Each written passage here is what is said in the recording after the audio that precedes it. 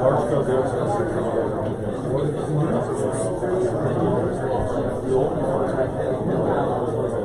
And luckily, I do love Rachel. Yeah, she makes it easy. She's amazing. I do, actually. Just in case we don't see each other later. Yeah. I have to just say, he has his own problem. I find this is still... That's awesome. I end up talking more about my barbecue business than I do our software. Basically, you have a long conversation about something that I really want to talk about hosting a spot. Like, is it good? Is it? No. All depends on that person. Everyone in Texas is like the same opinion. Okay. There's hills in. Yeah. I want to flew in. It's not Seattle. No, it's the west side. It's very good. Got it. Yeah, very nice to meet you. I'm going to make my way back. Yeah, that's right. Yeah, it's my I was going to about to get it kicked off here and then invite the first group up to do a demo on YouTube. Just waiting for Michelle to come back up and get started.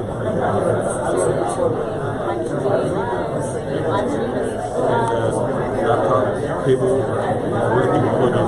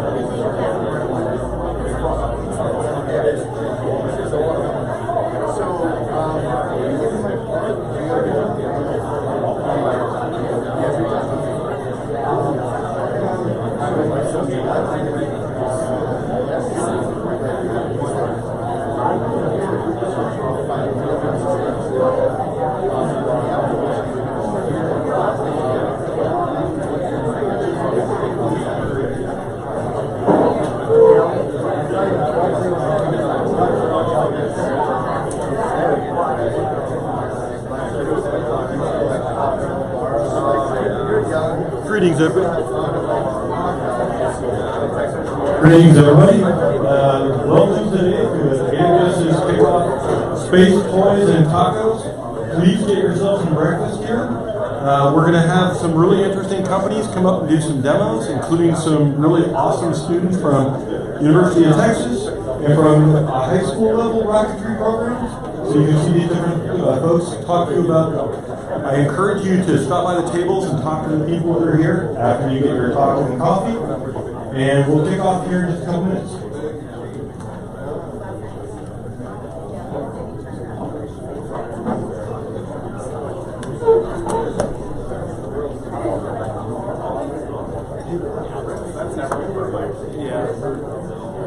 Check it out.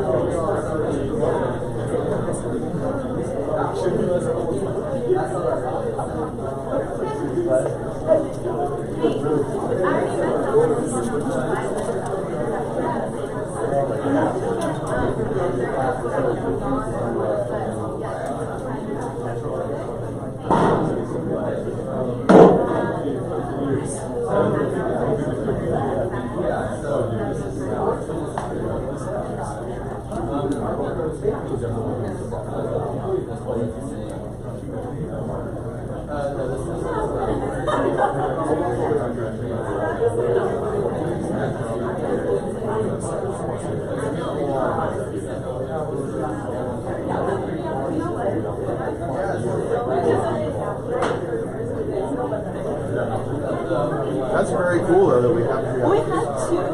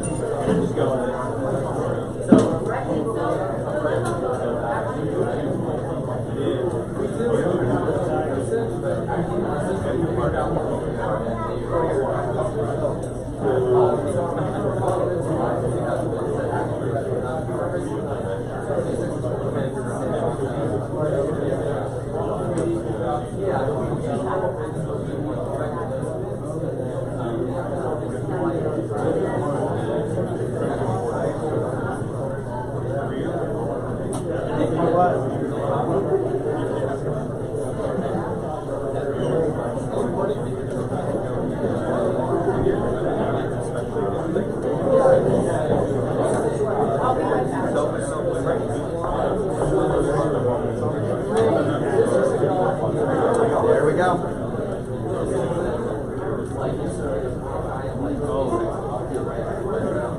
Let's say, are you playing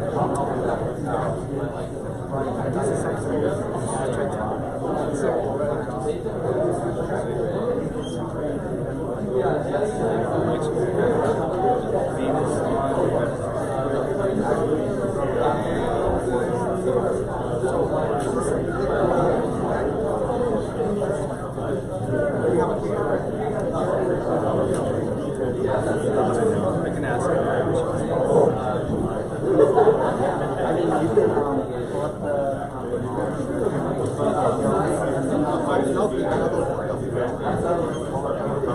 I can say it on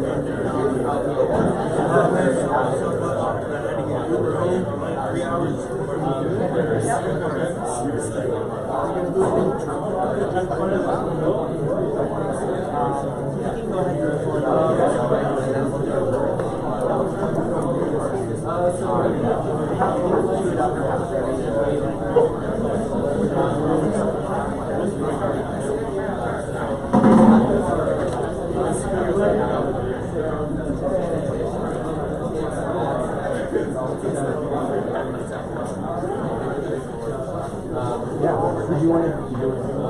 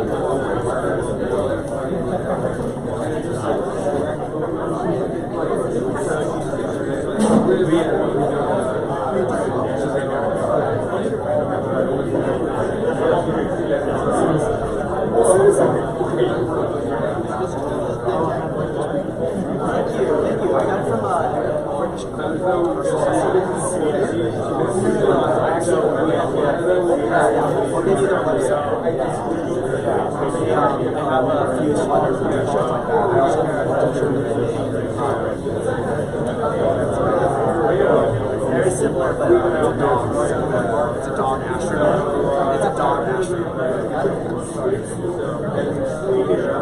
Oh, yes, it is. Yeah, she was.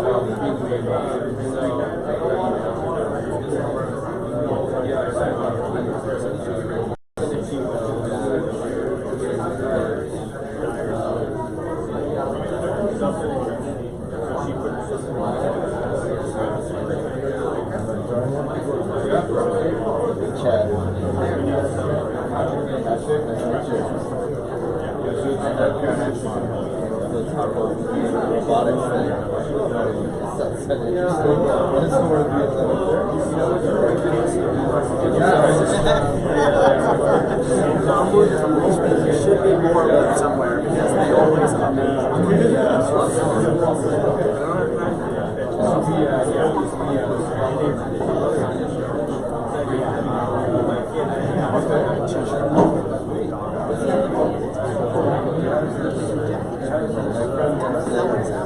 Yeah, we just got those jackets from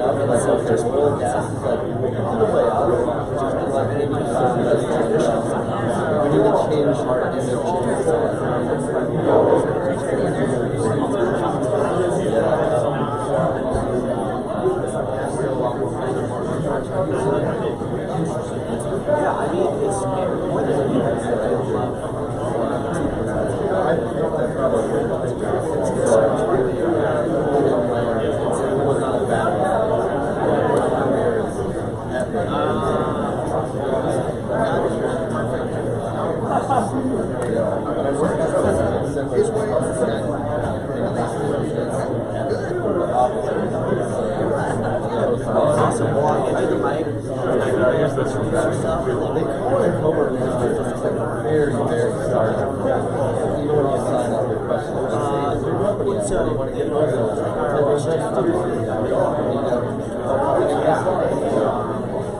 this. Feels like the right place to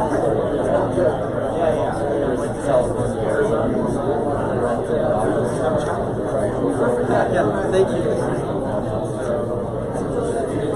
Okay, hello, good morning.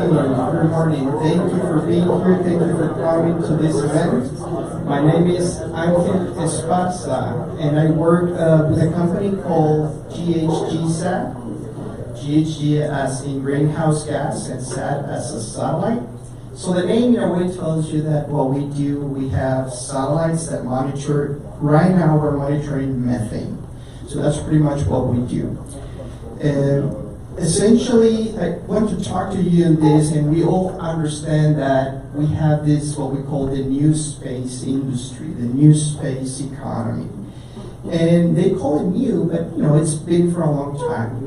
Pretty much governments ended up being investing with aerospace and all satellites and rockets and all of that. But now it seems that things are shifting, and there is actually a business case for this. And so one of the things on the new space industry is that it's basically obviously global, but more importantly, it's become very accessible in terms of what they used to be, right? So right now we can see that our satellites, for example, they still cost $100 million to build, and let alone deploying all of that, right? But now we can actually create satellites of smaller size because the technology is there, that it won't cost you $2 or $3 million. So it's a very accessible, if I allow me to use that, what it used to be 10, 15 years ago. And then the other thing is this part that I'm pretty excited to talk to you about, being an entrepreneur. Pretty much companies, right? You can see now the high school folks over there, and then the university here as well present. People that are really getting into understanding the benefits, or at least how the aerospace industry is working and works, and what can we do for it, right? So, in that spirit, our company decided to do that particular step to help the industry, the current industry, in detecting methane emissions. So one of the things that this company has, like I said, is GHG-SAT, is precisely to be the leading edge space and data technology company. That's pretty much what we're saying here. But our main focus is pretty much kind of accelerate the decarbonization process. In a way is, how can we help these companies to do this, right? And the first thing is that we need to identify all this waste. We need to identify where the methane emissions are coming from at this particular point. So what we offer right now are basically two branches here. So we have the emissions monitoring solutions, which includes the satellite. That was the first purpose of the company. And then we have another platform that I'm going to talk to you about. And we also have the emissions analytics tools. So in essence, that's pretty much what the company does. So let me give you another brief thing here. So right now we have 3 satellites in orbit. We started, and I'll give you an explanation of how we started. We have what we call an aircraft variant. So what we did is the sensor that the company developed was placed in a satellite platform, but now we replaced it in an aircraft platform. And then we developed this emissions analytics package because we wanted to grab all this information and be able to generate some insights off of it. And not only the ones with the platforms that we detect, but we also with the public information that is available to us. And the whole idea is what makes us different at this point is that we're able to give this facility a specific resolution. And I'm going to show you throughout the presentation some examples of what the other satellites, public satellites, they provide a wealth of information, but the resolution is not there. And I'll show you examples of why it matters having this great resolution, okay? So real quick, a little bit about the history. The company started in 2011. It got incorporated. with this idea, with this vision. By 2016, so it took them 5 years pretty much to launch the first satellite, and it was a demonstrator satellite, and we called it GAG-SAT-D. Then in 2020, a lot of lessons learned from that. We basically came up with the very first commercial satellite. And with this commercial satellite, one of the lessons that we learned was that we really need to focus on methane only. With GAG-SAT-D, we have this capability of basically being able to monitor CO2 and methane. And boy, it's challenging. So it's part of the things that we needed to understand. How can we be more effective in providing these products to the industry? In 2021, in January 30th, we launched the other one with SpaceX, which we call GAG-SAT-C2. And so that makes us 3 satellites in orbit. And so in 2022, particularly in June, we're going to launch 3 more at the same time. So we're pretty excited. So that will basically will grow this constellation to 5. And the plan for 2023 is to launch 5 more. So I'm going to talk a little bit about that. So that will give us a constellation of 10 satellites. So this, in essence, what it allows us to do is having these satellites basically covers an aspect that when we all think about satellites, we sometimes have this preconceived notion that they're constantly taking measurements, that they're constantly revolving around the Earth taking measurements. Well, our satellites, they don't function that way. Our satellites are targeted satellites. So we need to give it a lat long, and within that lat long, we should be able to take that measurement. So it takes some time to take those images, and then it takes time for that to reposition. So we're not constantly taking images. But that advantage gives us that particular resolution at the expense of not having complete coverage all the time, right? So the reason of adding more satellites is to precisely cover those chances. So having this constellation that we can take images in each orbit and in that particular lat long, and then we have the other 9 satellites taking images from other sites along the same orbit or at the same time. The aircraft variant, that's something that it becomes very relevant right now, particularly in the US with the regulations for the oil and gas industry. One of the main drivers for methane monitoring, at least in the US and particularly in the world, but right now in the US, is the regulatory aspect. There was, at the beginning of last year, President Biden issued this executive order, and it says we need to fix the methane emissions coming from the oil and gas industry, right? So by November 2021, they basically issued this draft rule. And this draft rule, or proposed rule, essentially is telling we really need to look into the emissions using alternative means. And there are some problems with the incumbent solution, which is rather being at the source, but there is also some problems with that. But the alternative has some advantages. But right now it's in the proposal or in the draft phase. So we need to get everybody submitted comments, so we need to get away for that. But that's the point is that that's the main driver right now to look into the methane emissions. If you can see, I'm going to show you real quick in these images right here. The overlay or the background are pretty much imagery from Google. So we're not, or from many maps that are there, we're not basically operated in that visible spectrum. We operate in the short-wave infrared. So I'm going to explain that a little bit later. But what I wanted to point to here is that we have the oil and gas industry is one of the key targets for us, and because that's the one that has the potential to emit at very different points along the supply chain. Then, but very interesting enough, right? Landfills. Even though you design landfills to minimize the effects and the impacts, in particular to the water table, to be percolating and the leachate and all of that, but it also creates a lot of methane emissions. Then interesting, coal mines. Coal mines, when you're actually trying to mine for that coal, the same process creates those emissions as well. Methane emissions basically get released. So the reason for having this aircraft variant is precisely to be able to have less atmosphere to account for, and that'll give us a better detection threshold. Okay, so I'll explain that in my next slide, in the following slide. But before that, let me show you real quick, in a very simple way, what the workflow is of what we do. So pretty much we have, I mentioned to you that we have this predictive analytics package. So we use that in multiple ways. We use that as a product that we can offer the customer interested in getting this analytics, but we also use that to target our satellites.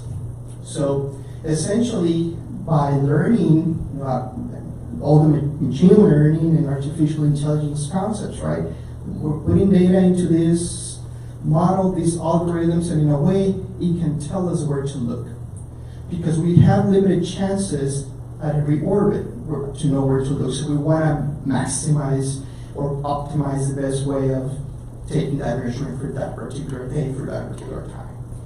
So for these, as I mentioned, we use satellites and aircraft, and all that information gets fed into the analytics. But we also tap into information from the location, the weather, particularly wind data is very relevant for us.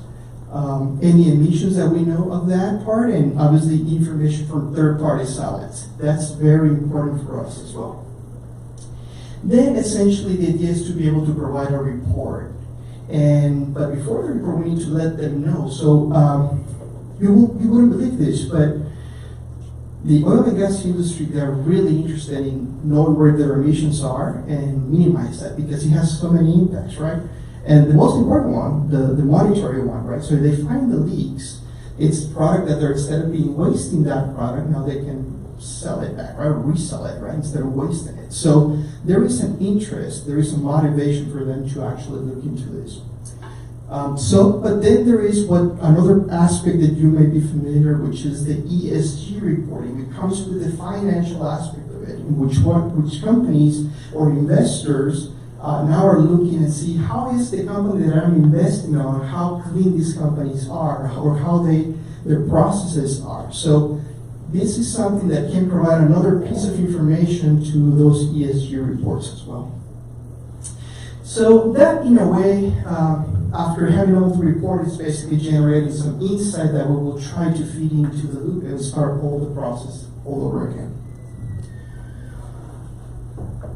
So what we're proposing here, and I'm going to talk a little bit in terms of the regulations, but it really shows you the value of having multiple platforms. So one of the things that we do, we have our analytics, and like I mentioned to you, sometimes we need to know where to look. So easy, right? If the orbital track is going up on the Permian Basin, well, it says we must look there. But there is only the size of the image, which I'm going to talk. You probably guys know is what we call the field of view. And so I'm going to explain that will be a limitation as well for us. But once we have that analytics, then we look into that field of view and say, okay, where do we look? So we have we can direct the satellites, which we call that tip and cue.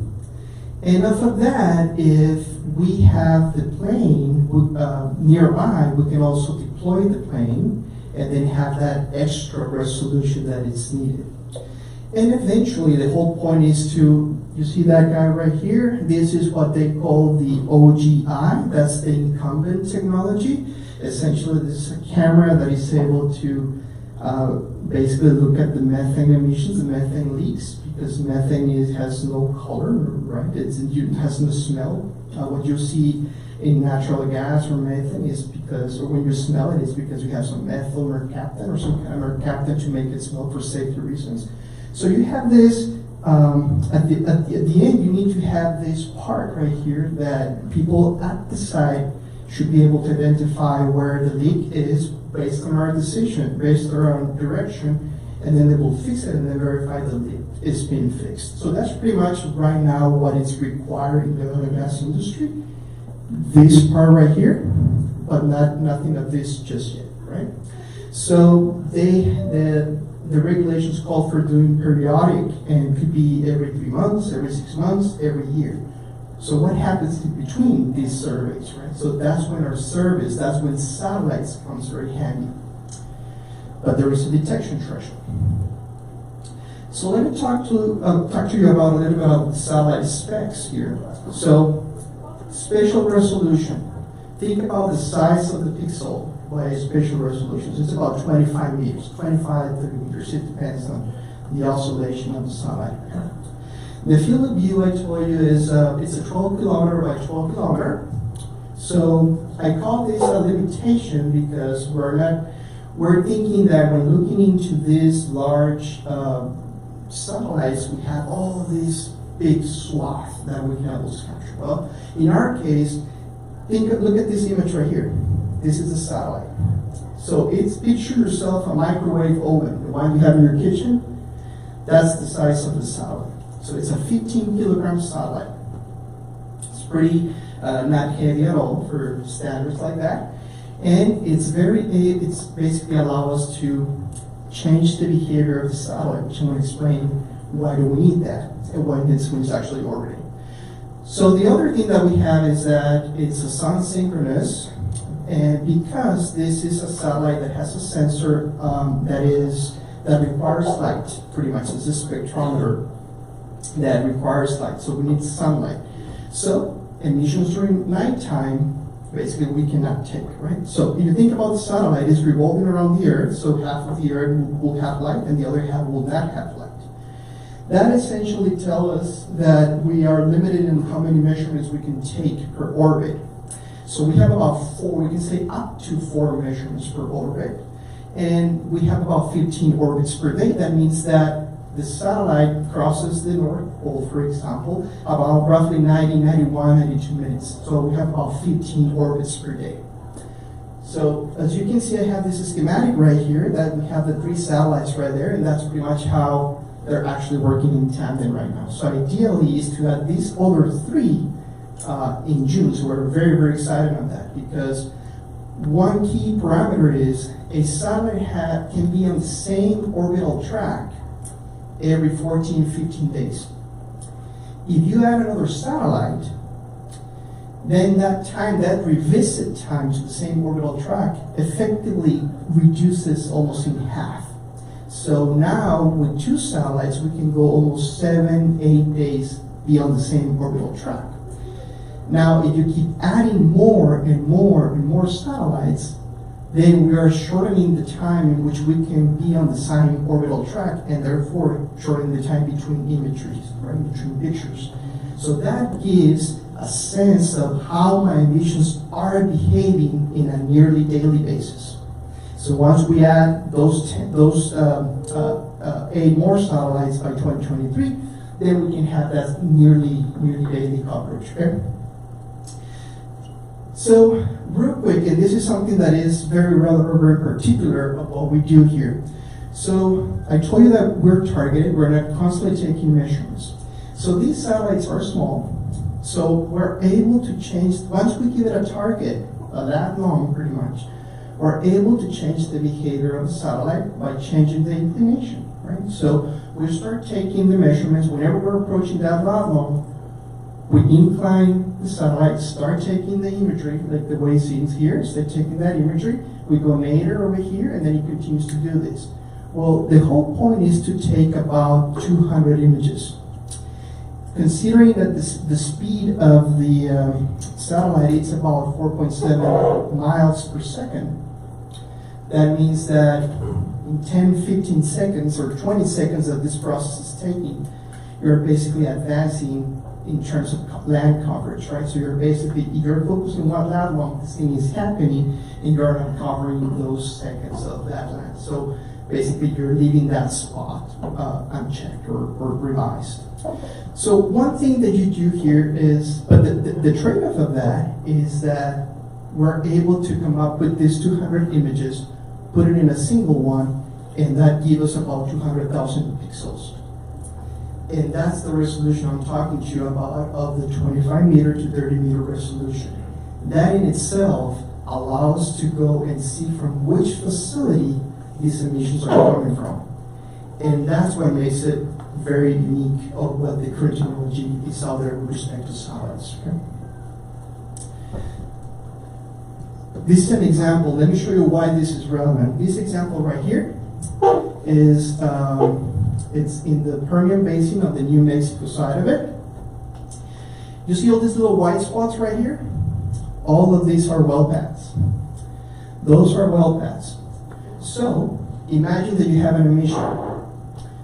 So who do you attribute that emission? And if you know how the Permian is, well, this might be company A, the next one will be company B, the one will be company C. So it's very difficult to know who the owner of those emissions are. And accountability is super important here. So how do we do this? So you see this scale right here. This scale is in parts per billion. So what we're trying to do here with our interferometer is to precisely come up with whatever signal to noise ratio that is completely, that is above basically the average. So my noise is the average or the background methane concentration. So in an area like this, the background methane concentration may be kind of high because of the whole nature of this, right? We have a lot of industry, oil and gas industry there, and having a lot of potential minute emissions. So the whole environment may be had a background that is pretty high. So one of the things that we have here is that, okay, we should be able to compute who's giving me the most signal. And then basically we try to do a reversed reconstruction pretty much, or a reconstruction of the emissions, and we're going to be able to trace it back. But what we're looking at the entire column, from the ground to the top of the atmosphere. We're reporting that concentration, but that concentration is above the average, the background concentration. Now, one thing that we do, and I'll show you another slide here, is that from this concentration that is measured by our satellite, we try to do a calculation of the emission rate, which ultimately that's what it's more meaningful to this industry. What is my emission rate of this particular leak? This example right here, and that's the other thing, being global, you can go and travel the world, right, pretty much. This one was taken in Mexico, and it's from an oil and gas infrastructure, but what is interesting, you see how it's surrounded by houses and the city, right? So people probably who work at that place, right? So all of this, in this particular case, it's pretty much all industry, but here you have basically houses and stuff and all of this, right? Let me show you another example here. Look at this one right here. This is pretty telling. That's why I wanted to show you this. The same thing here. You have all these white things that you see here. There are the roads and the well paths in this oil and gas industry. So imagine being able to detect an emission. So we were able to detect this emission right here on that particular field of view or image. It came from this particular location, and basically this is it, right? So this is basically a compressor station. So the estimated source rate is 150 kilograms per hour. I wanted to show you this because it gives me a lot of information here. It's basically telling us the system, or the satellite system, is working effectively, very close to the detection threshold of the satellite. The detection threshold of the satellite, with the conditions that we tested it, and like wind speed at 3 meters per second, is about 100 kilograms per hour. That's a large leak, okay? So if you put that, it's roughly around 5 MCF per hour. And the MCF, 1,000 cubic feet, that's what the kind of the oil and gas industry like to refer to, right? So those are large leaks.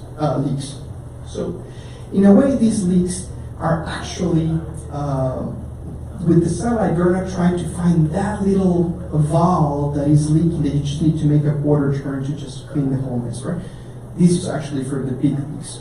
So our motto here is, find big leaks fast, because you want to fix those things as soon as possible, because they tend to have the most damage to the environment and to the bottom line, to the companies as well.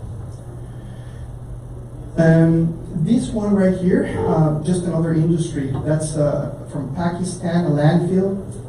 If 150,000 kg per hour is large, now imagine 4,668. And that happens, it's a landfill, right? What else can you do? China, I kind of picked this one because it's a coal mine and it's 8,000 kg per hour, but you can have larger than that, right? And the US also has landfill problems, even though we put a lot of effort in the design and capturing and all of that, emissions occur. So these examples here kind of show you what the satellite does, and in a way it tells you what you can start thinking about the uses of this. We were talking here before the presentation about another hot topic, which is feedlots or the agriculture or cows particularly. Well, one thing that's obviously we're trying to look to these feedlots because that's where you have all these cows aggregated. If you think about it, if you have it in an open range, the cows may flock, but sometimes they may go to different places. So getting a strong signal will be very difficult because the cows are actually raising the background concentration of monophenols, right? So whenever you have all the cows flock together, you should be able to get this signal. So luckily, about a month ago, we have our first image from feedlot in California, right? So that was interesting as well, but it's a challenge to get those images from the satellite.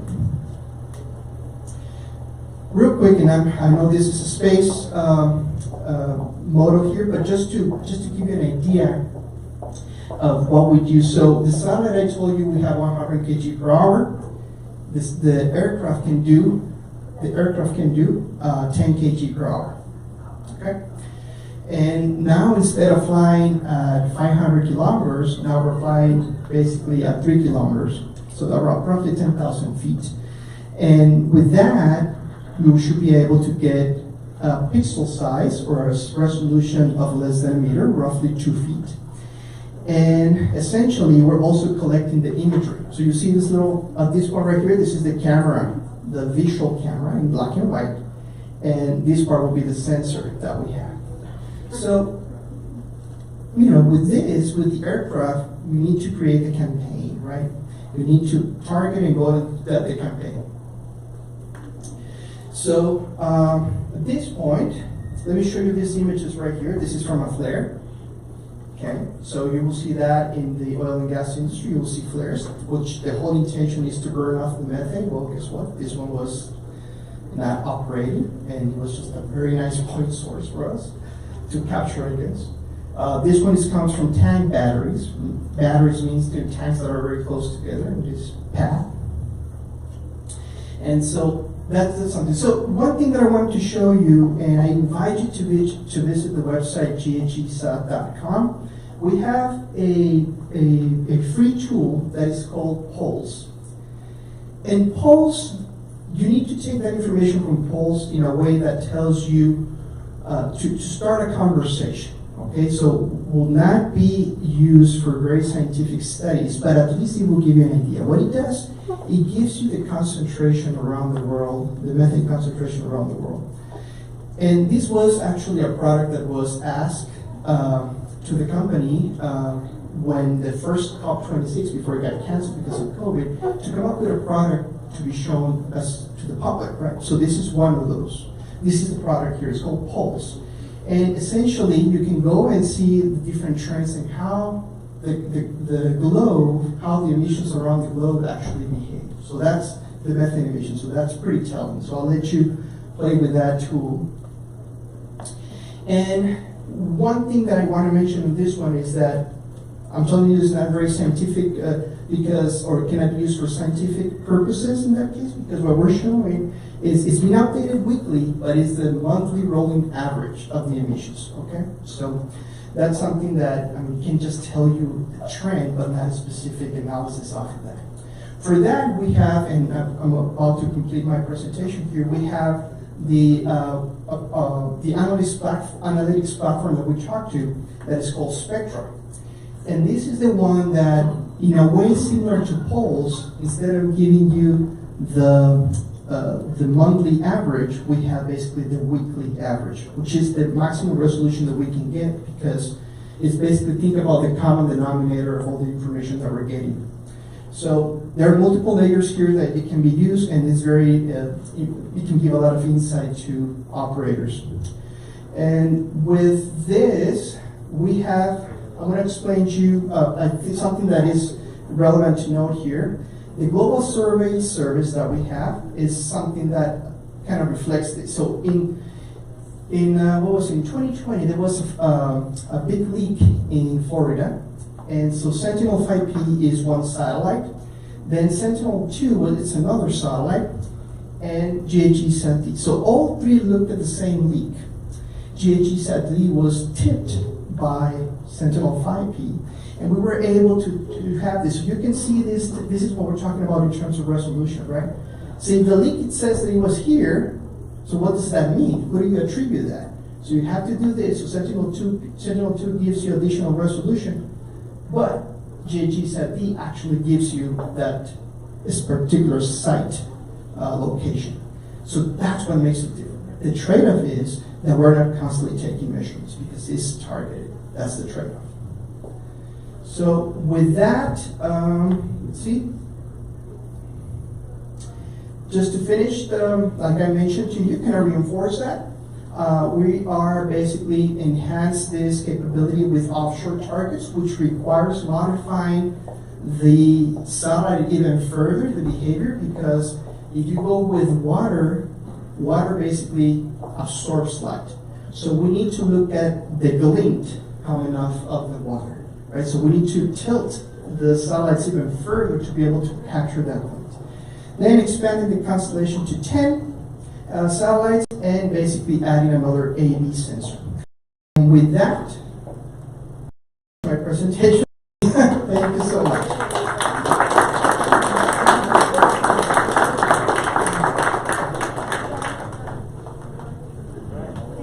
Thank you for that presentation. And I encourage you all, if you have any questions, to mix and mingle and ask them in between sessions, and we'll get the next demo up and running in a minute here.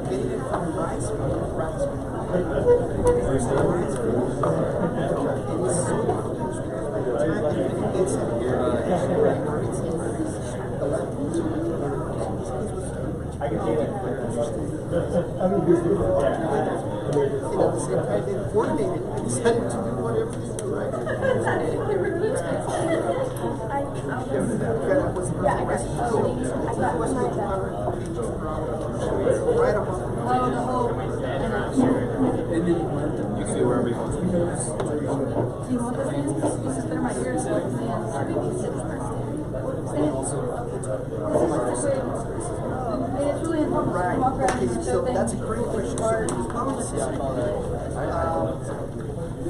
that, it's harder, but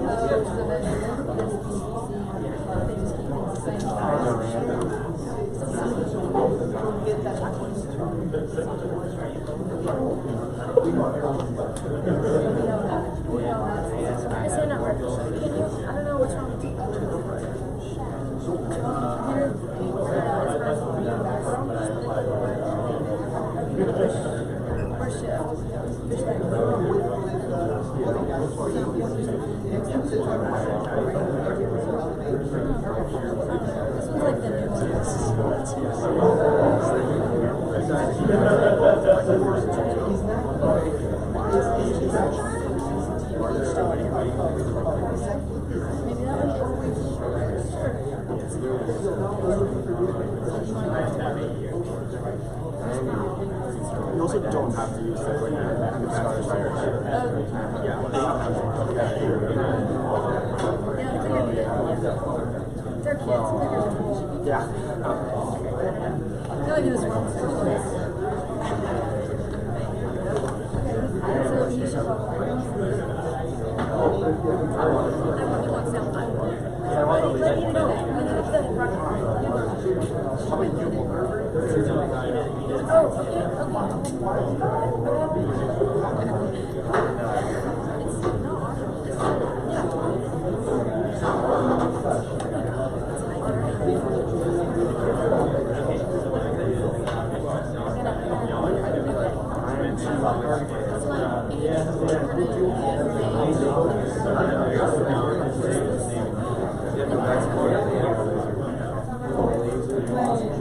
So if you need to, you can take it.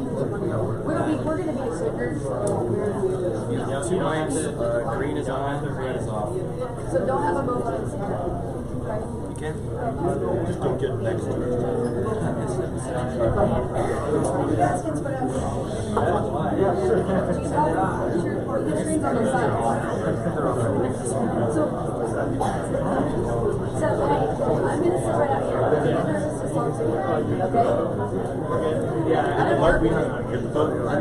Go ahead, introduce yourselves, talk about what you're doing, and then do the. All right, and now for something completely different. Let us introduce you to some incredible young students here.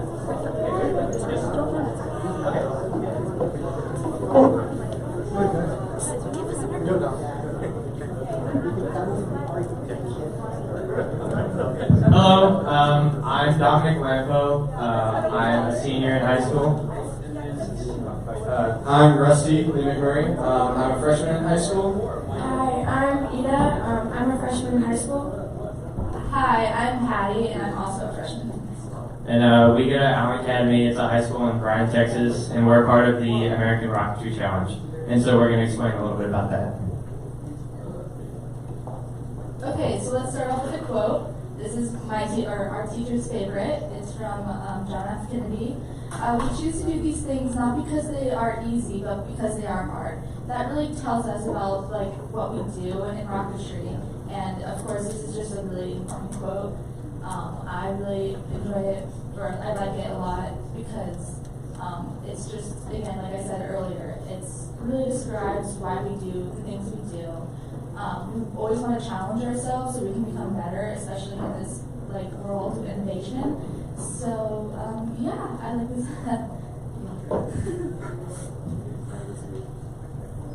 Alright, so the American Rocketry Challenge is a national challenge which tasks high school students to build rockets meeting certain requirements that are given out to the students by the organization each year. And so the requirements for the rockets are different each year. The rocket has to go to a certain height and come down in a certain amount of time, a specific amount of time. So this year would be 835 feet and have to come down in 41 to 44 seconds. And you would get penalized if you are over or under those requirements.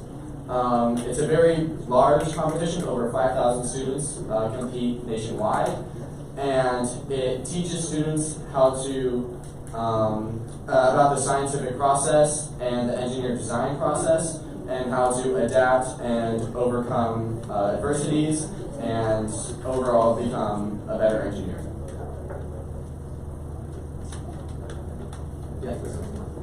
Okay, so it's the world's largest student rocket contest.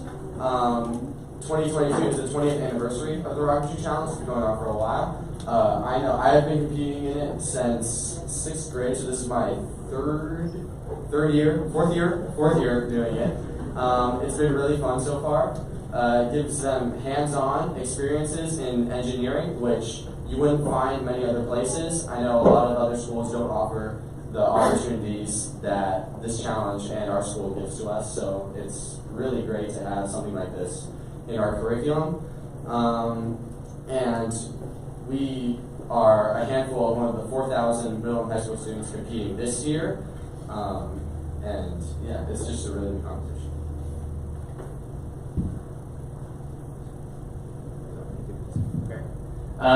So anyways, when we have our rockets, we obviously have our certain components that we have to build.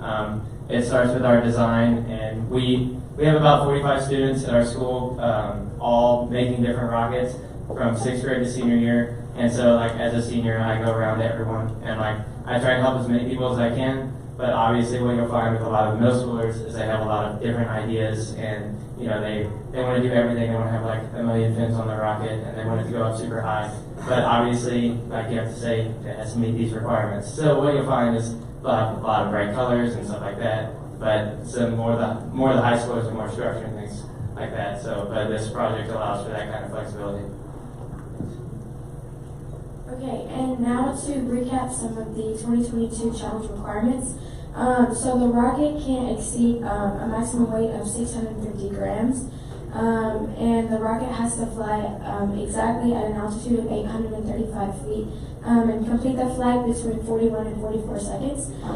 This year, our rockets have to fly with 2 eggs oriented sideways. And of course, the eggs can't crack or break throughout the flight. And to qualify for nationals, your team is allowed a maximum of 3 flights, and the 2 best scores are summed up to qualify.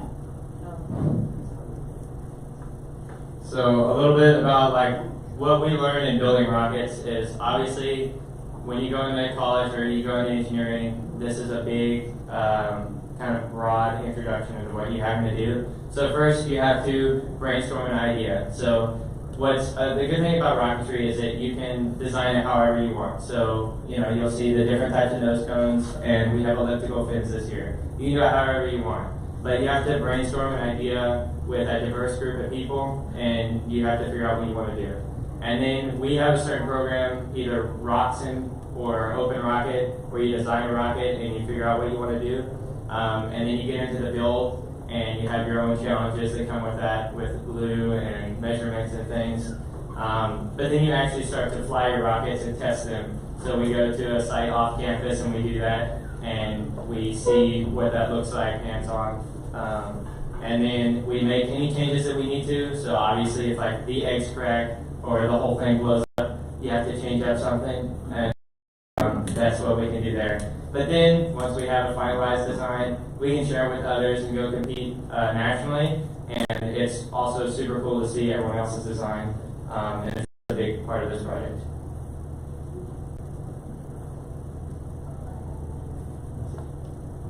So after the brainstorm process, there is the, of course, the design. So as a group, we all work together to kind of decide what we want to do with the rocket that follows the requirements.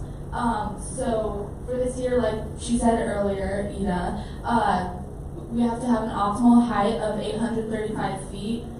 So when I was building this rocket, I had to make sure it wasn't too heavy or too light, or else it would go over. There was also a limitation on the weight, so it has to be less than 650 grams. That also was put into what I did for the design.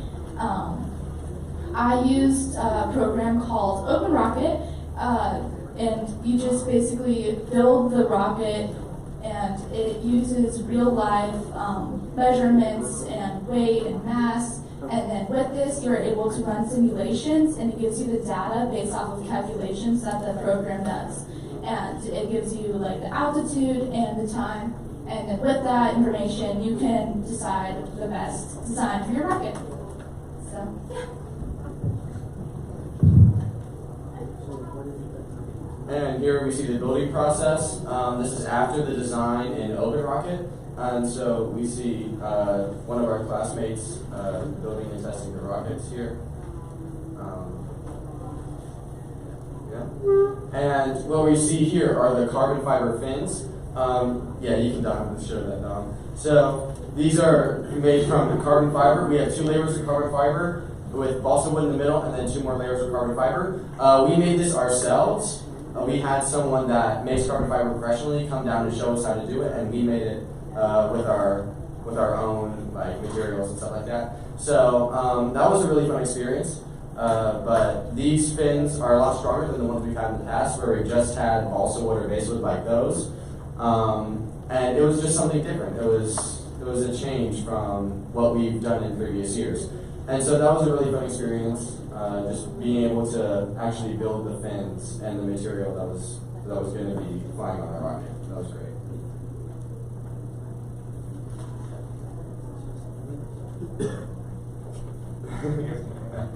But like here, this is pictures of us. Our friend has a piece of land that's closer to school because normally we have to go to San Antonio to test for qualifying launches. But here we can do smaller tests, and so we have our launch kit, and we have these rail buttons that we can slide on to the rails, and it'll launch up as soon as we hook it up to the battery. But obviously, this is a very unique experience because I mean the motors that we use don't exceed 80 newtons, but they still go up pretty high, and so it's just very, very unique to be able to do this, and everyone gets to learn how to do everything. So.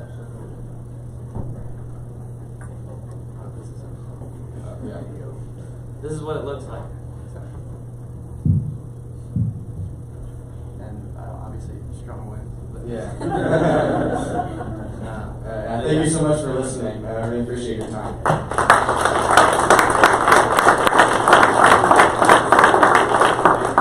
If y'all have any questions, please feel free to come and ask because all of our designs are very unique and we've gone through a lot of challenges to just get here. So We're right over there at that table. Yep. Thank you.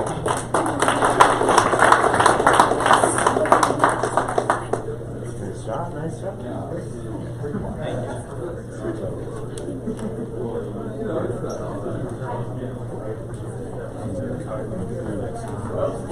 Nice work. Thank you. Thank you so much.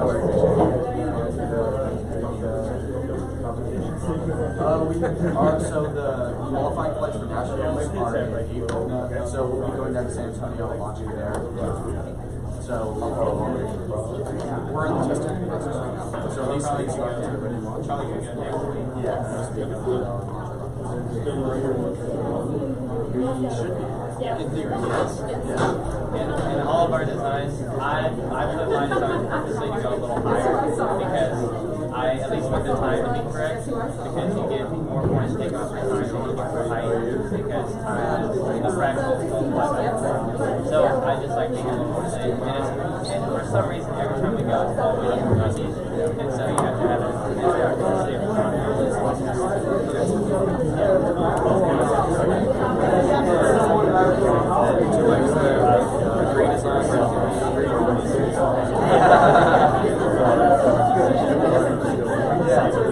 yeah, thank you.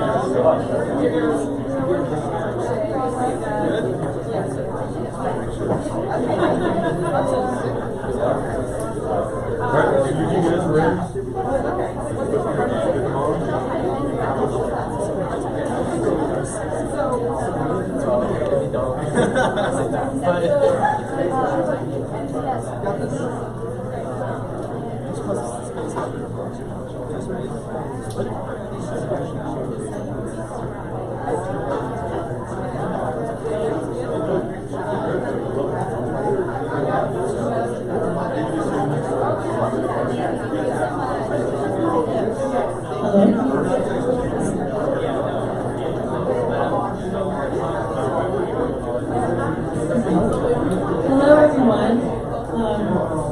It's great to see everyone and talk to you guys today. I'm Irvi. I'm the Director of Operations at the Texas Rocket Engineering Lab, and this is Evan. Hello. Like Irvi said, my name is Evan Salah. I'm the Chief Engineer for the Texas Rocket Engineering Lab. So we're an interdisciplinary learning lab from University of Texas at Austin. We're currently trying to make a space shot rocket. We can play a quick introduction video. This is what we kind of show to our sponsors too, just to give a good overview of what we're all about. I don't think audio is working, but we will sit and watch in silence.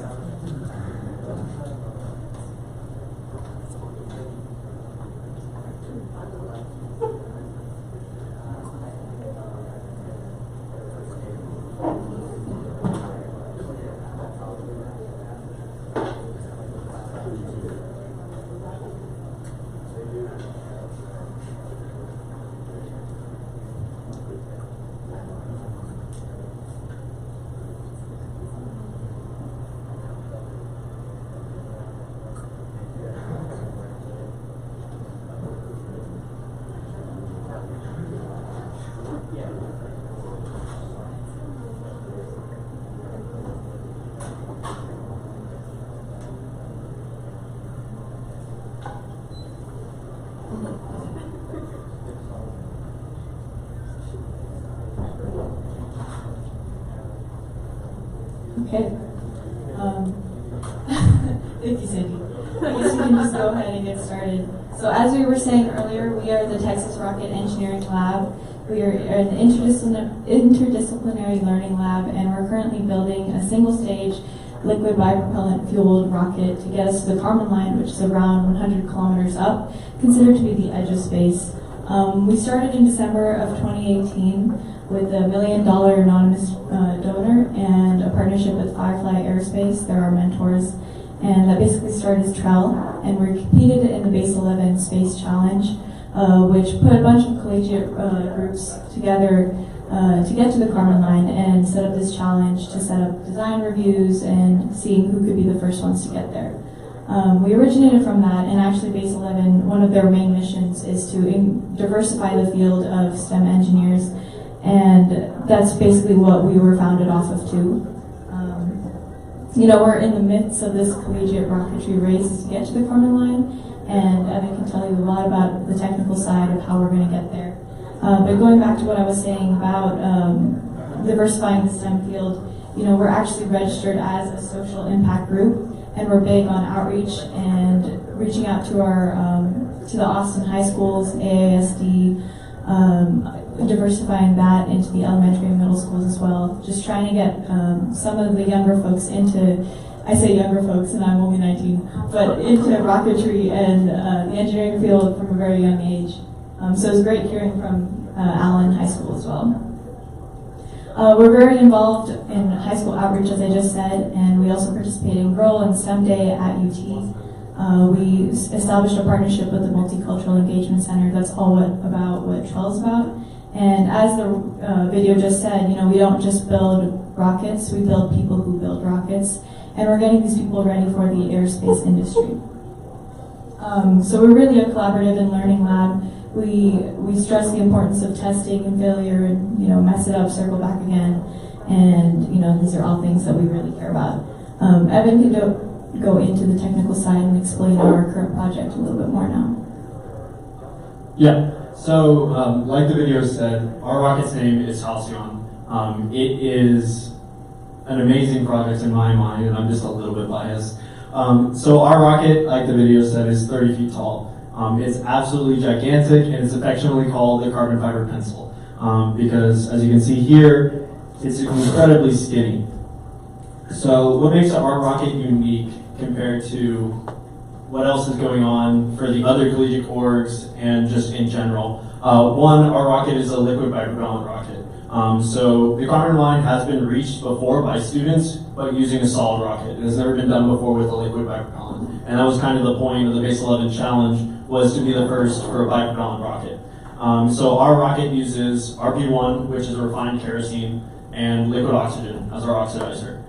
It is a pressure-fed rocket that goes through our engine here. So over there on the table is our Mark 1 engine, TXE1, affectionately called heat sink, and this one is TXE2. So this one here is a mock-up. The current one is being manufactured. This is an additively manufactured, regeneratively cooled engine designed completely in-house by students. We've had a lot of help from our industry partners, Firefly Aerospace. We have tons of engineers who come in for our design reviews and help us with these designs. But the big thing about TREL, and like what Irvi said, is we're trying to prepare engineers for the industry and for the real world. And so the purpose of TREL is to learn how do you design an engine, how do you test an engine, how do you build a rocket. And we're all students, none of us have done this before. Before I got to college, I had never done anything involved in rocketry at all. So some of the other things that make us unique is, obviously, our rocket is composite. It's carbon fiber. To my knowledge, all the other collegiate rockets out there are a mixture of aluminum or steel and stainless. As well as our tanks, which is what holds our RP1 and our oxygen, are COPVs. And what COPV stands for is composite over pressure vessel. So it's an aluminum liner wrapped with carbon fiber in specific patterns, and it makes them incredibly strong and incredibly lightweight. And in the space industry, weight is everything. So our airframe is super light, and we use composites. Our tanks are super light. Our engine is additively manufactured so that we can have only the material that we absolutely need. And we have this mission to try to reach the Kármán line. And the other thing about our rocket, which is I think is super, super cool, is that not only are we going to space so that we can say we were the first to go to space, we're going because we're hoping to contribute scientifically to the field as a whole. There was a NASA mission several years ago called EMIST that's goal was to look at collecting UV data in the upper atmosphere. They were trying to collect data to look at experiments with microbes in the upper atmosphere and how they might react, using that to look at what life might be like on other planets if it were to exist in those upper atmospheres of somewhere like Venus. That mission unfortunately failed and was unable to collect the data that they needed. So currently there is a gap in our UV understanding of the upper atmosphere, and our payload is a scientific payload to fill that gap. So not only are we doing this, in my mind, amazing project, we're also able to contribute to the field as a whole. And I just think it's really awesome that all of this stuff is designed by students, built by students, all from the ground up. We do all of our composites in-house. We have an entire team who, in my mind, are fantastic carbon fiber technicians. We have an awesome test team. Engine, all of our test stands were designed and built by students. All of our operations are run by students. So to me, it's just a really awesome thing. It makes our one of the only places in the country where a student can have this experience. Thanks, Evan. Moving a little bit away from the technical side and going into the lab as a whole, we are a very big lab. We are mostly undergraduate students, about 240 active members, 10 design teams, 6 test teams, and Evan, can you list them all? See if you can. Let's see. So we have a structures team, a payload team, a recovery team, a propulsions team. We have a fluids team. We have I'm going to list some of these ones. Recovery, and I don't know if I said that already. We have a controls team. Avionics. We have 3 avionics teams: hardware, software, and GNC. One of the other things I'll add real quickly, I forgot, is to my mind, in my knowledge, we're the only rocket that currently has an active control system as well. Whereas most rockets that I know of are being passively controlled just by the shape of that rocket. We have an actual control scheme on the rocket to keep it going the way we want it to, which involves a lot of control loops and everything like that as well. Awesome, yes. And we have such a diverse group of people as well, 35 plus majors. We really encourage that not just engineers join, and not just aerospace engineers especially. We have some history majors, we have astronomy majors, philosophy, undeclared, and they're all united by this common goal. We're really passionate about space, we're really passionate about what we're doing, and it's just what we do. So with our large size comes really large leadership cycles as well. So something that's unique about our lab is that we are very leadership heavy, and we do this to encourage the pipeline of knowledge transfer from some of our general members to the upcoming leadership as well. So we have really large cycles of leadership, and we start that really early in order to encourage that general knowledge transfer. This kind of leads more into our entire ops and structure as a whole. So as we are a really big lab, 250 people, one of ops' main goal is to make the lab small, and how do we support that kind of integration between all these different teams, and how do we encourage inter-team communication? So one of the things that we focus on is that there are so many different individuals, and how do we give them specialization, but also encourage collaboration and understanding of all these other different parts that go into the rocket. So this is where we kind of differ from some of the smaller labs and some of the smaller teams, figuring out how do we encourage that inter-team communication? How do we identify those individuals that really need to talk to each other about their system, looking at the inputs and outputs? How many systems engineers do we have? And as we're just a college group, we're still trying to figure it out ourselves. But these are some of the big questions that operations and business have to ask. Another thing about us, we have a full-fledged business team and an operations structure that directly supports our engineers. And one of the things we say, operations and business are there to support our engineers, not direct them. And that's a really good way in which we keep up this entire dynamic of a lot of different individuals from different backgrounds all working towards this common goal. And we're also looking at, how much can we mimic other groups like us as well, and use that dynamic to our advantage. And in this whole wide web, we have to keep track of our progress and our timeline as well. So we actually use an integrated master schedule, something quickly that was like scripted up on projects to track how each individual sub-team's tasks interlock with each other, how many prerequisite tasks need to be done until we move on to something else, what needs to be manufactured until we can test it, stuff like that to get us an accurate date of when exactly we're getting staged, when we're launching, and basically just taking all these components together and putting it into one large integrated master schedule. So this is kind of like the introduction to our lab. We have a lot of moving parts and we have a lot of moving technical parts, and I hope that gave you a quick introduction to TREL. So please come visit us, ask more questions. It will talk to you a lot about the technical side about things. And yeah, thank you.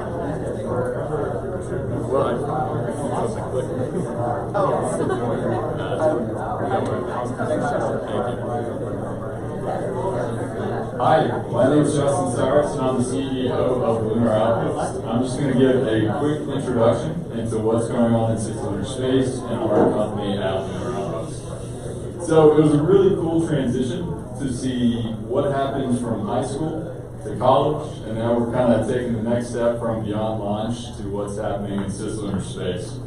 So I'm going to start off by asking you a question, just make sure you guys are still awake, get you guys going a little bit. There is 2 things that space has an infinite amount of. Can anyone name what those 2 things are?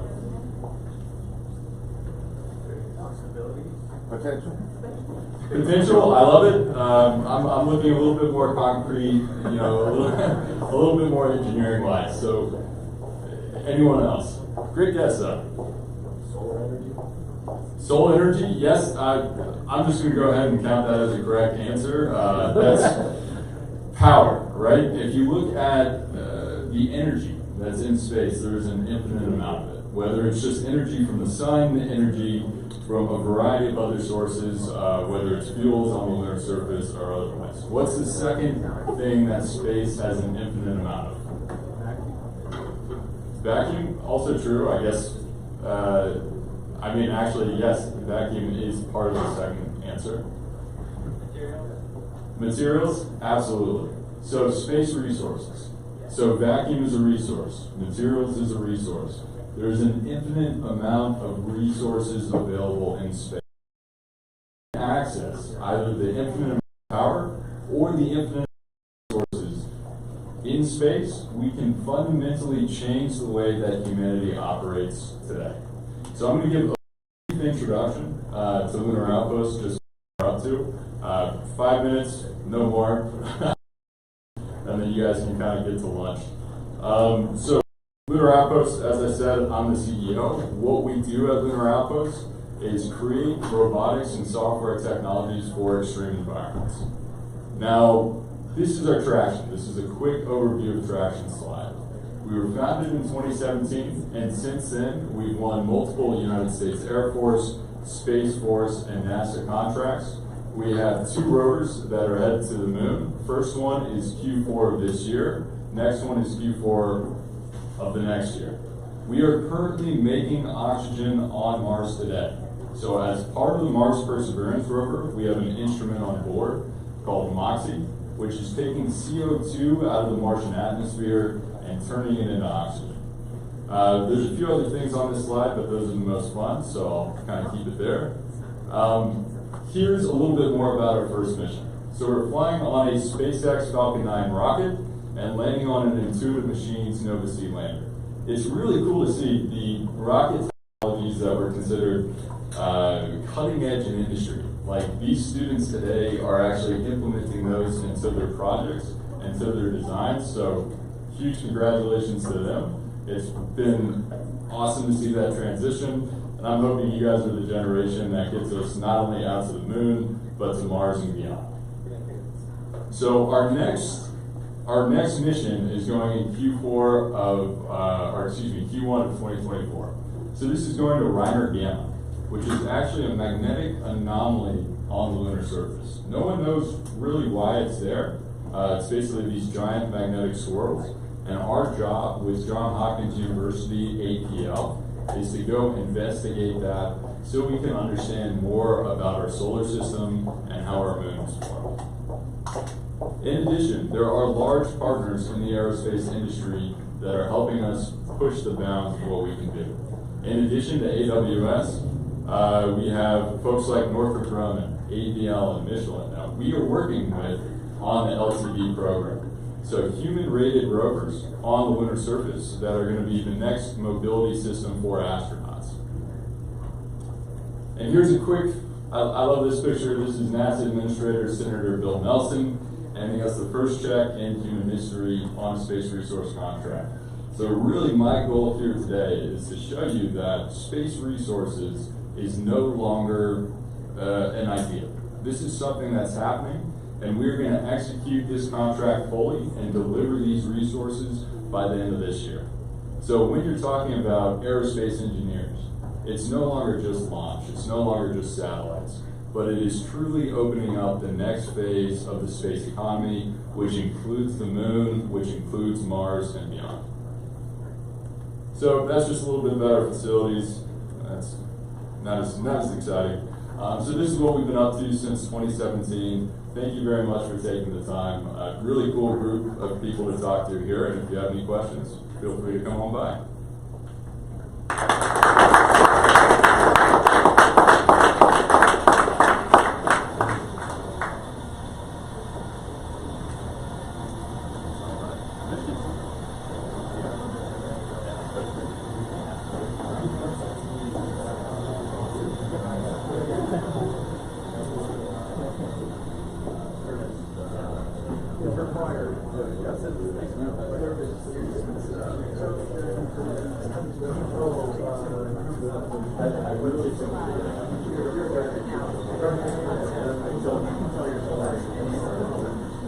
Thanks for sticking around, everyone. We have one more presentation for you.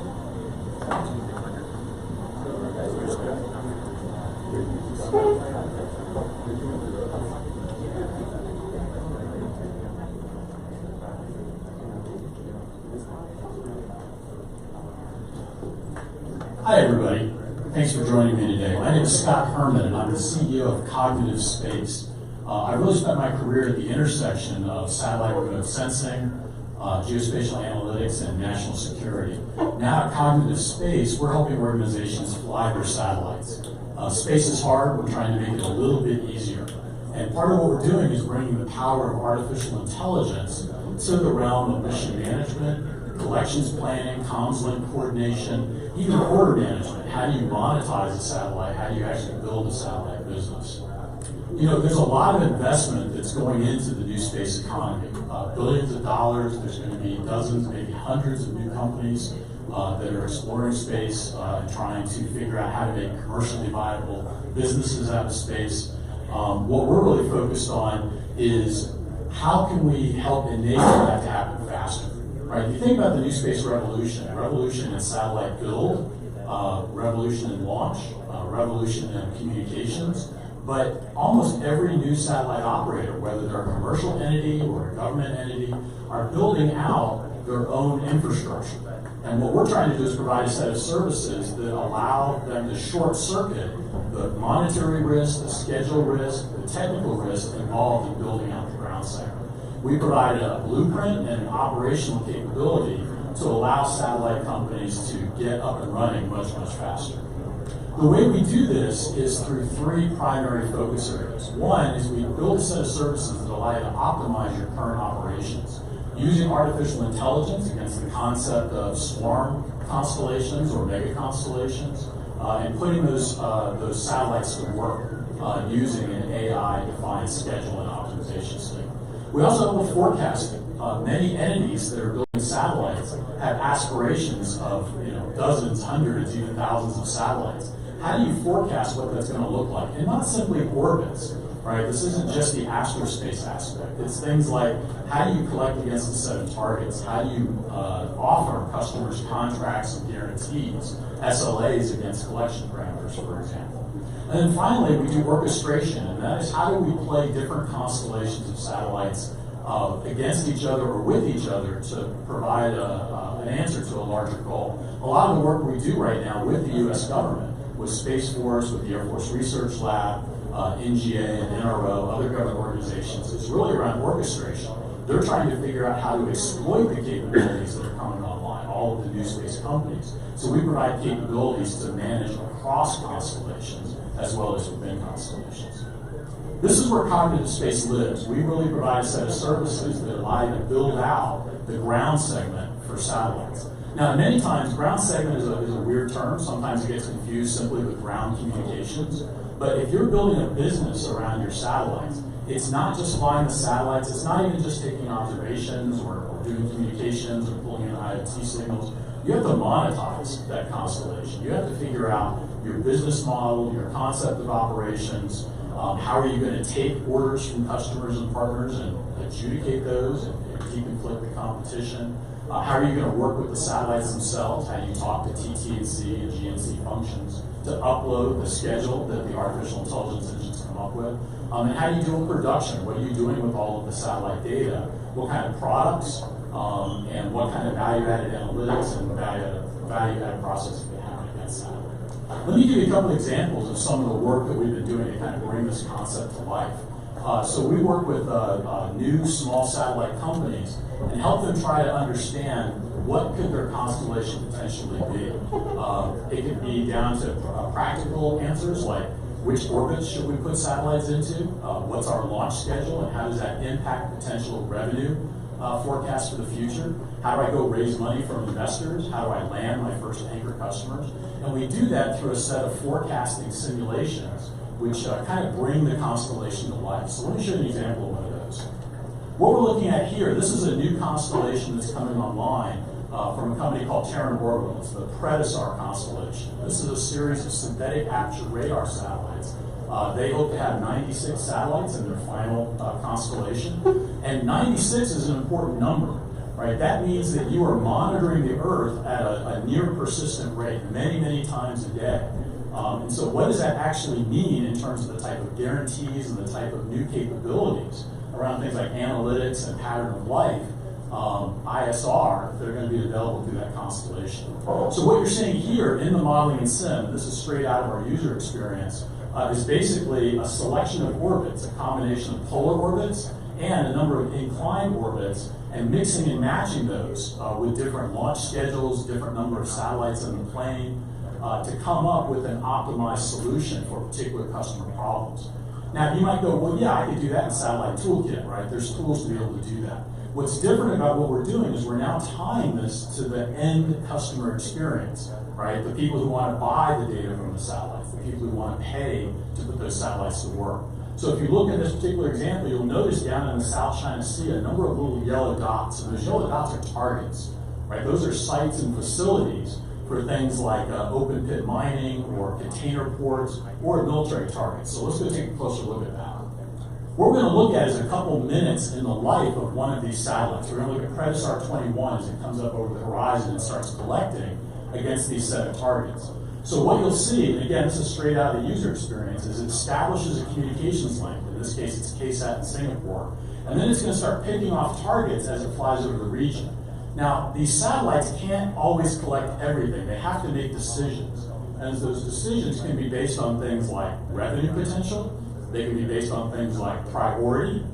Maybe a particular type of site is more important than another. It can be based on customer priority. U.S. government tends to preempt everybody, for example, and so you have to factor that into your model. Make sure you've got some capacity left over for other customers. This will repeat again, but what you're seeing happen, to explain the simulation, the blue dashed arrow, that's the artificial intelligence engine autonomously and dynamically nominating targets based on a set of preferences and biases. So you'll see it fly over and pick off a couple commercial targets, but then it's going to skip over a number of targets and go after those very high-value targets sitting out there in the middle of the South China Sea. And those are the Chinese bases at Subi Reef, Mischief Reef, and Fiery Cross Reef, right? So it's made some scoring decisions on what it should go after and what it should not go after. And then you'll see, just as it leaves the horizon, it reaches back and grabs one more target, and that's an open pit mine in the Philippines. So it's adjudicating, it's balancing, it's reconciling these decisions about what to collect or not to collect. This can get pretty complicated. What we're looking at now, and again, we're looking at this same Predator Constellation, is what would collection look like against a number of strategic targets in Iran? And how would that look if we start adding in additional capabilities like space-based relay? So what you're seeing in this scenario is not only a number of the Predator satellites swarming against this set of targets, but you're also seeing a casino blackjack satellite there in terms of some space-based relay for very low latency ISR, right? So from your tasking to sensor to shooter timelines can go way, way down because you've got a lot of satellites collecting, and you've got a lot of satellites providing backhaul to get that data back down to the ground very quickly, or task at the last minute. Let's zoom in a little bit, and again, what you're seeing here is this idea that we have a number of targets on the ground, and the AI, the artificial intelligence, is nominating and telling the satellites how to be put to work. What do you want to collect? Collect this one now, collect that one next, collect that one next. This is driven by really something new for commercial satellites, and that's the idea of monitoring as opposed to mapping or traditional foundation geo-emissions. Monitoring means you're looking at something several times a day. You're able to establish an operational tempo of that facility and hopefully establish pattern of life and then understand anomalies in that pattern of life. That's driven by collection planning that allows you to do these monitoring type of use cases. What you're seeing here, SAR satellites, synthetic aperture radar satellites, are side-looking satellites. So you get these butterfly wing patterns. That's basically the area out to the side that it can feasibly do collection.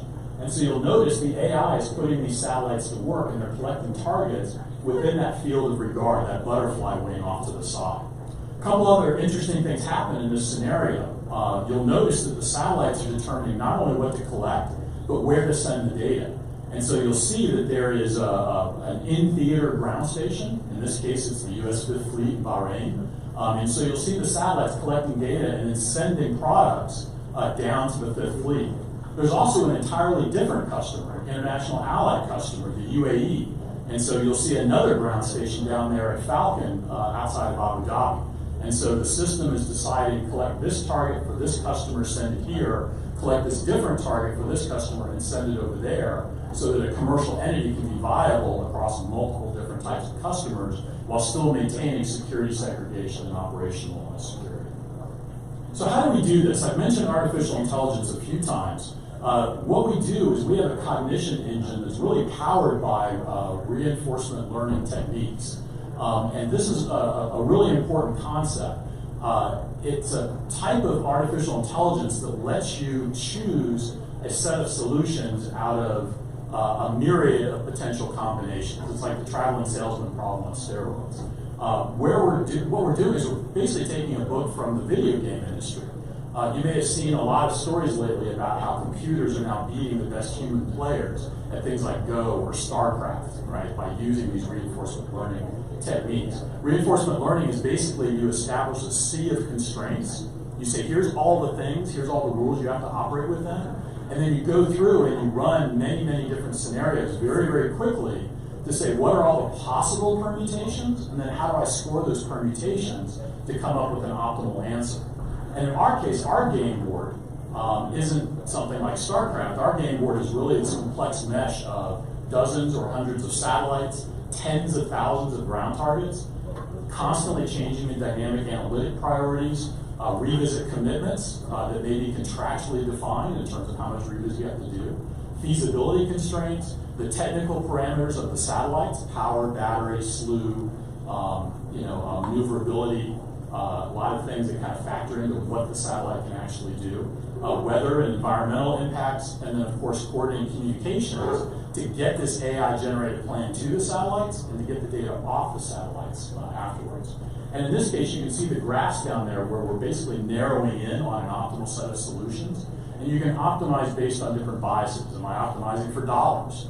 Am I optimizing for targets? Am I optimizing for monitoring and revisit for ISR use cases? So let me give you one more example. This is something we did for NGA last fall. We were part of the NGA Accelerator. And what we wanted to do is kind of give the National Geospatial Intelligence Agency a crystal ball to kind of get a sense of what's coming with all of these new space commercial companies that are coming online. How is that going to change their tradecraft, their tooling, their training? What kind of capabilities are coming? They have traditionally, over the last few years, new space is going to be here next year. Don't worry, it's coming. They've really thought about it more as a tidal wave of data, and it's not so much the volume of data that's going to be coming. It's the type of data and the things you can do with it. So it actually changes the kind of use cases you can solve, the kind of problems you can look at.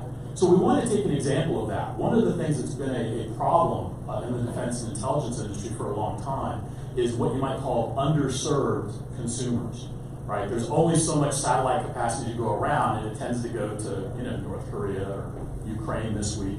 And so what do you do if you've got an important problem that requires you to monitor, but you can't get access? How is that going to change as new satellites come online?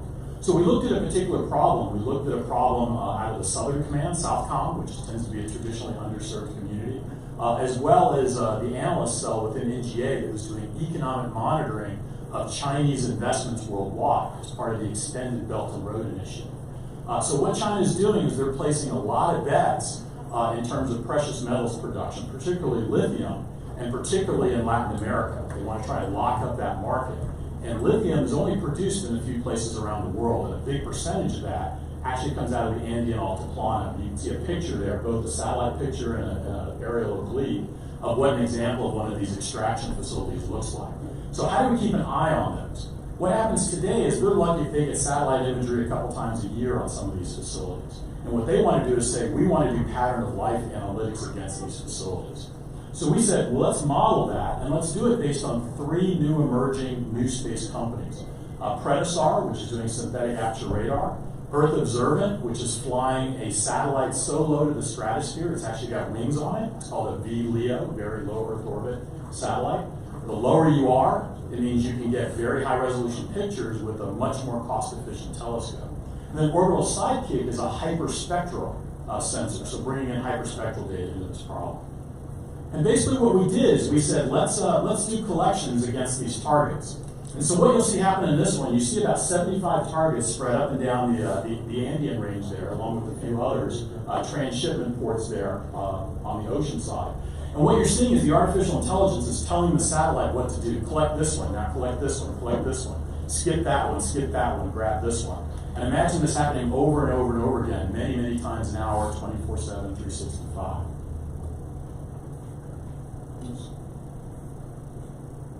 Here's another example, and what you're going to see in this example is we're looking at all of the targets, and we're going to fast forward and run this for several days. And you'll notice that the yellow dots that represent those different facilities are going to start turning green. And what that is that's the contractual commitment. That's the meeting of the revisit, right? If I'm required to hit these things 5 times a day, can I meet those contractual requirements? And that's what this model is really doing. It runs and it says, okay, how many of those will we be able to meet the collection requirements for?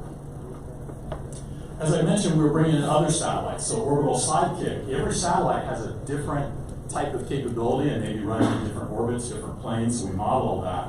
And where it's really interesting is the concept of orchestrated collection management. And that's the idea of how do I do work not just with a single satellite constellation, how do I use them in unison? So what you're seeing here in this example is we're collecting again against those Latin American targets, but you're seeing Predator there to the far west, or in this case the far north. You see orbital sidekick flying over and collecting, and then also an Earth observant, very low Earth orbit skimsat also collecting. And then we're generating a set of reports against that, the metrics. How much of these facilities were we actually able to capture? What was the level of revisit? What were the misses and all that? And then being able to run different permutations of that and war game different scenarios to figure out what the best approach is. This can get pretty complicated. We've been supporting a number of military exercises. Joint Warrior, at the end of last year, we orchestrated collection, determining collection opportunities and tipping and queuing opportunities across more than 500 satellites and ground stations, 12 to 14 different commercial suppliers, as well as some government satellite systems as well. So yeah, it can get pretty complex.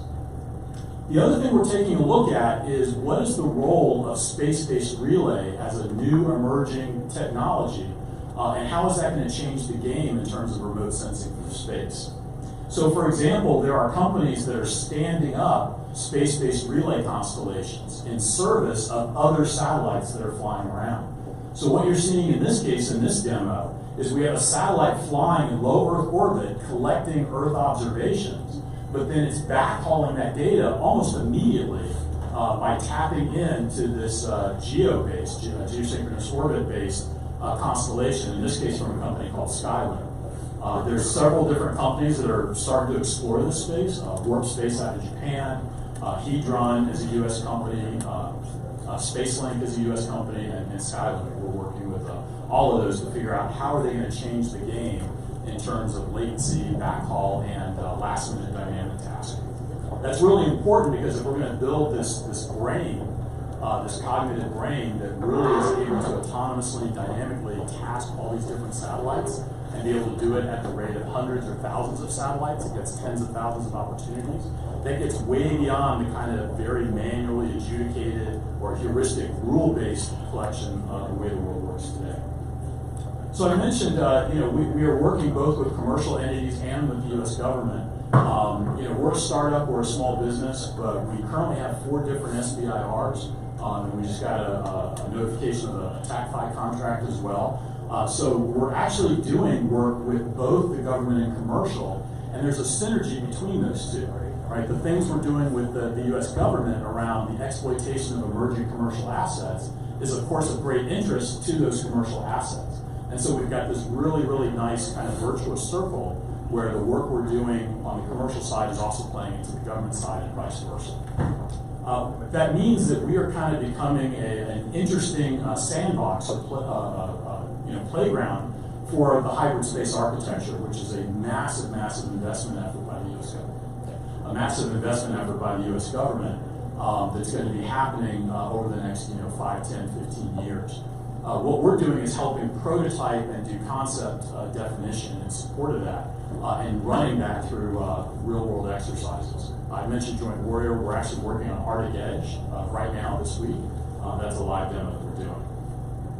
So why does defense and intelligence care about a small startup like Cognitive Space? I think there's a few things that should to the government in thinking about how they can take advantage of not only the new space economy in general, but a company like Cognitive Space. The first is that we're really looking at this idea of AI-driven collection.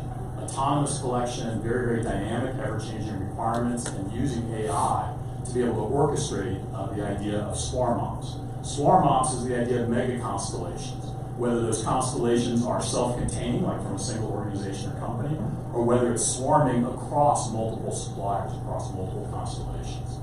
This mix of commercial capabilities and showing how those can be introduced into defense and intelligence use cases, and as a sandbox, as a prototyper to be able to see the future and kind of get a sense of what's coming. We have a pretty strong dual-use legacy. Many members of the team, including myself, actually come out of that kind of black world on the government side, and now we're figuring out how to use commercial capabilities to solve some of these problems. So I'll stop there, and I'm happy to answer any questions. I'll also be sitting over there for a little while if you want to do any follow-up. Thanks a lot for your time. I appreciate it.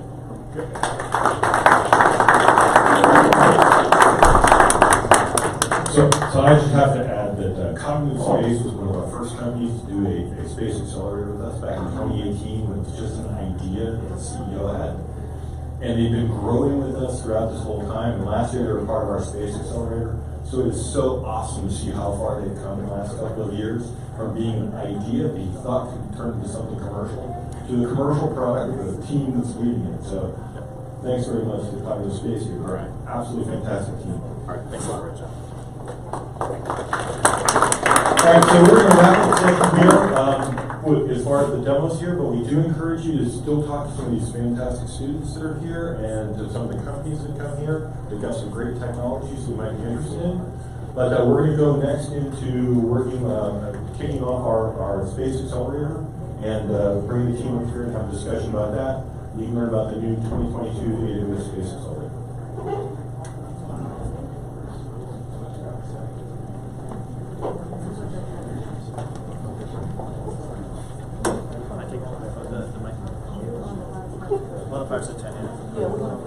Okay. You guys just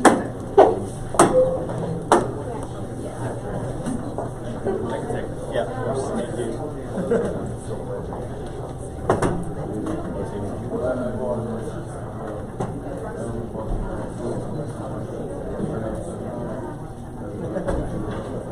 There's one. You can take. No. I think. Well, wait, I can pull it. I think they have everything. We don't need to. I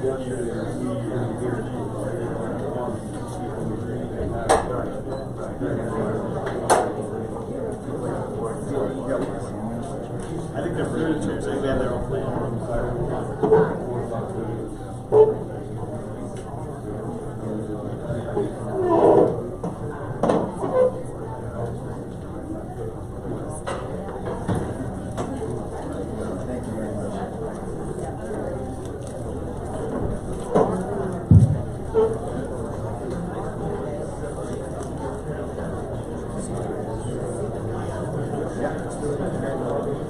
All right, everybody. Before we get to lunch, we wanted to create a space for amplifying an announcement that was made 3 days ago, and this will be the first official forum in which we're going to announce it and have a conversation. Before we get into that, I just first want to congratulate Scott, Justin, and all the founders for the amazing things that you guys are working on. You guys are all the founders are heroes. It may not feel like that, but you really are. It's the way the world changes. And before we begin, can I just get a show of hands of how many people are founders right now, starting companies? How many people want to be founders, are thinking about being founders? Okay. How many people are working right now in a corporate job? Okay. Maybe you guys will be founders too. Okay, terrific. And any investors? Okay. All right, fantastic.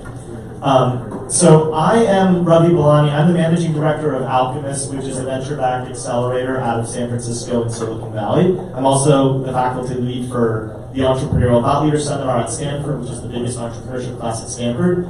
And today, I'm going to kick it off by introducing Michael Moreno from the AWS Public Sector Startup and VC team, who's going to give details about the announcement of a partnership we're incredibly excited about.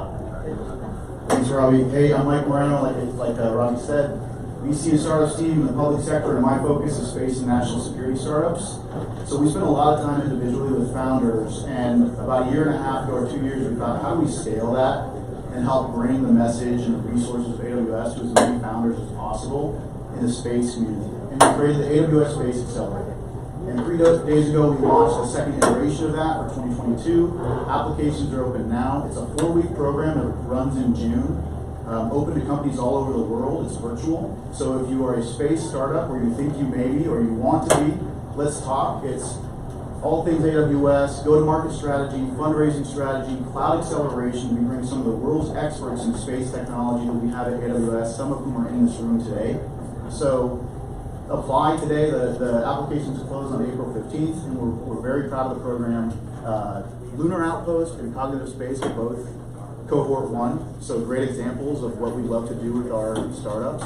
Bring them to events like this, showcase the amazing success that they've had, introduce them to our partners, and help grow the community overall. So this year we're working with Alchemist Accelerator. We're really happy to have you guys, and I'd love for you to speak a little bit about what makes you unique and why we chose you as a partner. So we're thrilled as well. So this is sort of a flowering moment of a long-standing relationship between AWS and Alchemist. Alchemist is an accelerator out of San Francisco and Silicon Valley. We focus on sort of non-sexy tech. So we originally were focusing on enterprise and industrial startups, and we have built over the last decade the premium program, we think, for building deep disruptive technologies. We got started by a bunch of VCs in Silicon Valley, so our anchor LPs are DFJ, Khosla, USVP. DFJ, where I used to work, was the founding investor in SpaceX, Planet Labs, a bunch of fantastic companies that really are sort of the hallmark, really are the vanguard of, I think, the new generation of startups that are emerging. And so the program benefits from that network. We're also we're firm believers in human-centered innovation, which means founder-first innovation. So we're very cognizant of doing what's best for the founder first. And we also have high success rates. So historically, CV Insights did a rating of accelerators, and Alchemist was rated #1 in terms of the median amount of money that our grads raised. Y Combinator was #2. And I say that just because I think all of you guys are doing ambitious things, but there's also this need on thinking about the practicalities of thinking about the financings for these endeavors, because some people understand how to do that and some people don't. And so that's a little bit about us. We wanted to create a space to also just really open up for any questions that you guys have about the program. I'm happy to talk anything related to also space tech, any questions that people might have. We wanted to invite. Yes, and please introduce yourselves before you ask the question to everybody else. Here, I'll give you the mic. Thank you. Hey, my name's Sean Kelly. One of your employees recommended I check this talk out. Kelly Elmore.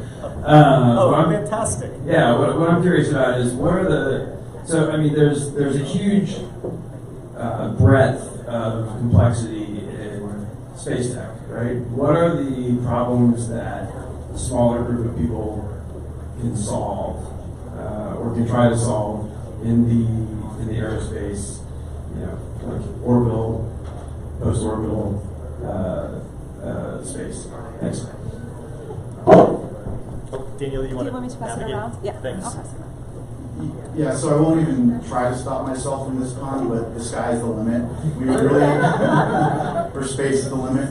We had, so just to set the baseline, we had 194 companies apply from 44 countries for our first cohort, with ideas, ranging everything you can think of. We had a lot of data analytics companies applying, but we also had launch companies. We had lunar robotics companies applying. And so anyone who's using space data, who's operating in space, who wants to be building in space or building things on the ground for space, there are lots of problems to be solved.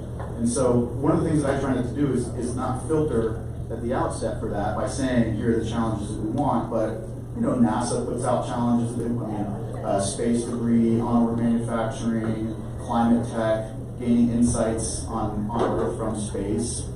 So a lot of choices out there, and we don't want to introduce a selection bias, and we'll say, anyone apply and let's talk to you about your problems. And if you look at our cohort from the first year that we did this last year, it's a pretty exciting and diverse cohort of challenges. Cool, thanks.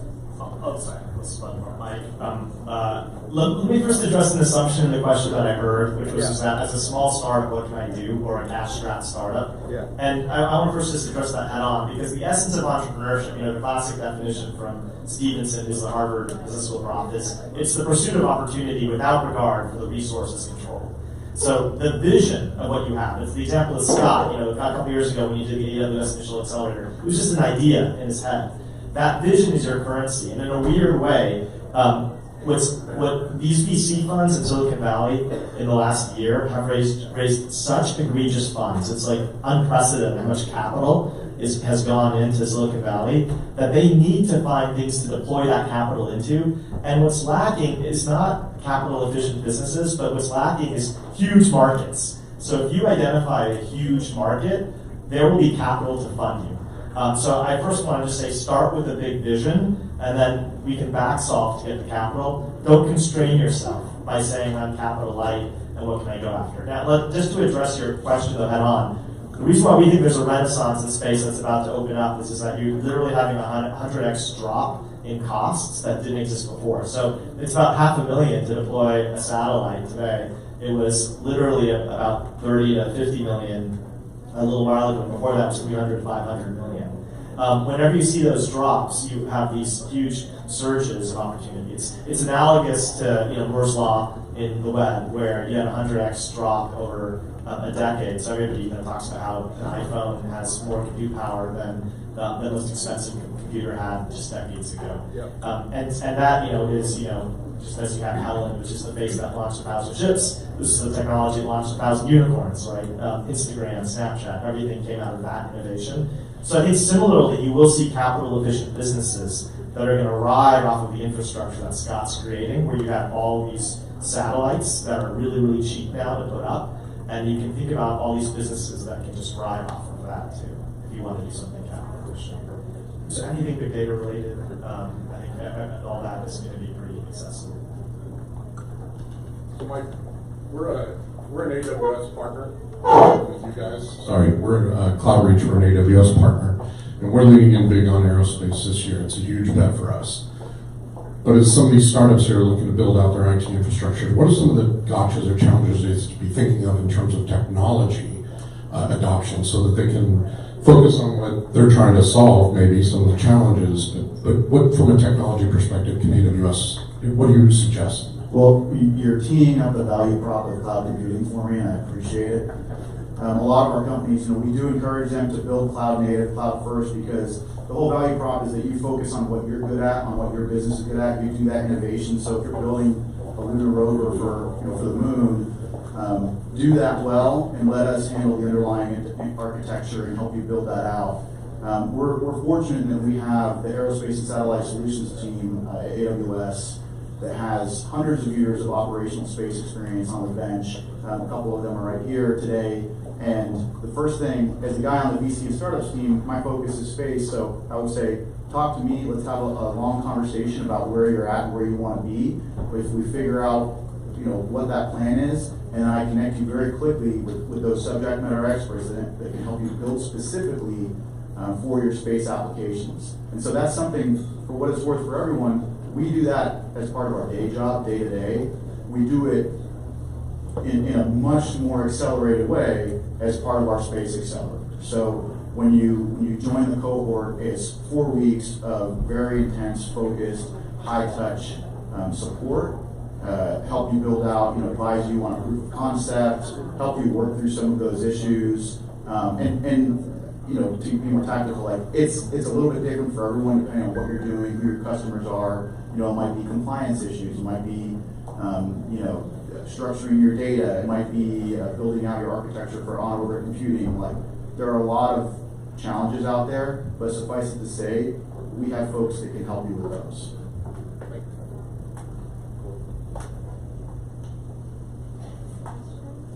Other questions? Wow.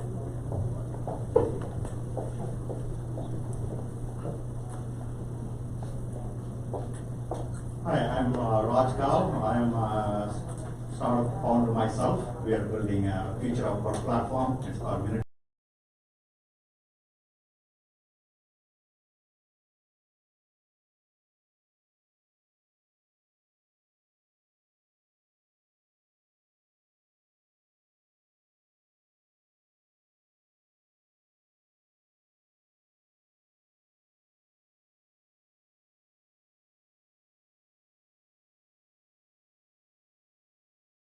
Limit or where they can start or anything like that criteria. So Let's absolutely talk after this. I'd be happy to talk with him and give him some resources. For the Space Accelerator, the good news is we are stage agnostic, and but not also age agnostic.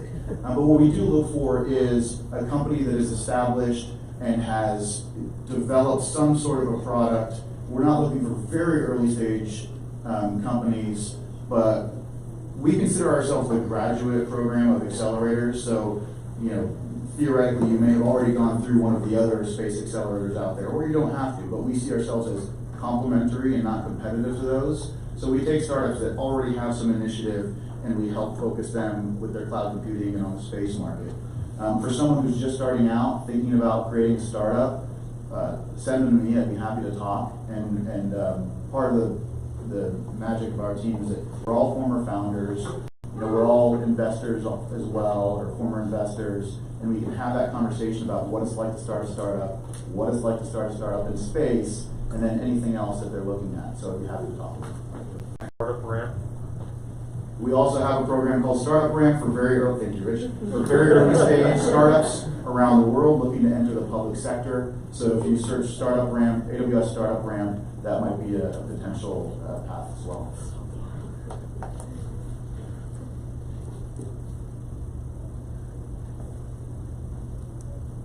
Any other questions?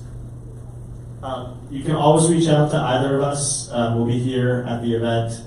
And then if you take a picture of the QR code, you can get more details on the program.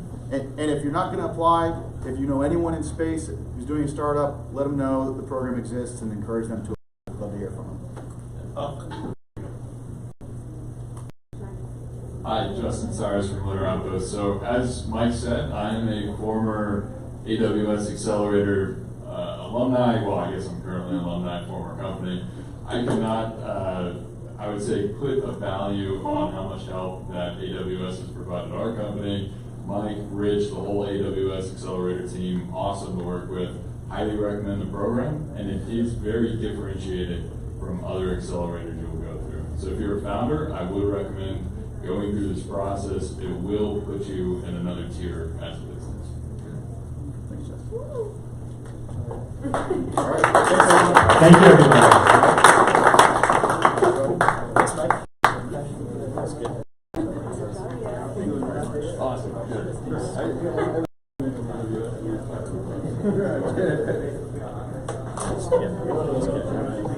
Yeah. Thanks for the question. Yeah. You know Kelly? Yeah. That's awesome. We're so glad that you What's your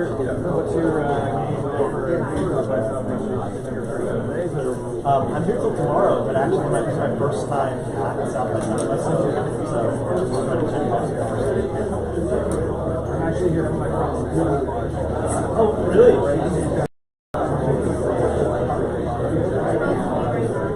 Oh, that's cool. Hi.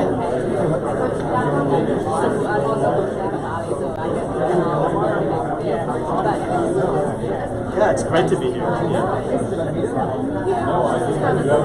Well, there's the Alchemist. So the Alchemist still has our core program, and AWS is a partner of the core program. So you can always apply any companies with the core program. This is a specific space-focused initiative, but the program, you can apply to core Alchemist. Yeah. Okay. Awesome. Oh yeah, we fund NFTs. So we've had Creatify, which is the NFT marketplace, and others that just graduate from Alchemist. We have about like 10 blockchain and NFT companies. So yeah, we'd love to check that out. We have I don't know him personally, but we have basically a broad partnership with AWS, so all the companies get AWS supported credits, and then each with an AWS account. Okay.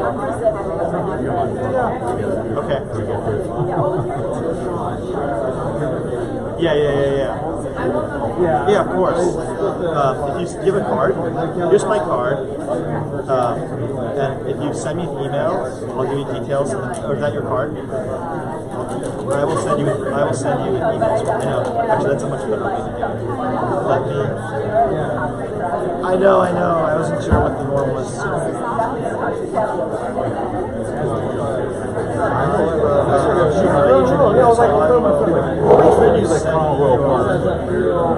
Type in your email here. Just type it in here. Your name and your email. I'll follow up with a formal invitation to apply to Alchemist Accelerator.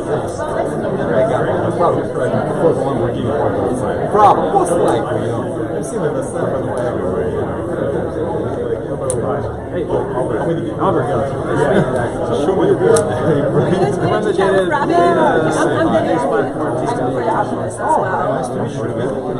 Yeah, of course. I run the database platform too. There's about 20 databases. Like now we just one okay. My first space tech. I have a lot of companies. So I'm just going to connect with you, see what you guys have. Accelerator. It's with the exception of what the cars. Yeah, absolutely. So the Space Accelerator is specific to AWS, but we also have the Alchemist core program. Okay. We have like our platform represents like 99.5%. Yeah, so the Alchemist core program is industry agnostic. It's mostly just B2B. Okay. But it's very B2B. But now you have this. Yeah, I'll be here. Yeah, and Maybe the rest of the I think my first time at Southwest, so I might spend more time. What's for quantitative research? I actually don't know right now. They really have expertise in the methods, both source for our networks, and they really have that expertise. And we have expertise around that'd be awesome. Right, so that's where the partnership happens. We have all the partnerships. There's email that your email just also has my email address in it. It's the second one. So they did it last year, and this is the second year. Nice to meet you. Hey Kevin, nice to meet you. Them were you guys? We can definitely stay in touch if you would like to see LinkedIn. So basically, you guys do like demo days. yeah, so we will have demo days. We have a partnership with September for the startup. Let's figure that out. Like Starbucks We haven't yet. I don't know if they have. So you should definitely also look at it. If you guys are interested in me, Startup was our original captain choice. So the feedback was it was still it was really aggressive to the founders. Because somebody we both have your goals, it doesn't work that way. It's like, okay, now ambitious for the artists doing really well, so as much. So we're working on it. So we exclusively partner with one partner. It's like the camera have connections. The general camera is strange. All of our startups are cash strapped and really getting into the fundraise. So if partner wants to explore that, we do it. It typically happens at the end of the year. Usually you have partnerships. Your card, I can tell them partnerships. I have LinkedIn, no cards yet. I'm actually in LinkedIn, but I can talk about that as well. We do have a launch which is free for under the because I have a 40% discount. The other thing we do is do like just I find that when I think the blind spot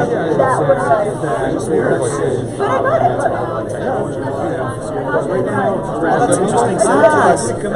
I think it was just some founders got that Jason all the time with Marta, and they got that. But we'd love to if there's, and I know about those other programs. I think our later stage guys that I don't see that to be honest. I wish we were. We might still. I just have to talk to our partnership is that if you give me, I just got your type your email address here, just type your name and just the subject, and then I will follow up. The other thing I was going to mention, we're launching an Equity 101 content series with like 10 friends and sort of might be interesting for students as well. Space technology is right now, like founders and like students that Disney series of that. We needed that. That's the money. It's going to be another ICO. Disaster. Well, it's a video series. It's really time for us. I know there's celebrities. They're talking about stuff because they're investors too.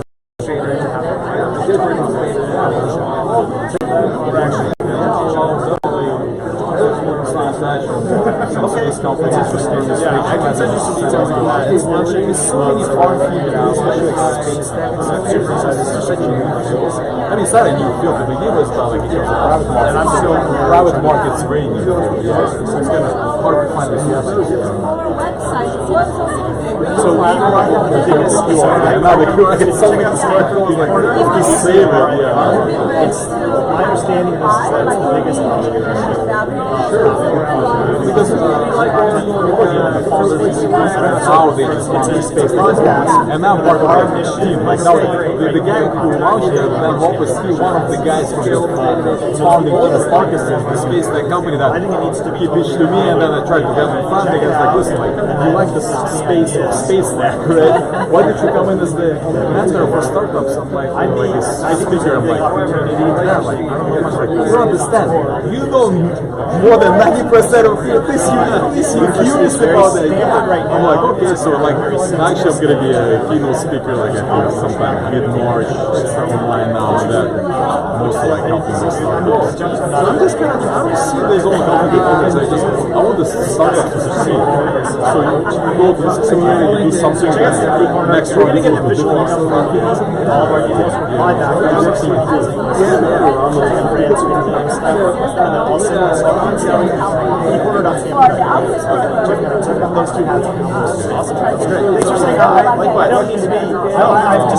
feedback is exactly what I'm looking for. I'd like to work together. I just want to jump the gun of what's going to happen because we did work together, we got back feedback, and then we stopped because of that. I would love to restart it. Awesome. That sounds fantastic. Thank you so much. How are you? Ryan Green. Hey Ryan, nice to meet you. Nice to meet you. Waiting. Yeah.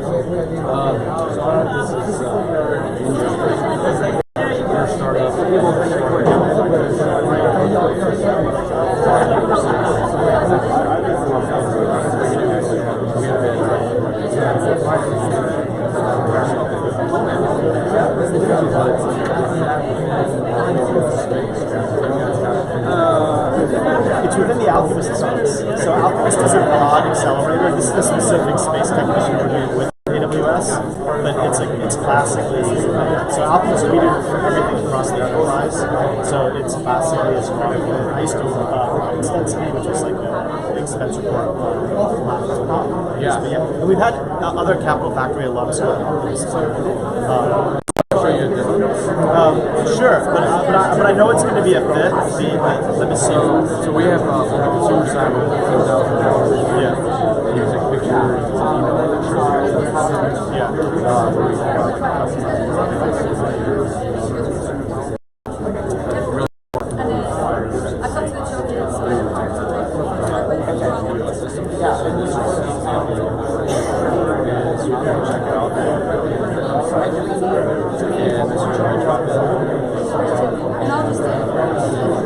interactive high-res. And when it comes in, this is what they're receiving.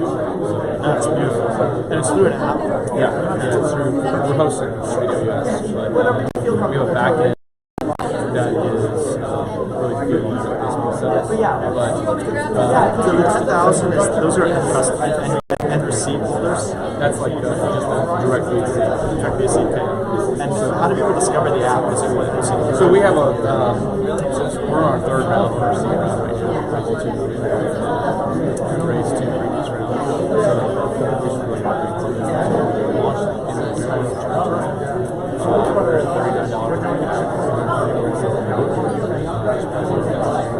Our best users on the first project is called CEO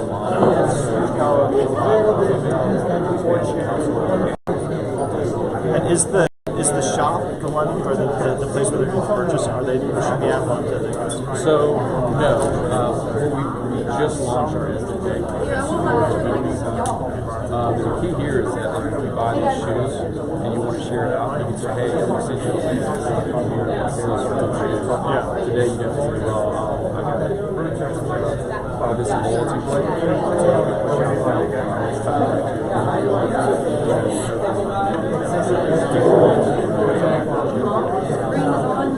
That's great. Yeah. I think so. It's definitely a fit. Okay. So if you have a card, I'll send you information. And I have a card too. And then we also have Capital Factory alums that have done both programs. I think we're very glad. So it's just, we know Capital Factory is great, but I think it's what a Silicon Valley focused program. It's nice to get. Yeah, that'd be great. Like we love Capital Factory. It's been a game changer for us. And we got so the story behind it. Hey everyone, thanks for sticking around. We're about to start our next session. So if you don't mind coming in and just have a seat in the middle. And when our next session started, we brought the students back up from Trell and the American Rocket Challenge, and they'll be diving a little bit deeper into what they've done, and also hosting a little Q&A for anyone that has any questions, follow-ups about what they've done. Yeah, I think that's so first of all, it's great. Let me grab my bag. Hi, thank you for joining us again. My name is Stephanie Hanover. I'm a middle and upper school teacher and a STEM mentor. I'm also a solar system ambassador and a teacher liaison foundation teacher. I'm lucky to be here with some of my kids, and then we've gotten to meet the Trail kids, and I know that they've talked to you guys about some of what they've done. We're going to kind of delve a little deeper and get to know them and what motivates them and what things they've got on the horizon. So we're going to get started with the Trail kids here. Can you guys tell us a little bit about, so you guys are in the college division now, tell us a little bit about your high school experiences and how they shaped what you are now at Trail. In high school, I was a part of robotics and also outreach, and so I got to see a lot of the intersection between the technical aspect of getting my, hands dirty and making whatever prototype I was making, and also reaching out to companies and, delving into that business side of myself. And I think that carried over into college as well. So now I'm doing more operational stuff for a technical team. And I think that's definitely shaped what I want to do in the future. I do want to have my own startup, a technical startup, and see that intersection again between technical and business. And I think starting so young, again, like having these rocketry programs for you guys is amazing because, I didn't have a rocketry program in my high school, so I only did robotics. But if that was available to me, I would have definitely done the same. So for me, in high school, I didn't have any sort of rocketry experience or anything like that. I've never built a rocket before I got to college. But for me, when I was in high school, a lot of what I did was more leadership oriented. I was really, really involved in Scouts BSA. I did a lot of stuff all through junior high into high school, and then for my first year of college. I worked with tons and tons of youth and adults to set up really big events for camping, for summer camps and everything like that. So I got a lot of experience working with large teams, organizing people, and I think that really helped me prepare me to be the chief engineer for Trail, because as much as there's a lot of technical aspects to building the rocket, you have to coordinate 250 people all working on one thing, which is really, really difficult. And it's not just as simple as designing something, because one person can design something, but it takes a team of people to build something. Thank you. For the Team America Rocketry Challenge kids, what is your biggest takeaway from the American Rocketry Challenge?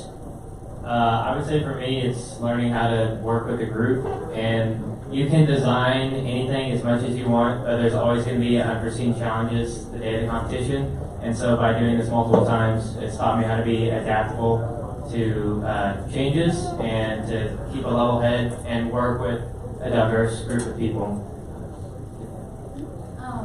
So for me, I wasn't really like involved with engineering. I mean, I knew of it because my parents are engineers, but it really just introduced me to the life of like the engineering design process and how to, of course, like he said, work with like a team and just how to be a leader, but also how to let other people be leaders as well.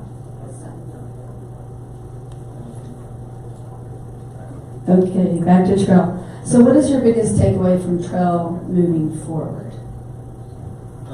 So for me, my biggest takeaway from trail is kind of what I already touched on, is it takes a lot of people to build something.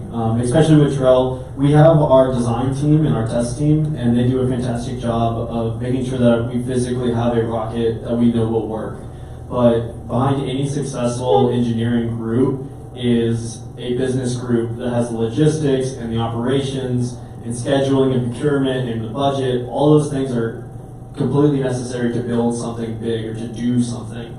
And without the support of those things, you can't go anywhere. And so just as important as to have a good idea, the execution, the operations, how do I take the idea that I have and make it into something that can actually be useful to people, that can actually get accomplished in a meaningful way and on a meaningful timeline. I think that's probably the biggest things I've taken away because, going and working on my internships for the summer and stuff like that, I see that too, is the engineers have like, okay, we got this test to do, but it totally depends on when does it get here, when does it ship here. There's delays in manufacturing, or delays over here, and that delays, the launch of satellite.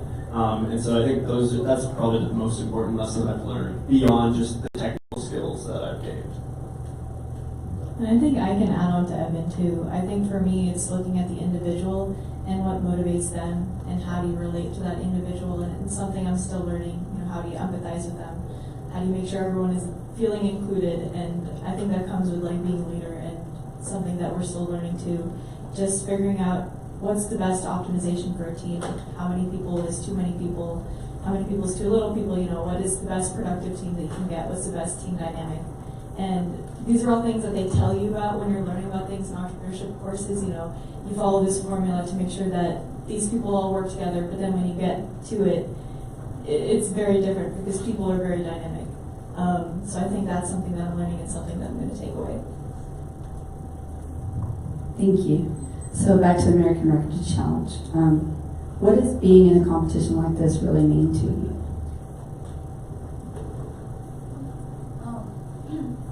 Well, to me specifically, it means that I can do more outside of a classroom than what I do inside of the classroom. So, of course, there are certain expectations inside of the classroom that we all try to meet because it's what colleges expect. But now, with this new world of space and innovation, they really want more from their students.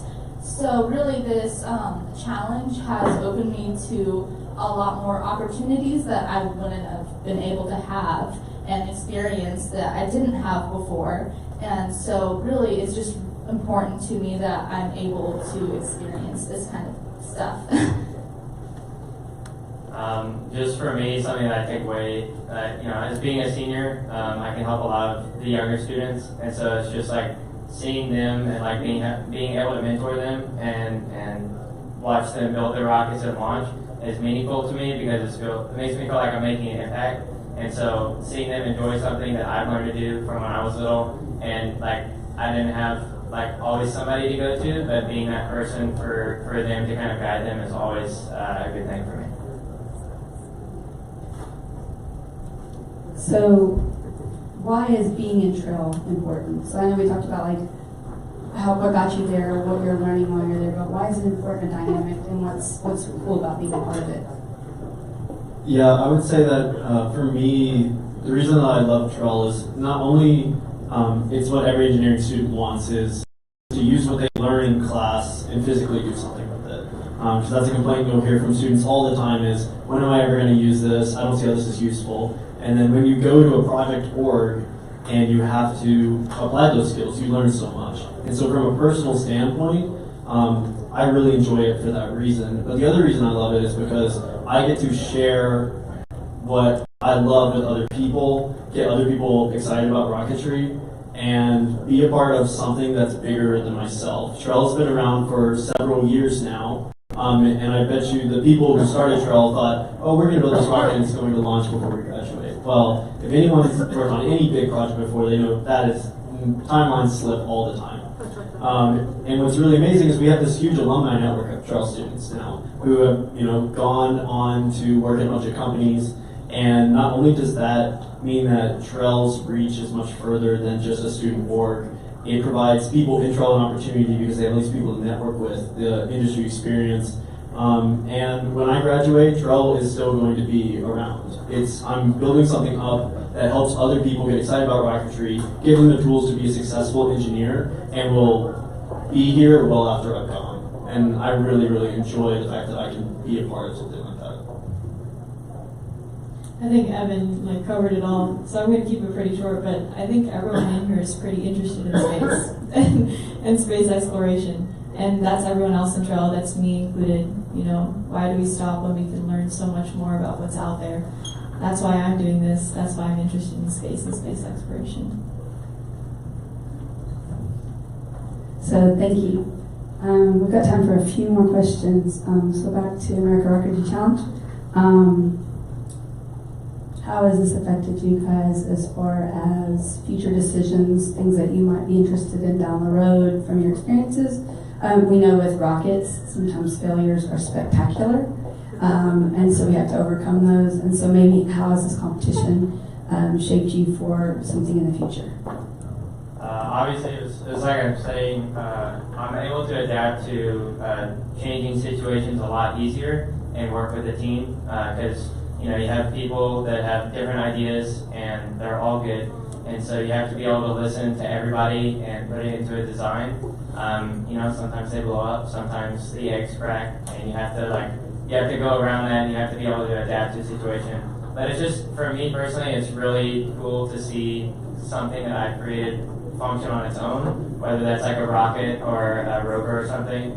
And so from a young age, I was able to get involved with rocketry, which I found is a unique experience. And so it's heightened my need and want to go into engineering. And so it was a really cool experience.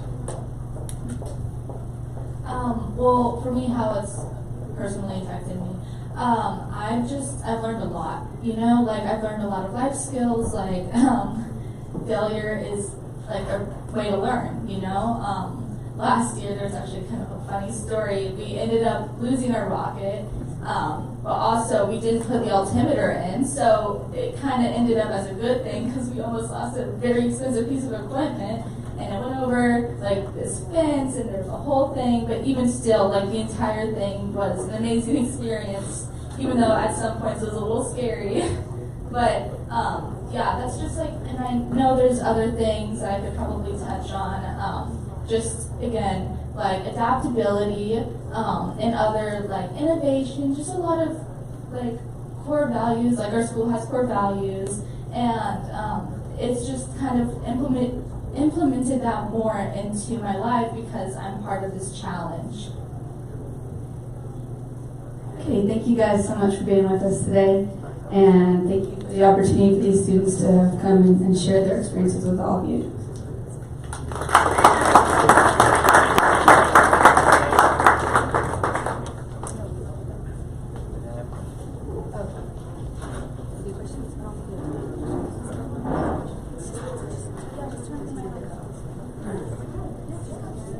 Does anybody have any questions for us? Or are we done? Okay, I think that's it.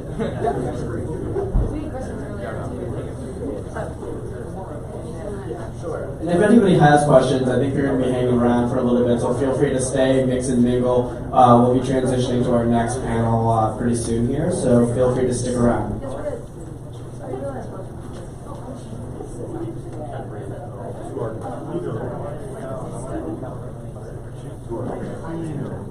Just move. It's gonna start. Probably right now. Because we're behind schedule. Okay. So yeah, probably. I forgot what time we said it was. Give me a second. Okay. Yeah.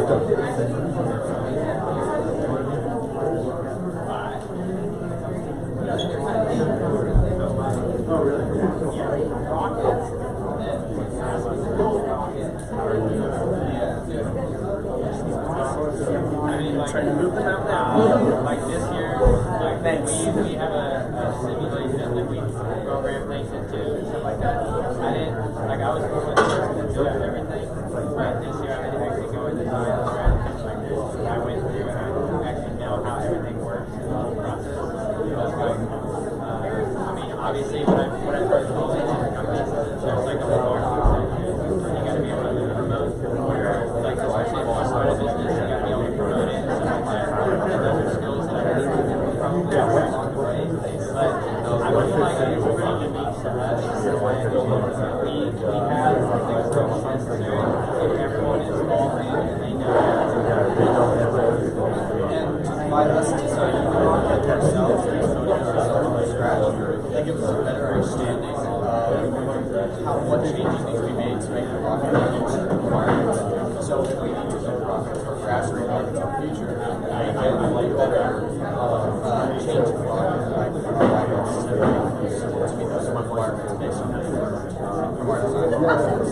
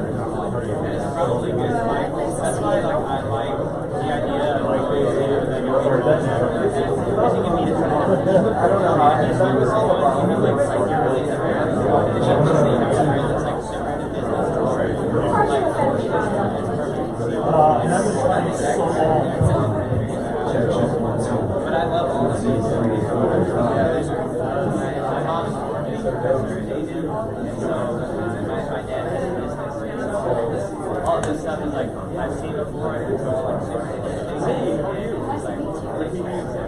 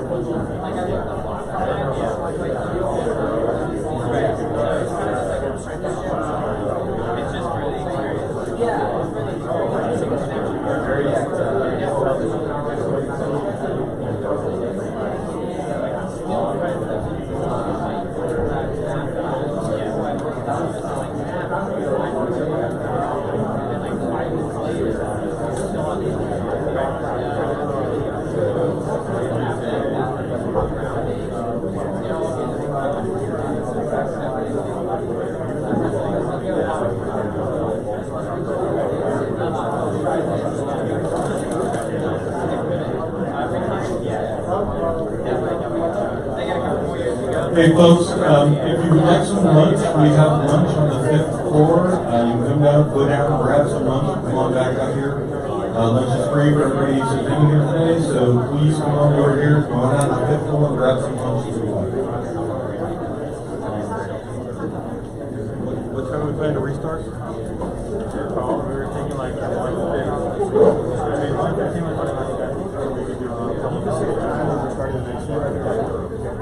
We'll be starting back up here at 1:30, so in about 17 minutes.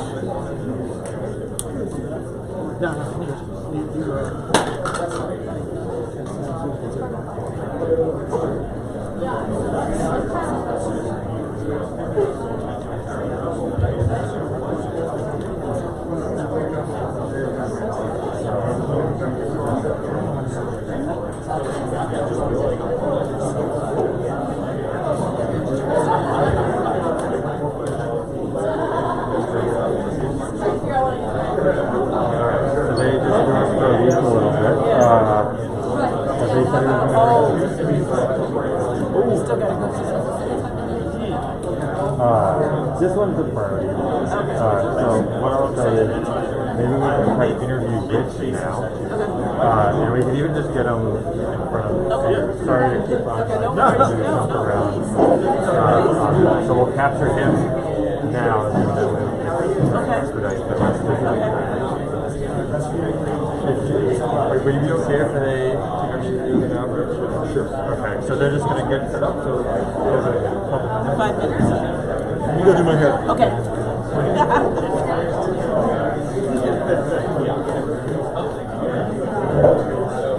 And you want to use straight from here?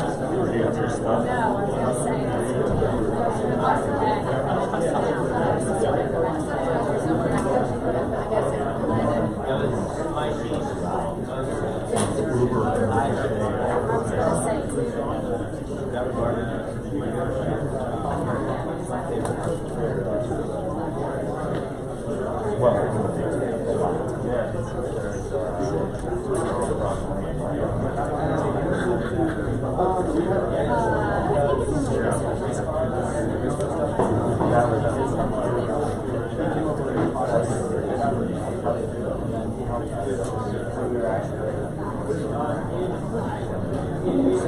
Hi, how are you? It's so good to see you again. Oh my God. And it's been a while. 3 years? Yes, yes. Oh, after all this, I'm so glad for the first again. Oh, I'm done with virtual. Oh my God. I've been following you. No, that sounds creepy. I know, you know what I mean. I just keep her Eric Hill. You know Vaga? Hi, how are you? Vaga? How are you?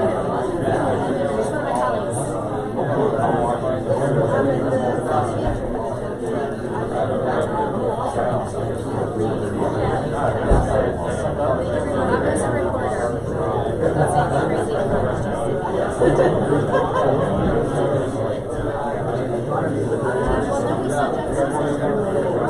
Well, he was here.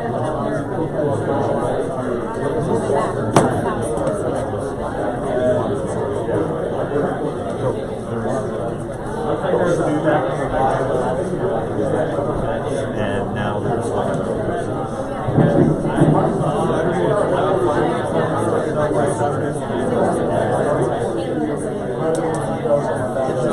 good job.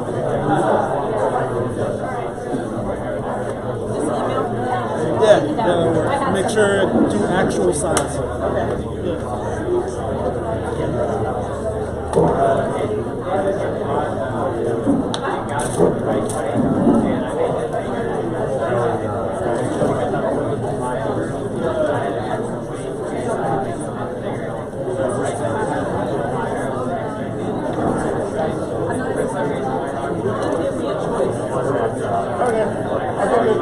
Does that with photo. That's fine.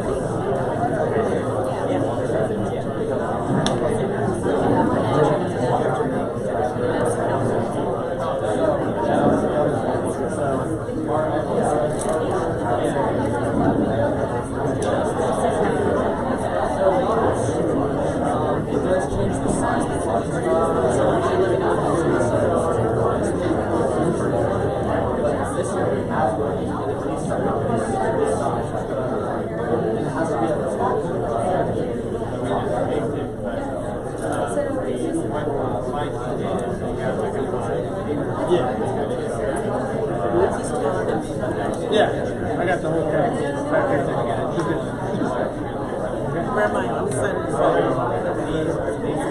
Normally, rockets in your fast, and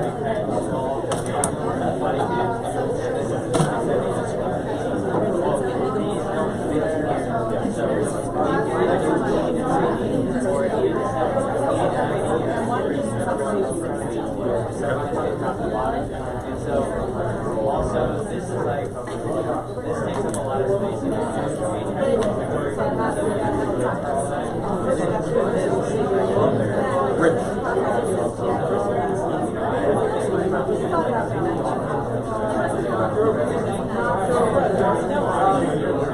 Take him out first, rodeo.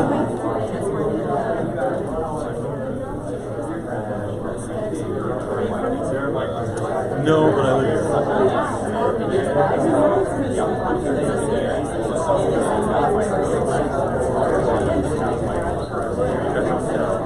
Yeah, I lived in Alexandria for a while.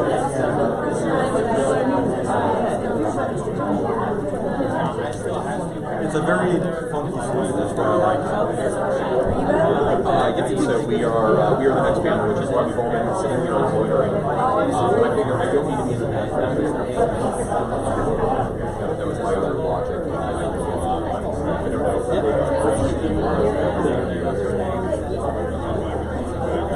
There's no way you're going to get me to that. No, it's military people.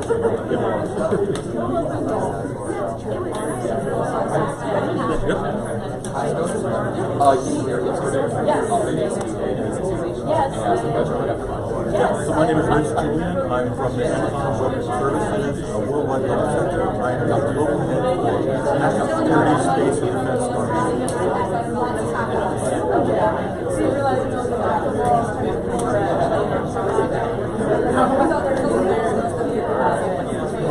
So the reason that South by Southwest is so important for this is that this is where people with ideas, concepts, and capabilities come together with the intent of meeting other folks. So we can bring together people from diverse backgrounds, whether it's defense, military, education, everything from high school students we have here to big corporate enterprises. And those coalitions are where you get great ideas and great partnerships.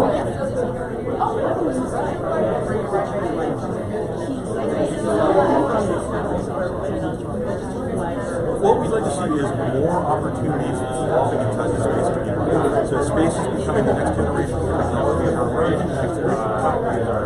We'd like to see a globally diverse set of companies with diverse founders, diverse ideas, and diverse directions of their domain. And we're trying to find people who are interested in space because we believe that those people can not only help in space, but can also help national security.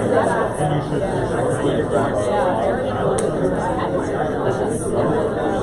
Yesterday you would have seen me with my Invest in Women shirt.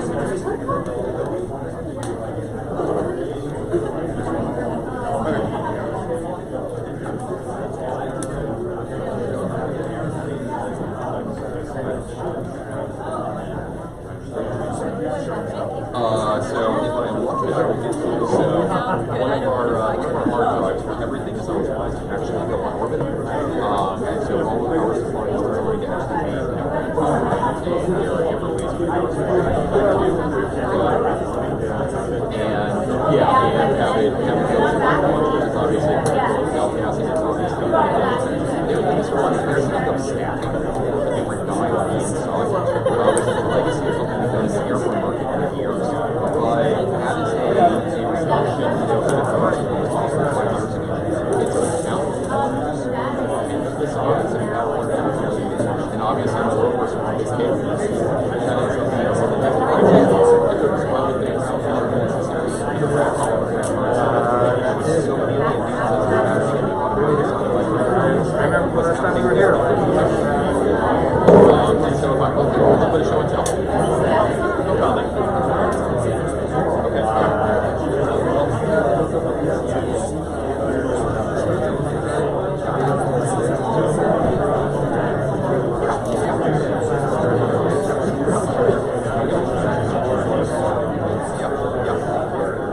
How does that intersect with what we're doing, right?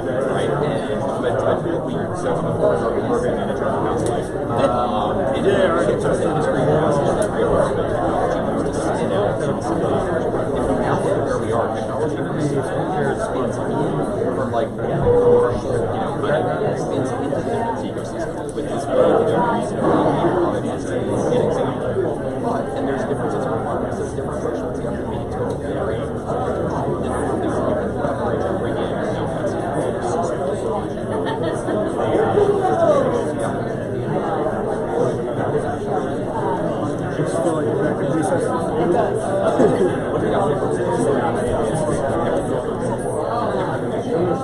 Right, yep.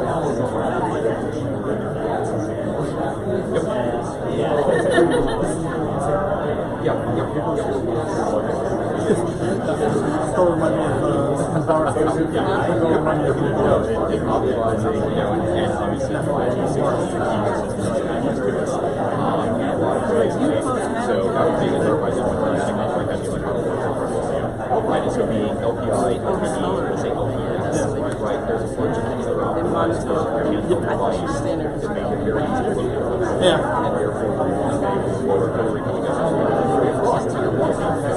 flexibility there. And depending on how the conversations go, actually, if it's on Twitter, it must be true because better yet, it would be a Twitter, right?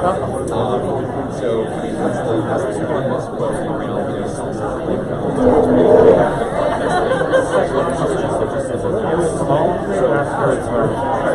So this is our video group, this is Cheryl and Arnold, this is Tim Kreiner.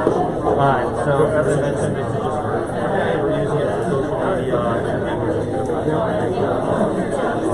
So, for the these games, this is probably my we would just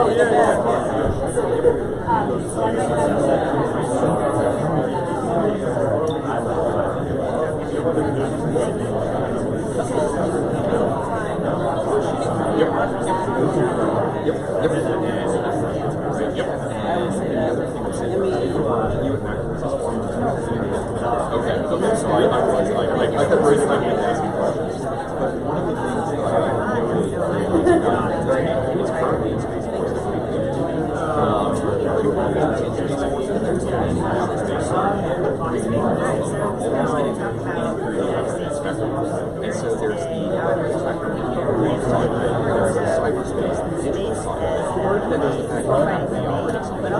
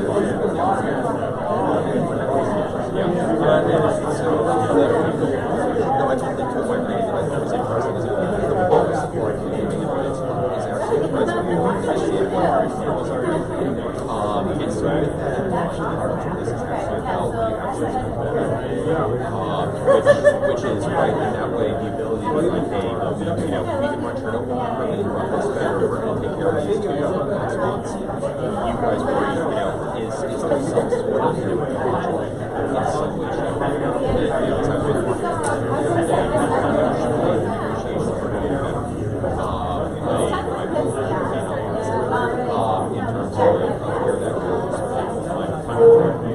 The other one, I really want to talk about right, so having spent years of dark years I am obviously not really up to date with what's happening in Ukraine, so my only ability would be to say this is something I read, which here's what I read somewhere else.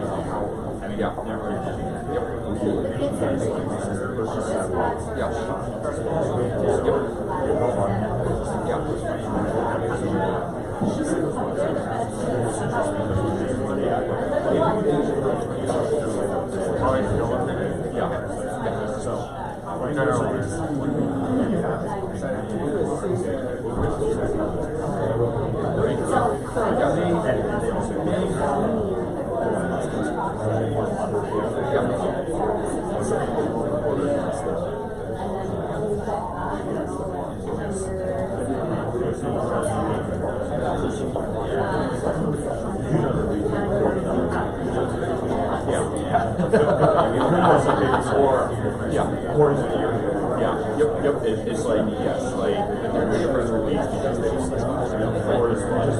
we just do it. And that's just what we're doing. That's why you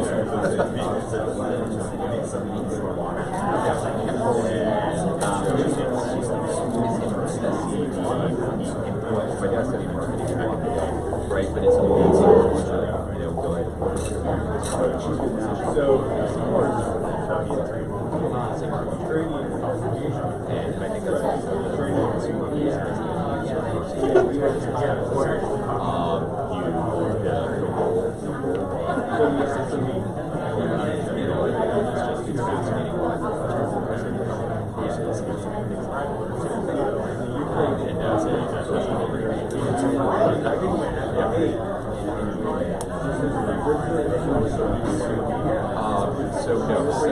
All right, folks, we're going to get going here in about 2 or 3 minutes. So if you come on in here and take a seat, that'd be great.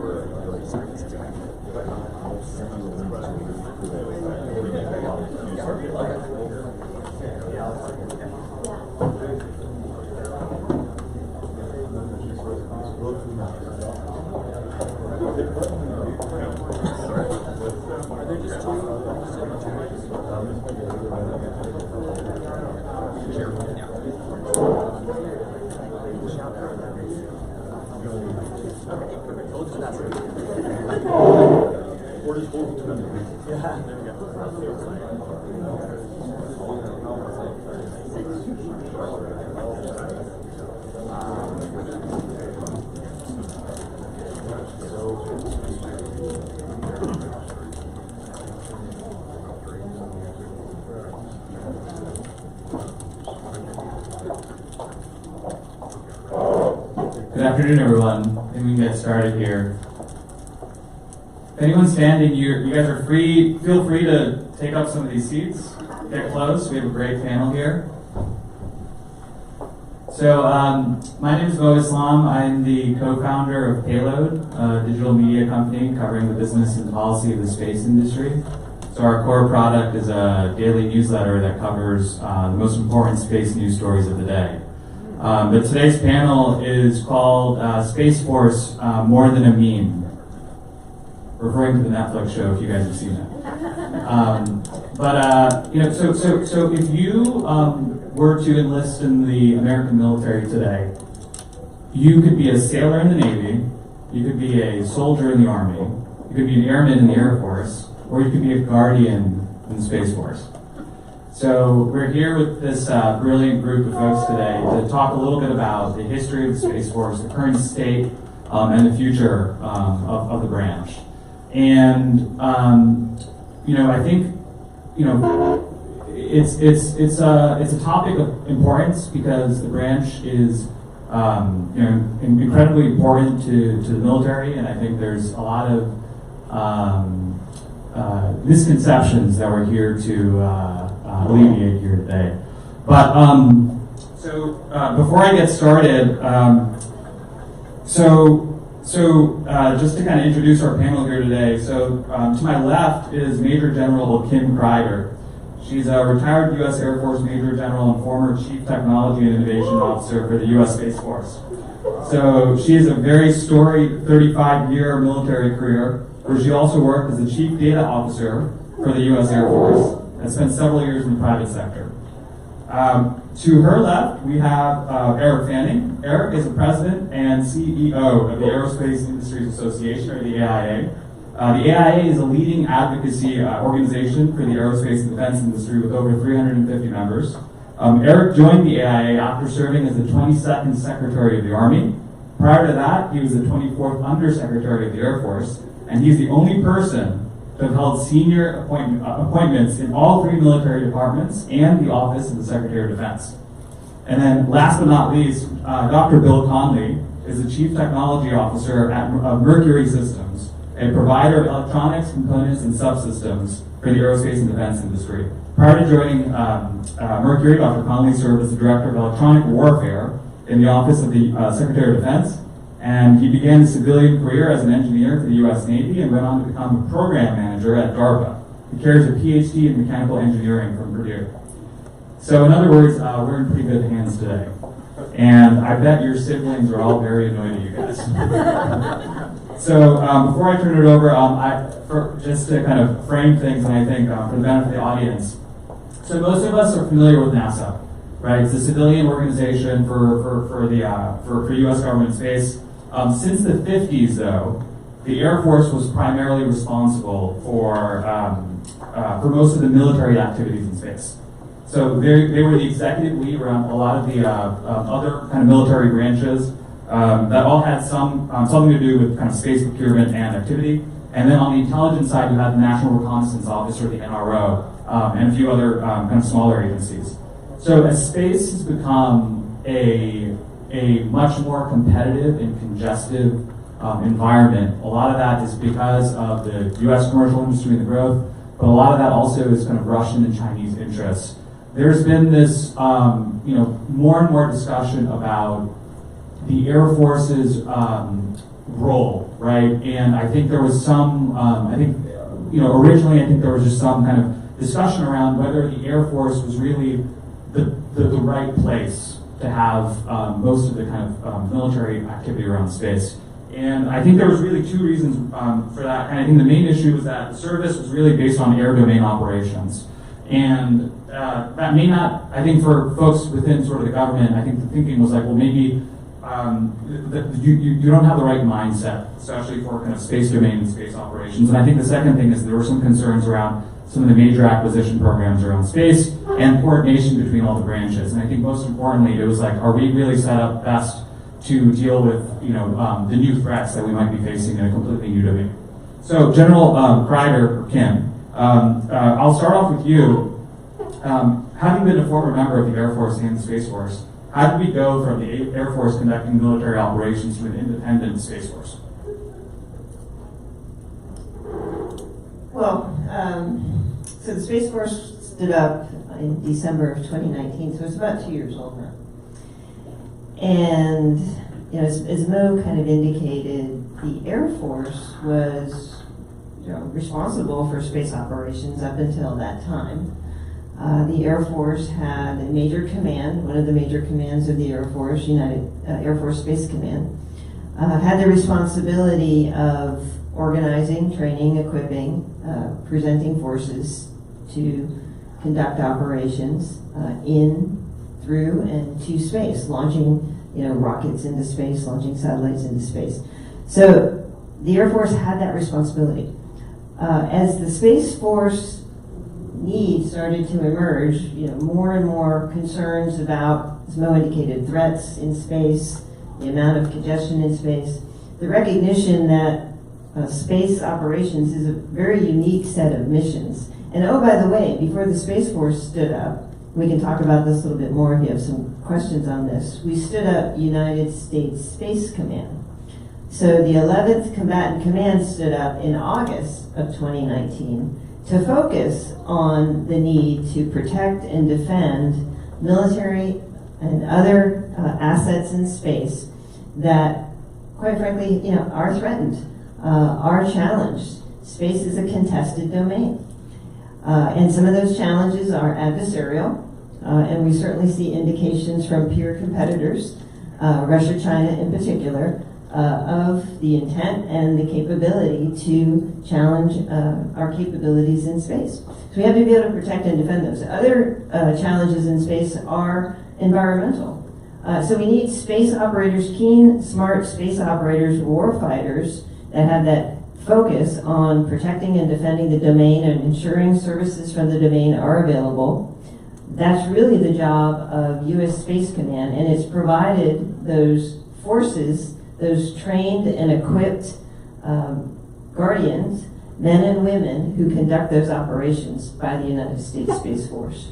So the transition was really driven by the need to have a more specific focus on the threat and the ability to have an organization that was completely, singularly focused on ensuring the free use, the security and stability and sustainability of the domain.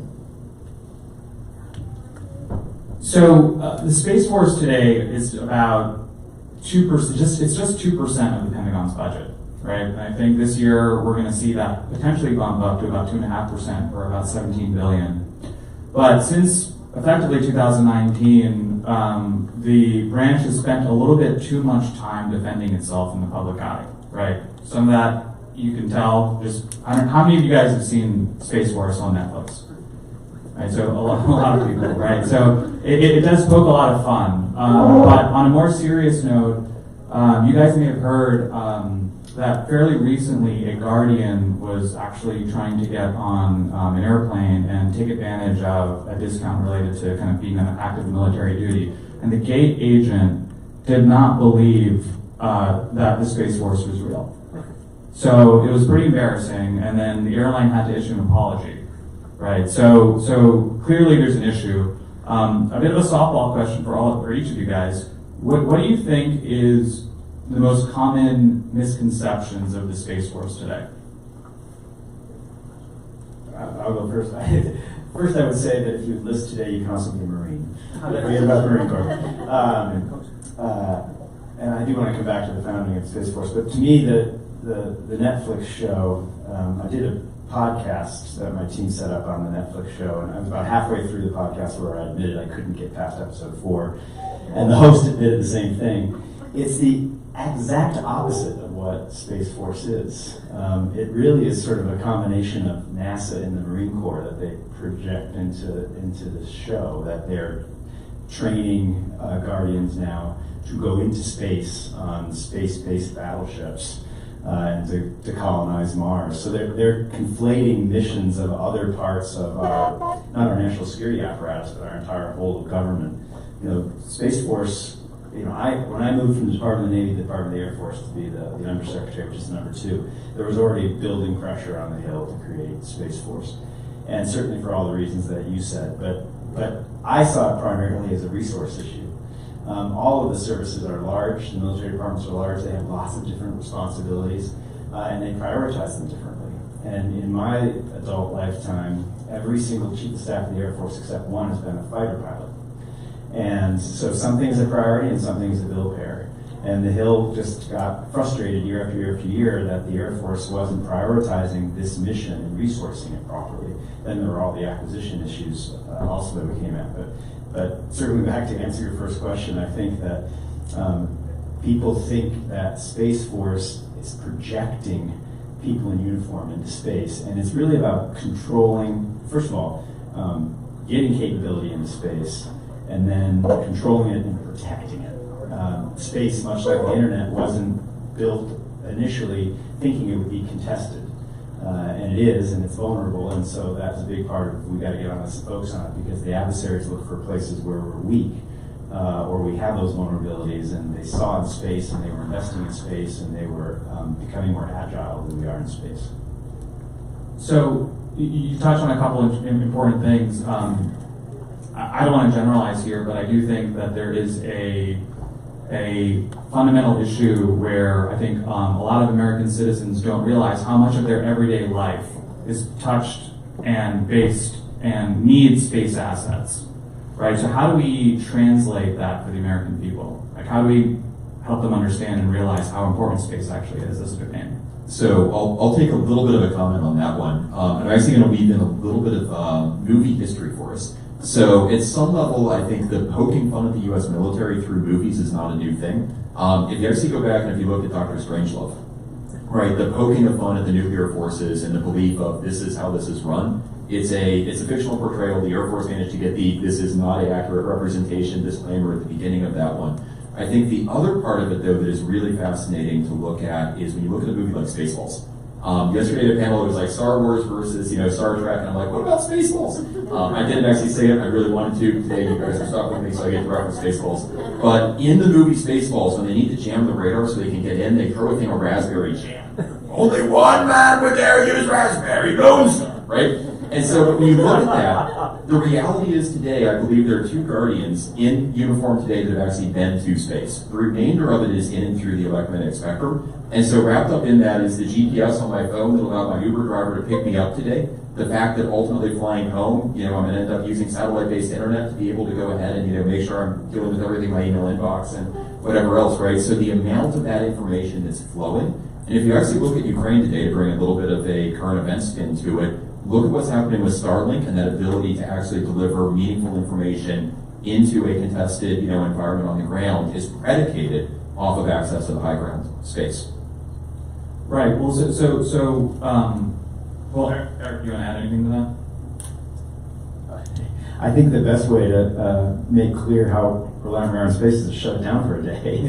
I mean, we could take the rest of the hour talking about, banking, Ubers, everything. You just think about what people would be without their phone or without being able to stream or what have you.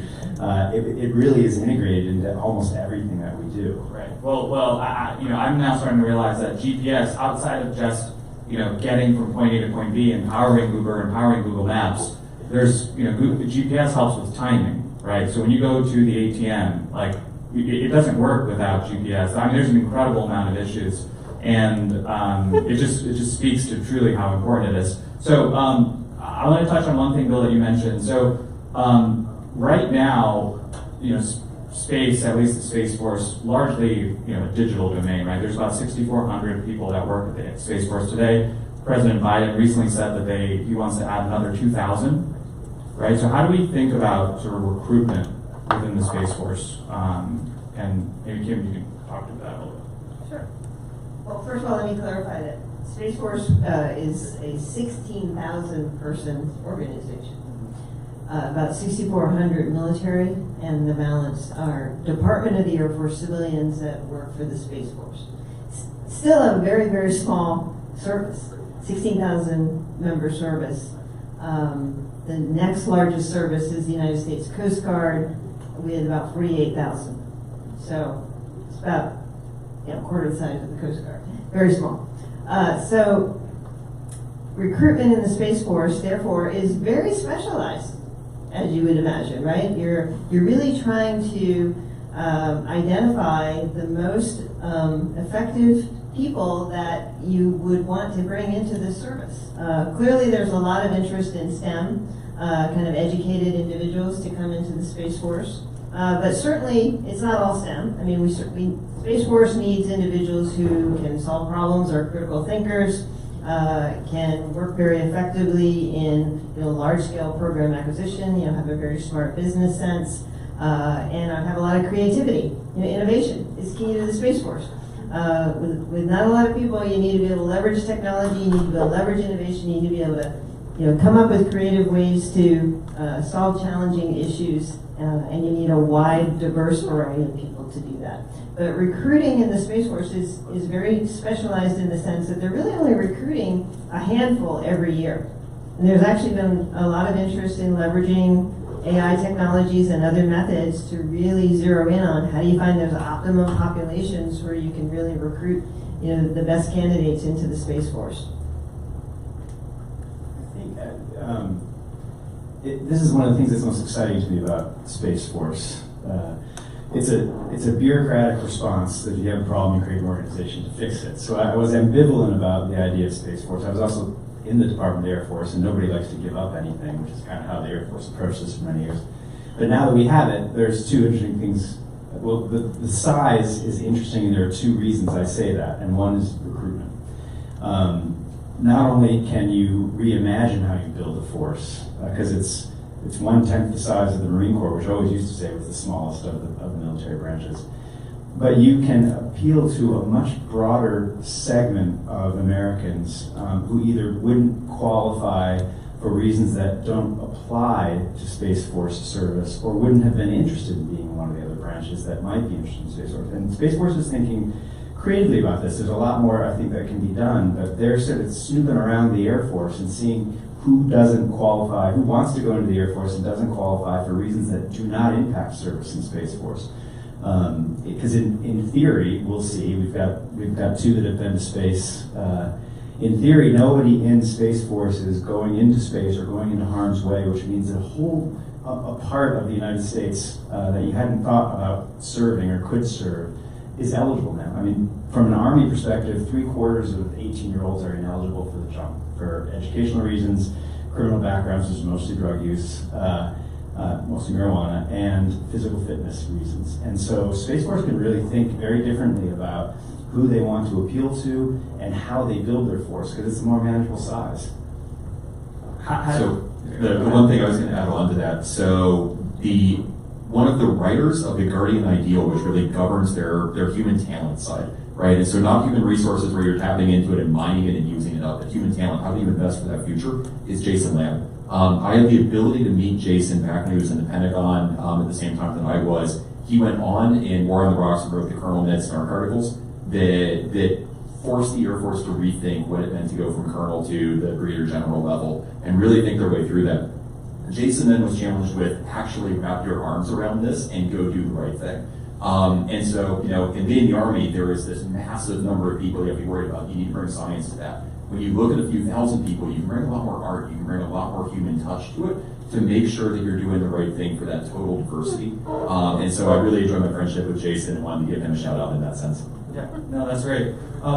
So how do you bridge sort of the cultural gap, right? Because if you are attracting a different type of, if you're recruiting a different type of skill set, and you have so I want to generalize, but Silicon Valley, right, effectively, is culturally very different from the military. How do you bridge that cultural gap to have folks like that want to join the Space Force? That's a very good question. I mean, if you look at how the Air Force is structured, the terms they use, they came out of the Army in the late 40s, and so a lot of attention has been given to take what is valuable and important from the services that already existed, but not let that stymie how you think about Space Force. And I would push a lot further on some of these things. The chief of staff, chief of space operations, who's great, talked about being able to bring someone in from Silicon Valley for 2 years to solve a specific problem and making that person a colonel. And I'm like, well, I like the first part of that, but why does that person have to be a colonel? Why can't it just be somebody you bring in from Silicon Valley? And we've got to think about all sorts of standards, and are they real? Do they actually help the mission, or do they inhibit what you're talking about? Cyber is a perfect example. I had someone, when I was in the Army, a general who said, I went to Cyber Command, he's an aviator, and he said, I was so impressed that formation looked just like it could have been my aviation formation. I'm like, well, you're not going to be able to keep that formation very long if you make them cut their hair and wear that kind of uniform or what have you. So I think that's, there's all sorts of culture that will come inherent because of the history and because of the mission. The overall mission is one of the things that brings the combined culture for the different branches. But thinking very creatively about how the workforce is made up, how it's balanced between civilian and military, lateral sessions, people don't have to do 30-year tracks. And again, because of its size, it's a great place to experiment. Congress gets nervous giving any authority to the Army because it gets lost. It's so big you can't see it. But if you give it to something the size of Space Force, you can watch it and you can see how it's doing and you can make adjustments. And so I think we keep coming back to the workforce and the people. That's what's really interesting about this force. And you attract people when they can see themselves growing and becoming in leadership positions. And when Space was in the Air Force, they looked up and they saw a fighter pilot. Now they can see guardians who can grow into those generals and the 4-star generals. It's really an interesting thought here on this idea of culture. One of the most exciting things about starting a new service is that you get to start with a blank slate and you get to create a whole unique identity. And there's a lot of interest and importance put around this idea of we're creating a new identity, we're creating a new culture. Yes, the Space Force evolved out of the Air Force and brought a lot of the Air Force tradition with it, but I'll tell you, I was fortunate enough to be one of the plank holders, one of the first people that actually started the Space Force. And when we showed up at the Pentagon in late December, having caught the bus, right, we're all kind of sitting around the table. There's literally me and a handful, 2 or 3 other general officers, and a senior military and a senior civilian sitting there going, now what do we do? And we realized we have an opportunity here. We don't have to do all of the things that we used to do. We can actually blank slate everything. And that's pretty cool. To include, how does this culture really emerge? Now, it's going to take shape over time. But I will tell you that from day one, the Space Force has been very focused on things like reducing the layers of command. I mean, that was done very specifically. The Space Force immediately eliminated 2 layers of command, so there'd be a much shorter distance between the most senior general officers and the Guardian operators that were actually conducting operations. And that was very deliberate. Very strong interest in hearing the voice of the Guardians throughout everything that Space Force does. The Chief of Space Operations that Eric just mentioned, he goes around and he actually asked us to create a way for him to interact with Guardians on a regular basis. And so we created, we put some technology together, and we had a group of folks that created ways for him through different social media channels to have internal ability to connect with Guardians, and Guardians all over the Space Force. 16,000 people could just send the Chief of Space Operations their thoughts, their ideas, their comments, their suggestions, their concerns, their complaints on a regular basis. And the other general officers would, be in those series of channels as well to try to respond to these things, but created a dialogue. That doesn't happen in any other service where you're directly communicating with a 4-star general that's running your service every single day. So these are the things that the Space Force has been trying to do. As the Chief Technology Innovation Officer, I had the great opportunity to go around and find all these amazing junior officers and enlisted members of the Space Force with phenomenal ideas and say, hey, how'd you like to come work for me on my staff? And you can be responsible for creating all of these new things yourself. And so many of them came up to the Pentagon and worked with us and engaged on a lot of different topics to move the service forward and had a direct hand in making the Space Force what it is today. So it's a different kind of organization. Outreach to industry, huge. Space Force cannot do the things that it needs to do without industry partners. And so there's such a strong integration already. It will only grow stronger as the Space Force continues to mature, with industry partners being part of all of the things that the Space Force is trying to do. And as Eric said, more opportunities for cross-flow in and out of the service specifically. So kind of building off of what you said there and kind of that coupling with industry. So my dad was actually in the U.S. Army Air Corps at the tail end of World War II before the Air Force was established. And one of the things that's really interesting, when you roll back, and if you look at this kind of perceived divide between Silicon Valley and the Department of Defense, Steve Blank's YouTube series on it captures it beautifully, The Secret History of Silicon Valley. I actually brought a piece of silicon. This is 2.5D, like the state of the art for what you can actually put into a real system today on a line at the submicron level. It turns out the initial funding going into Silicon Valley companies all started during World War II because we needed electronic warfare systems. And we found out that the best place in the nation to do it was basically out in Silicon Valley. And so that initial proliferation and hacking of those ideas is really also coupled with the history of electronic warfare. But if you look at the growth of the Air Force through World War II, it's coupled with the growth of the industrial base. And so how do we bring the technology over and how do we make that accessible, right? My ability to describe this to anybody in this room, what does 2.5D electronics mean? I'm a PhD engineer type, right? We can gel over the love of the technology. And then the question is, well, what's the mission you're going to go do with it? And what does that mission mean? And I think wrapped up in that is for the Department of Defense, for key leaders, is to lean in on what is the ethical use of technology. What are the morally acceptable things that we have to make sure that we do with it? As long as we address those, I think there is a lot of potential that we can tap across our nation's innovation base, not industrial base, but innovation base, to bring those ideas over.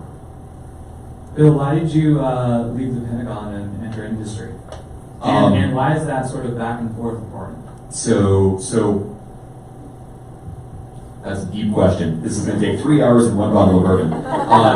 So I left the Pentagon when I did because I believe we're going to see the end of postmodernism and postmodern decision-making in my lifetime. And I believe the decision-making processes of the Pentagon are fundamentally modern in terms of how they attempt to manage resources as opposed to investing in viewing it through a capital lens. And so personally, I wanted exposure to new and different ways of thinking, but I also wanted access to all of those commercial advances that are happening for traditional civilian uses that fundamentally now spin into defense applications. Go back to the 1950s and 60s, things spun out of defense, things spun out of NASA. I sleep on a Tempur-Pedic bed, I think it's awesome. But that was a spin-out technology. We now talk about something like this spinning into a defense application as opposed to spinning out. Right, thank you.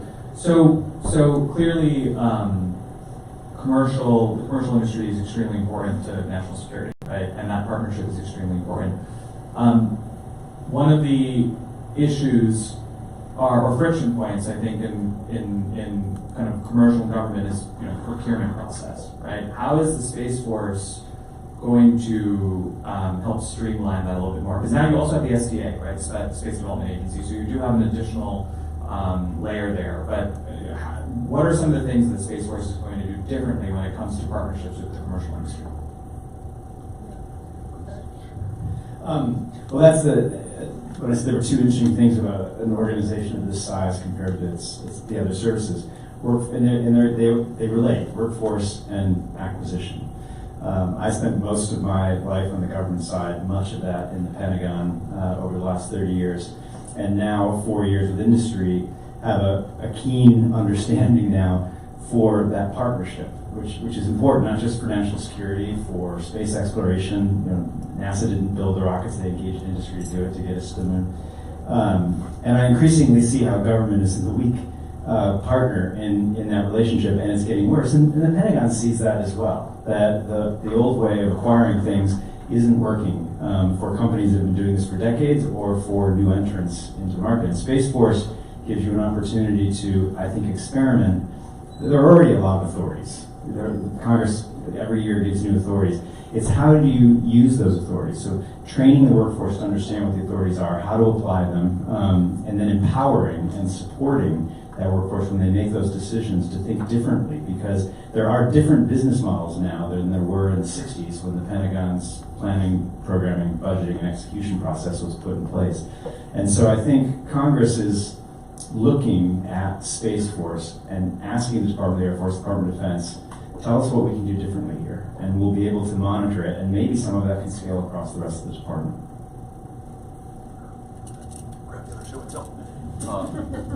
So the other one that I would offer, right, is I spent a couple years at DARPA as a program manager doing really advanced high-tech stuff. At that time, I believed that I had all the right ideas, and if only everyone would kind of generally do what I said, we'd all be okay. I then realized, much as my father probably at some point did in his life, that indeed other people around us also have good ideas, right? So I think one of the other challenges with a 5-year PPBE process is you lock in a requirement, you lock in, this is how I want to do something, but then there's everything else that's happening.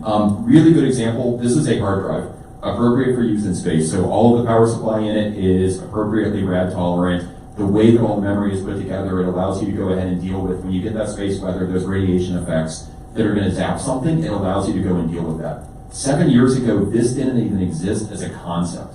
And so if you put together a 5-year plan and say, I want to go buy these things over the next decade, you never would have designed this in. It's about 20 times lighter, 20 times smaller than the other way of doing it. But hey, if you get the right interface, if you actually can go ahead and integrate this, what does that now open up? And so in many ways, I think this really drives us to a conversation around open standards, open interfaces, how do we get those right commonality between industry and the government side such that both sides can be innovative, move at the speed that is required and relevant.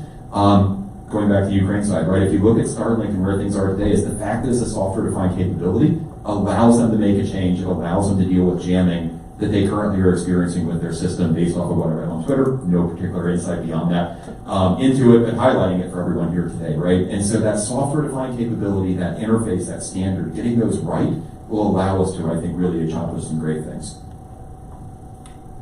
Just offer a couple quick thoughts here. Yeah, I mean, space operations is essentially a software-driven activity and a data-driven activity.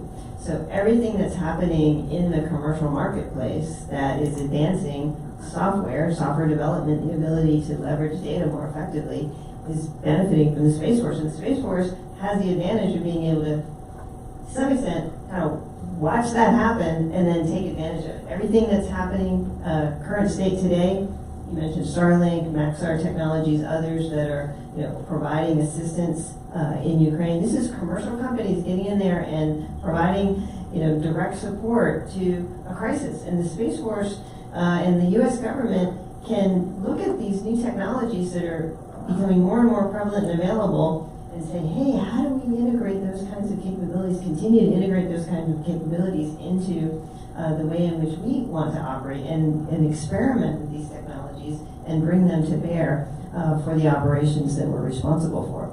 So technology, this revolution in technology is really driving the capabilities in many, many ways, which is why the partnership is so important. The other thing that I wanted to highlight about the Space Force that's unique and different and the other services are starting to, excuse me, learn from is this idea of being a very small service. The Space Force is very fortunate in its ability to start with the future in mind and be very clear about what it calls its future force design. And the Space Warfighting Analysis Center was stood up to really establish and use modeling techniques to model the future force design of what the Space Force would require in the next 30 years, and to think through what that might look like.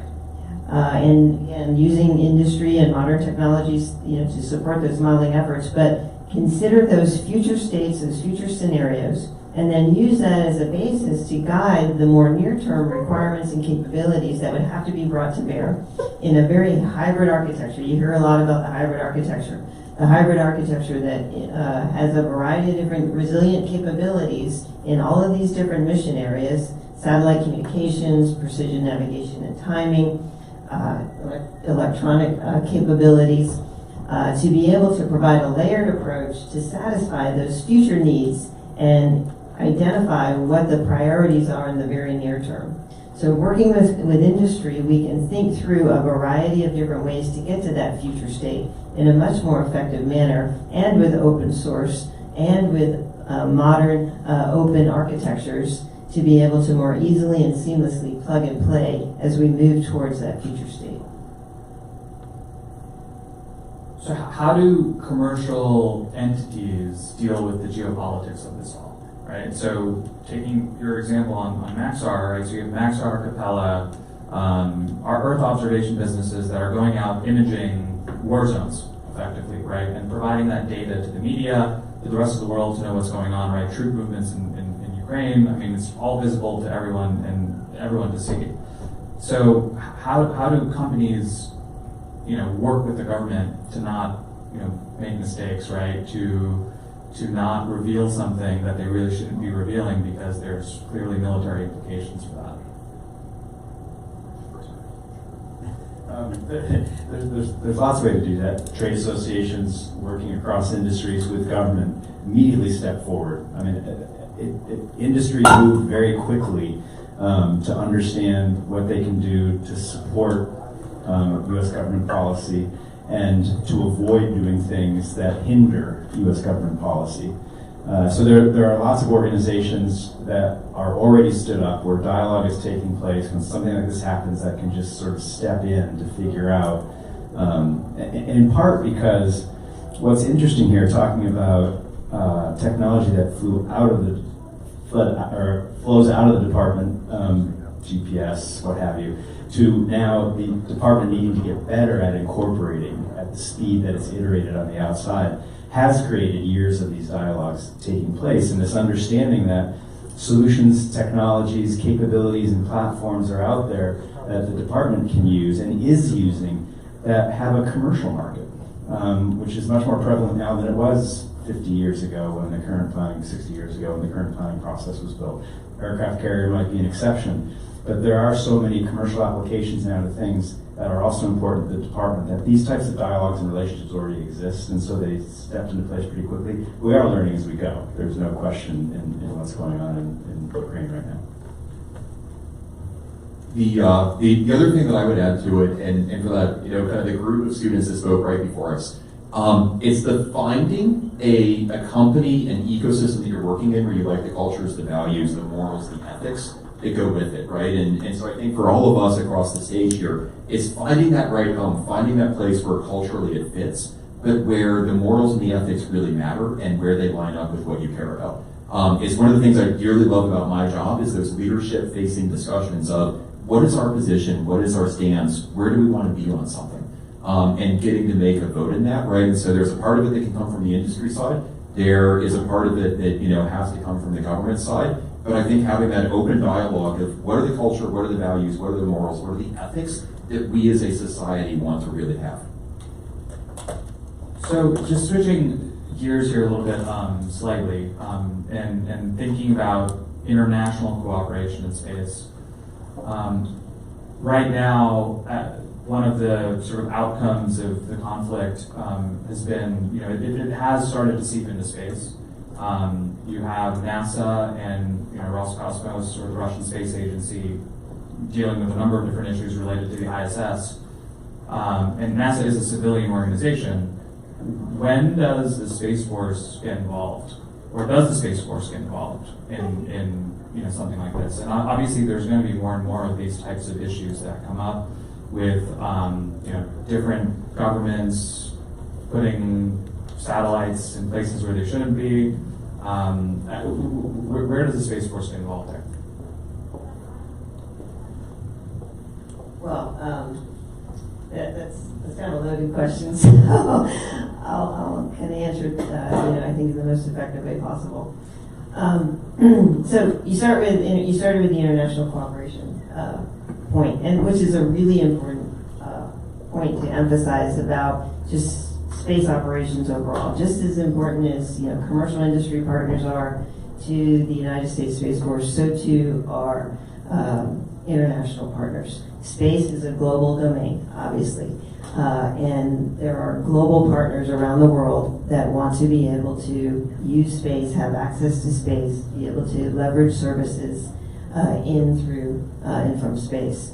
So there's a lot of countries around the world who are actively have active space programs and want to be able to partner with the United States on sharing payloads or sharing rocket services and getting assets into space, and also being able to share those services coming down from space. So that's all really important, and that's going to continue to be the case. And there's a lot of coordination that goes on to bring those partners in and make them part of the conversation and part of the planning, and that will continue to be the case.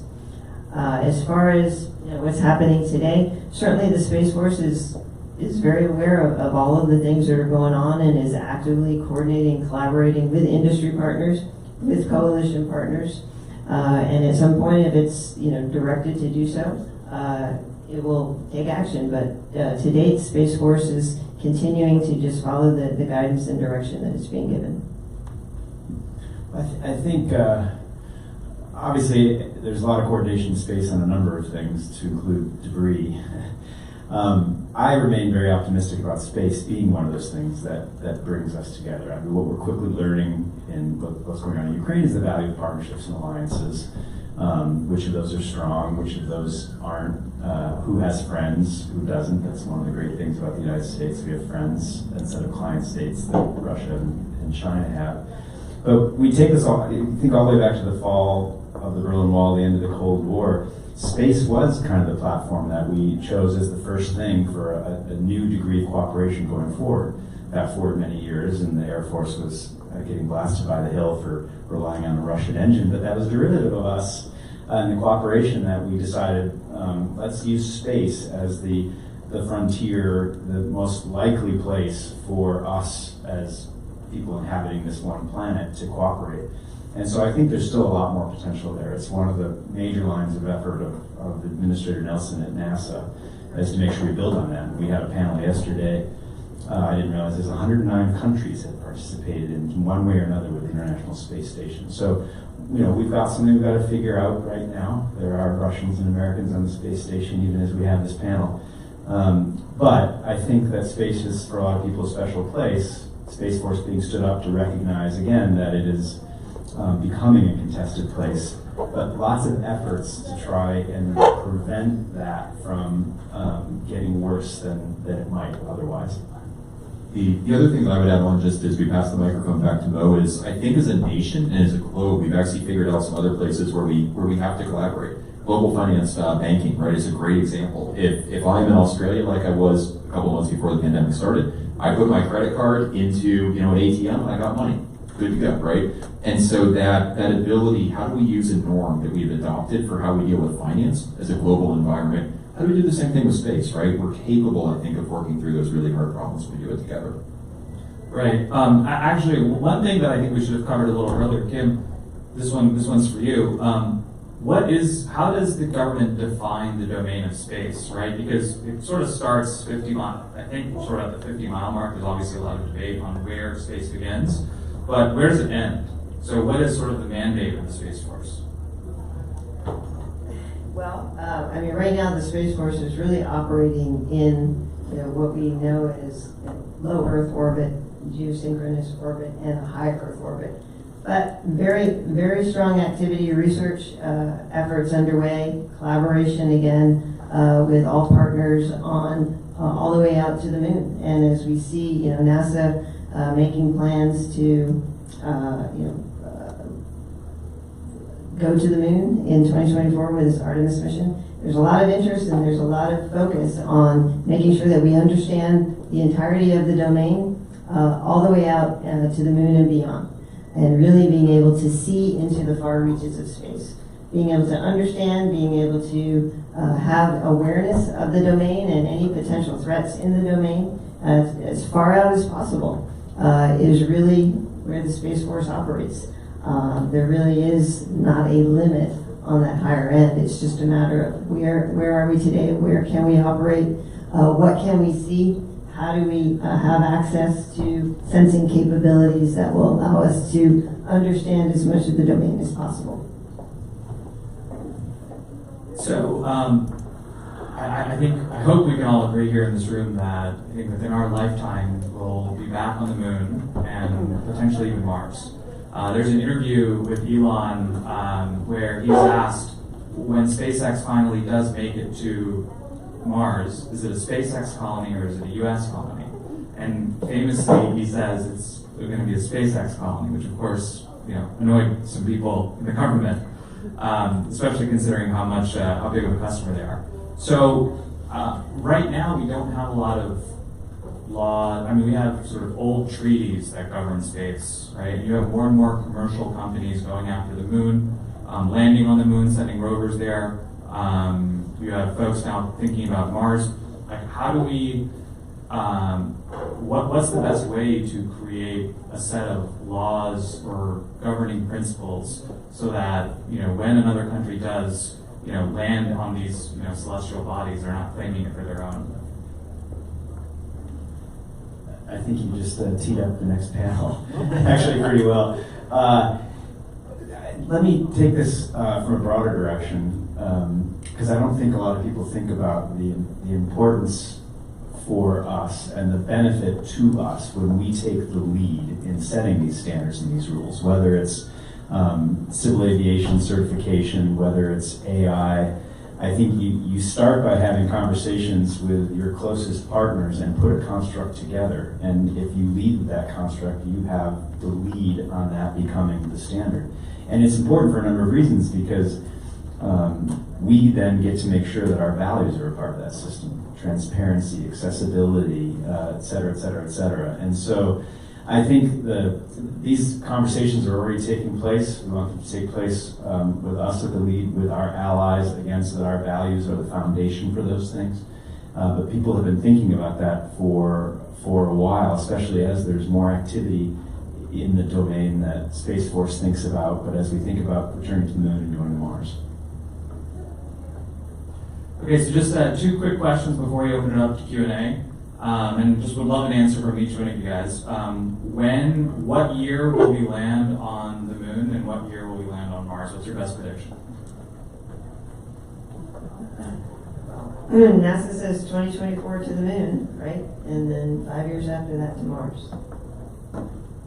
I think the 5 years after is a good timeline. I'm going to hedge my bets and say 2025 to the moon. So as a recovered government bureaucrat that has been 926 days without representative bureaucracy at the Pentagon, I'm going to bet on a little bit of delay, so I'm going to say 26 and 32. It's actually really cool if you ever look at where Geo is, and then you look at where the moon is. The cislunar is shockingly far out there. When I actually looked at it, I was surprised how far it was. Okay, so last question. So I just got a call from Elon. There are 3 open seats on the next mission to the ISS. Are you going? Absolutely. Sign me up. Yep. Yes. Okay, easy. All right, so we'd love to open it up. We have some time for a few questions. Thanks, guys, for doing this panel. I want to tie it back to the startups and the emerging technologies here. So, space technologies are emerging at a ridiculous rate. The Pentagon is not necessarily known for adopting and innovating in acquisition of these, and you've talked about speed a little bit. What can the Space Force do to use its nimble nature to encourage and bring in, whether it's an emerging technology from a startup or from a big corporate entity? What can they do to help ease that path?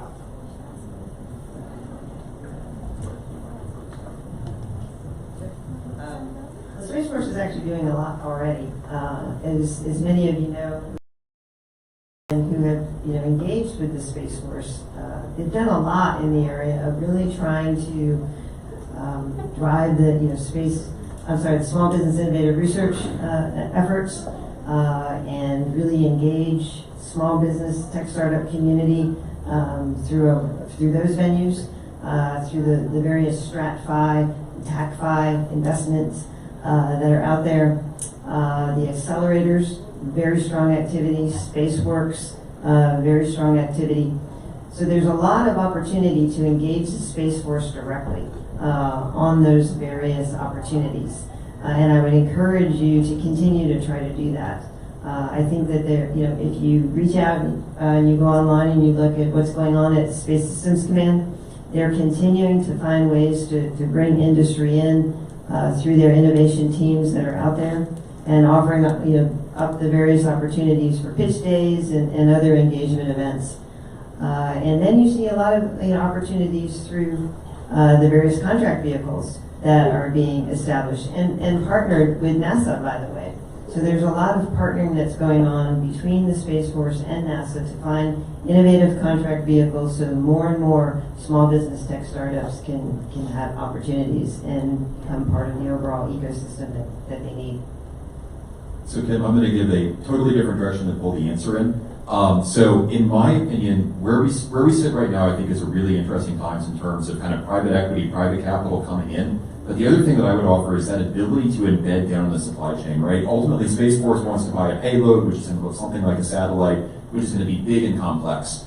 Unless you have a massive systems engineering team, it's going to be really hard to do that full level of integration. But when you dive down and you look at what is that component technology 2, 3, 4 levels down, I think that's where a lot of the really amazing innovation bubbles up. So I would actually encourage, candidly talk to someone like myself, a CTO somewhere, right, and say, what is the hard problem you're trying to solve that you can't do today? Does this fit?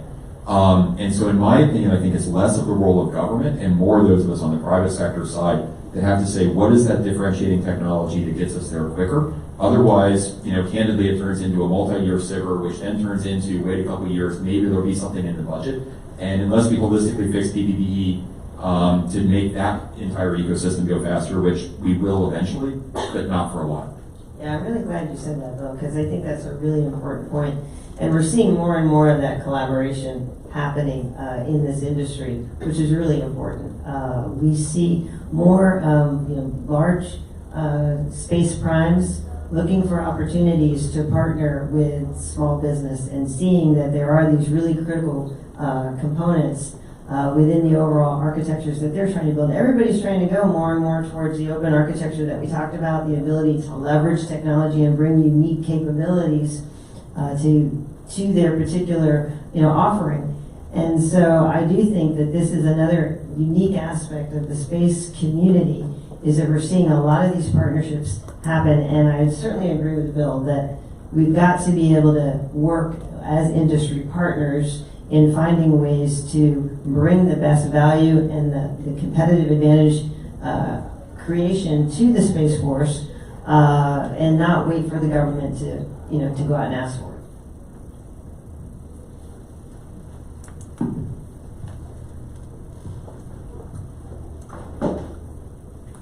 Hello, I have a layman question. My name is Hasib Abdullah, resident here in Austin. What are the 2 or 3 biggest challenges you all three see in the the national government space and also in the private space to keep America at the forefront of space? Thank you. I'm holding the microphone, so I guess that means I have to go first. So I think the first one is what do we expect? What do we find acceptable? And I think there's a part of that that's on the government side, there's a part of that that's on the private sector side, right? And it's the old adage, if Eric and I are both being chased by the bear, I don't have to run faster than the bear, I just have to run faster than Eric, right? And so is that good enough in this multipolar world that we now live in to only be faster than the bear? And I would advocate in many ways no. I think we have to be both faster than the bear and the dragon, referencing Russia and China in terms of saying that. So the first is, what are we really trying to do? I think we have to solve that part. The second part is the complexity of the entire environment and ecosystem that we live in, right? The question around, hey, I'm smaller, I have some innovative ideas. How do we actually tap into all of that? And how do we do it in a way that isn't just based off of the social network of, I know this person, therefore I got an introduction? But how do we actually, bring a group like this together that allows us to really communicate openly? So I'll highlight those as my first two and pass the mic and keep thinking. I think for me, I'm gonna pick one thing and cheat a little bit.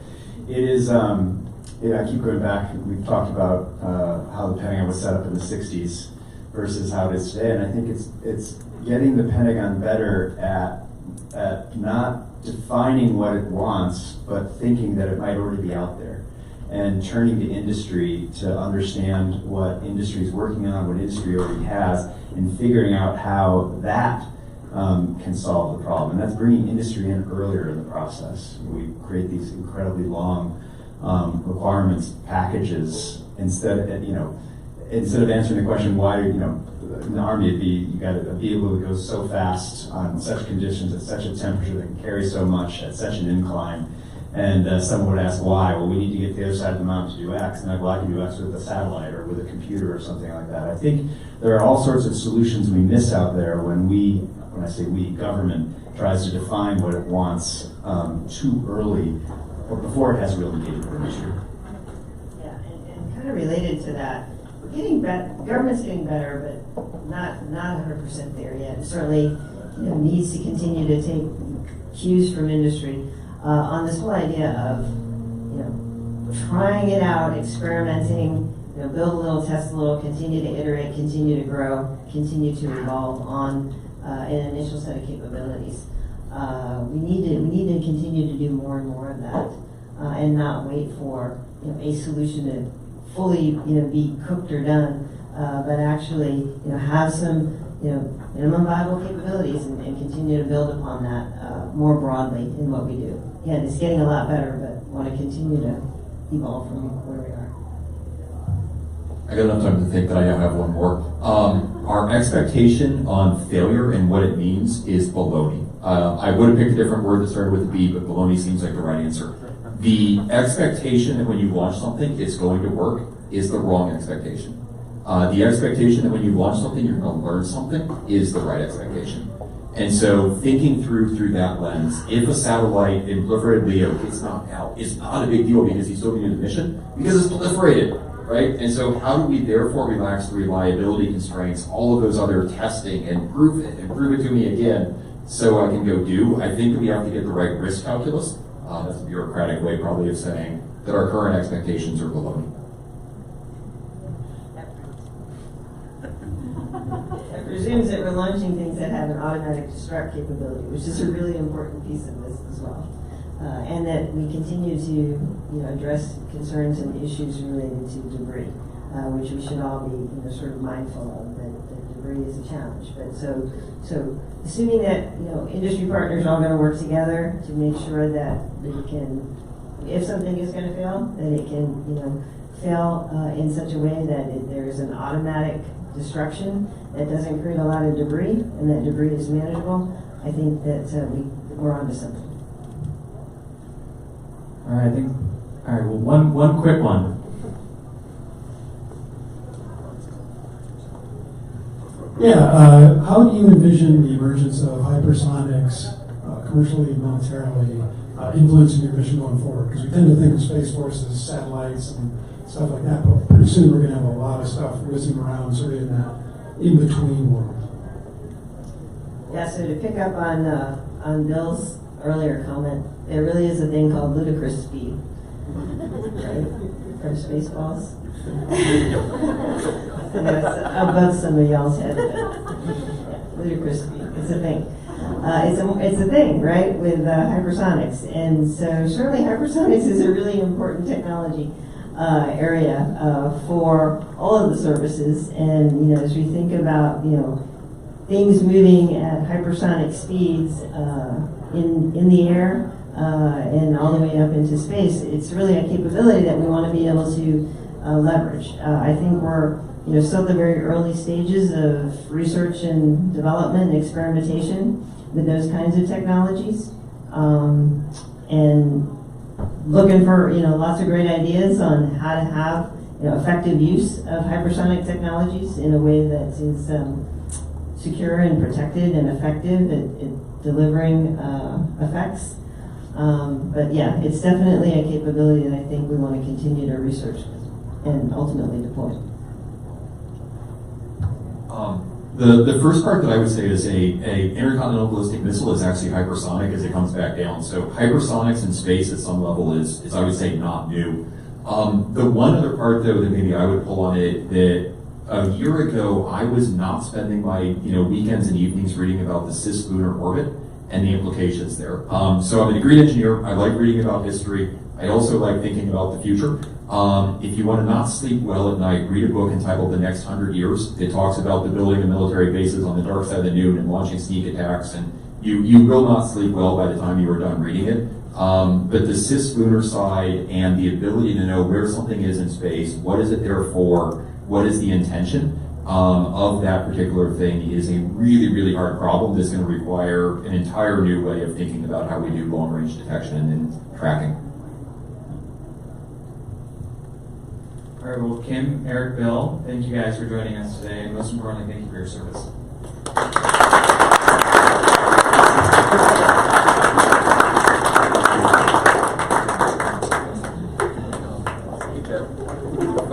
Yeah.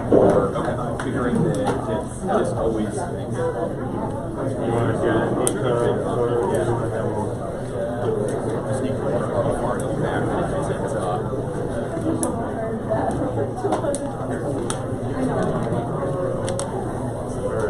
Ready?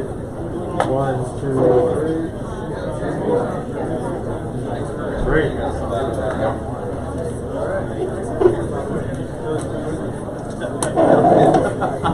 And sadly, it went straight over my head.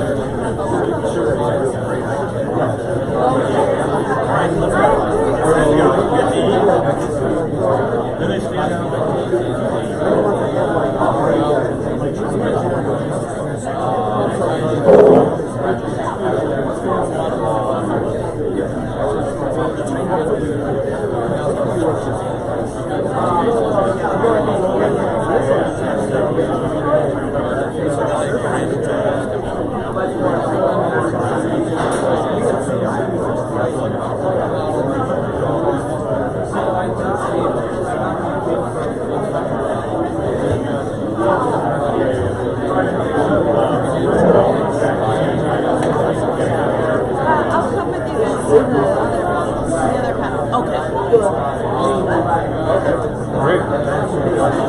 No, that was good. Yeah, thanks for interesting. I learned a lot personally.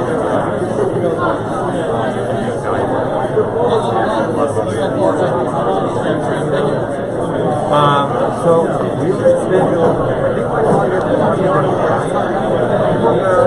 right interviewing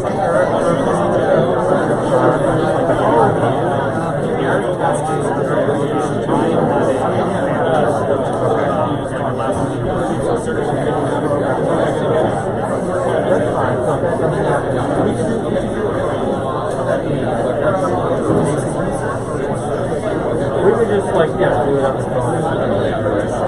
It was just like get to know you a little bit. So yeah, to make that connection. So yeah, if you can make it, that's no problem. I will see what be like in a week or just to like make the connection. How do we be a resource? Payload or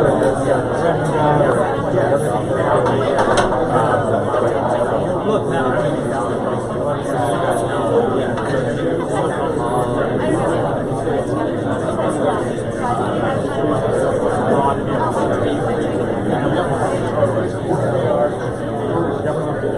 Great.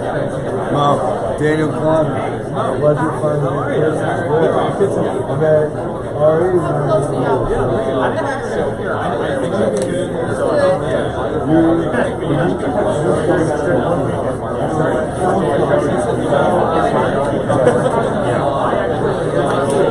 I'm gonna get some water.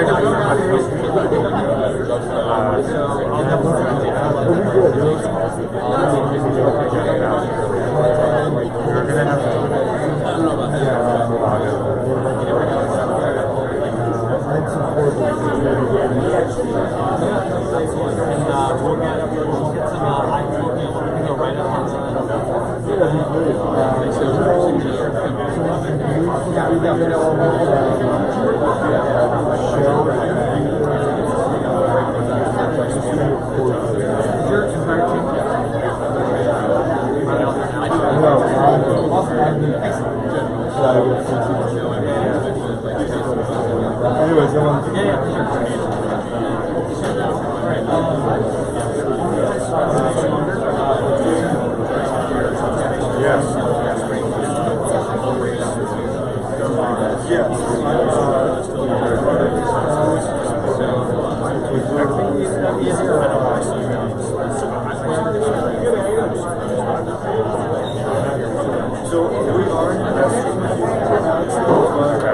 I'll see you over.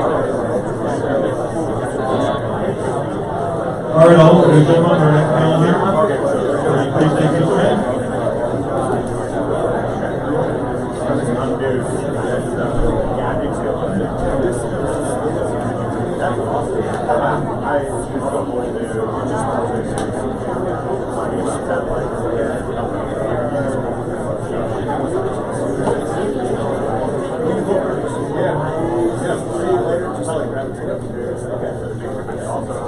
Okay, looks like we'll start. Hello, and thank you everyone for coming. Welcome to our panel titled Interplanetary Compute, Storage, and Communications, Moon, Mars, and Beyond. My name is Jeff Maynard. I am the Space Product Leader for AWS's Aerospace and Satellite Solutions team. And I'll be the moderator as we discuss with our panelists here why we need to build more compute and data storage capabilities in space, what that communication infrastructure is going to look like, what we need to do to enable colonies on the Moon and Mars, and how we're going to secure all this infrastructure, both physically and from a cybersecurity standpoint. So to start us off, I'd like to introduce our panel. So to my left, I have Lieutenant General Kevin McLaughlin, retired from the United States Air Force. He's the president of McLaughlin Global Associates and the former deputy commander of the United States Cyber Command. Next to him, I have Justin Cyrus, the CEO of Lunar Outpost.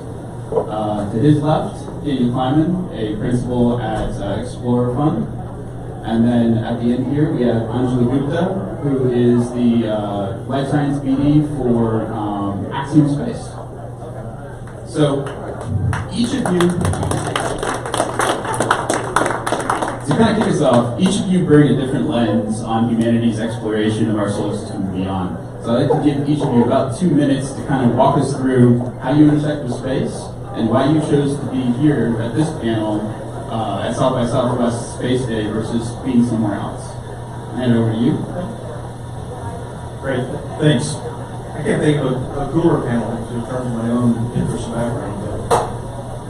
In 2 minutes for me, I spent my entire adult life as a space officer in the Air Force, except for the last part where I was a cyber warfare officer. And so the way I think about that is, for part of my life, I was a hands-on operator of space systems.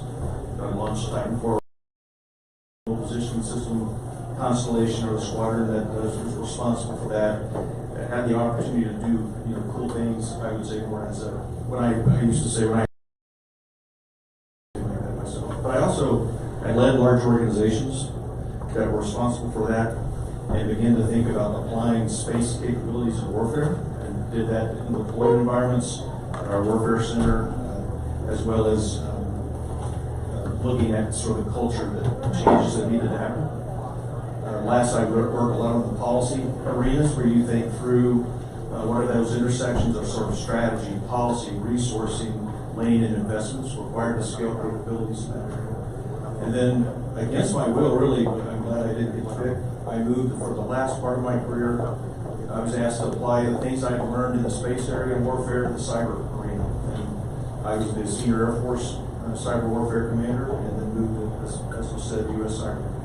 The intersection with this that's so cool is, as we built out our cyber command DoD infrastructure and thought about compute, storage, transport on the Earth, how we brought back or dealt with data securely as we were looking at hunt operations or threat response. The same type of problems we're dealing with in this topic, we were dealing with, but at a little bit simpler scale on the Earth, but it was still really hard. And so as I thought about the intersection of those interests, I thought this was cool. Thank you. Hi, my name is Justin Cyrus, CEO of Lunar Outpost. So why I'm on this panel? I mean, this is right up my alley, right up my interest. Couldn't imagine a better place to be, and also Austin, Texas has some great food, so it definitely doesn't hurt. To tell you a little bit about what I do in the space economy and what Lunar Outpost does, we look at the next phase, how we utilize folks like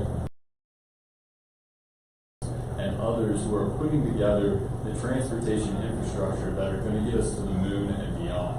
We really focus on what we do when we get there, whether it's exploring the lunar South Pole for resources, whether it's helping set up and maintain the infrastructure on these planetary bodies. That's where Lunar Outpost is focusing. And one of my buddies actually over lunch, I think, said it pretty well.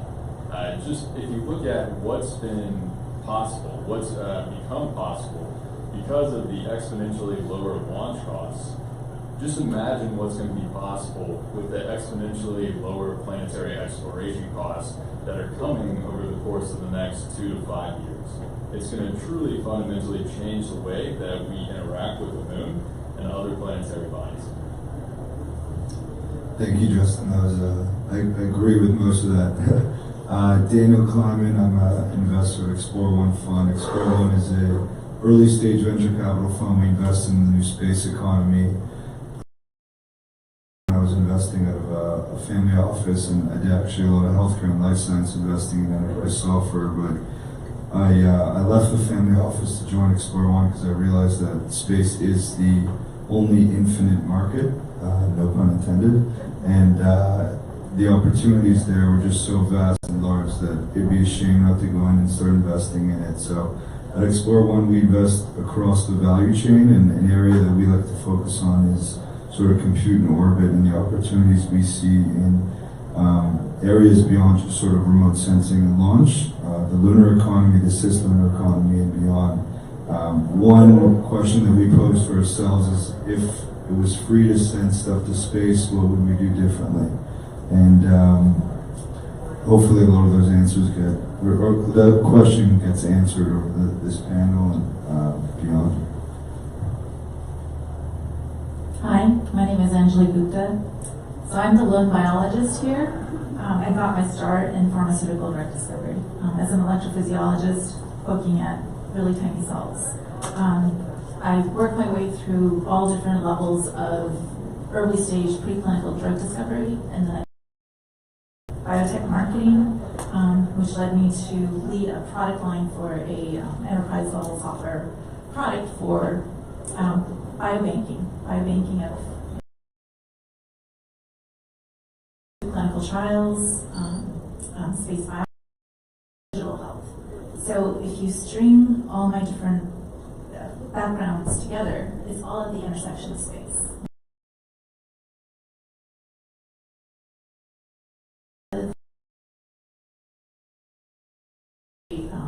I'm looking forward to our discussion. Humans Earth and colonize low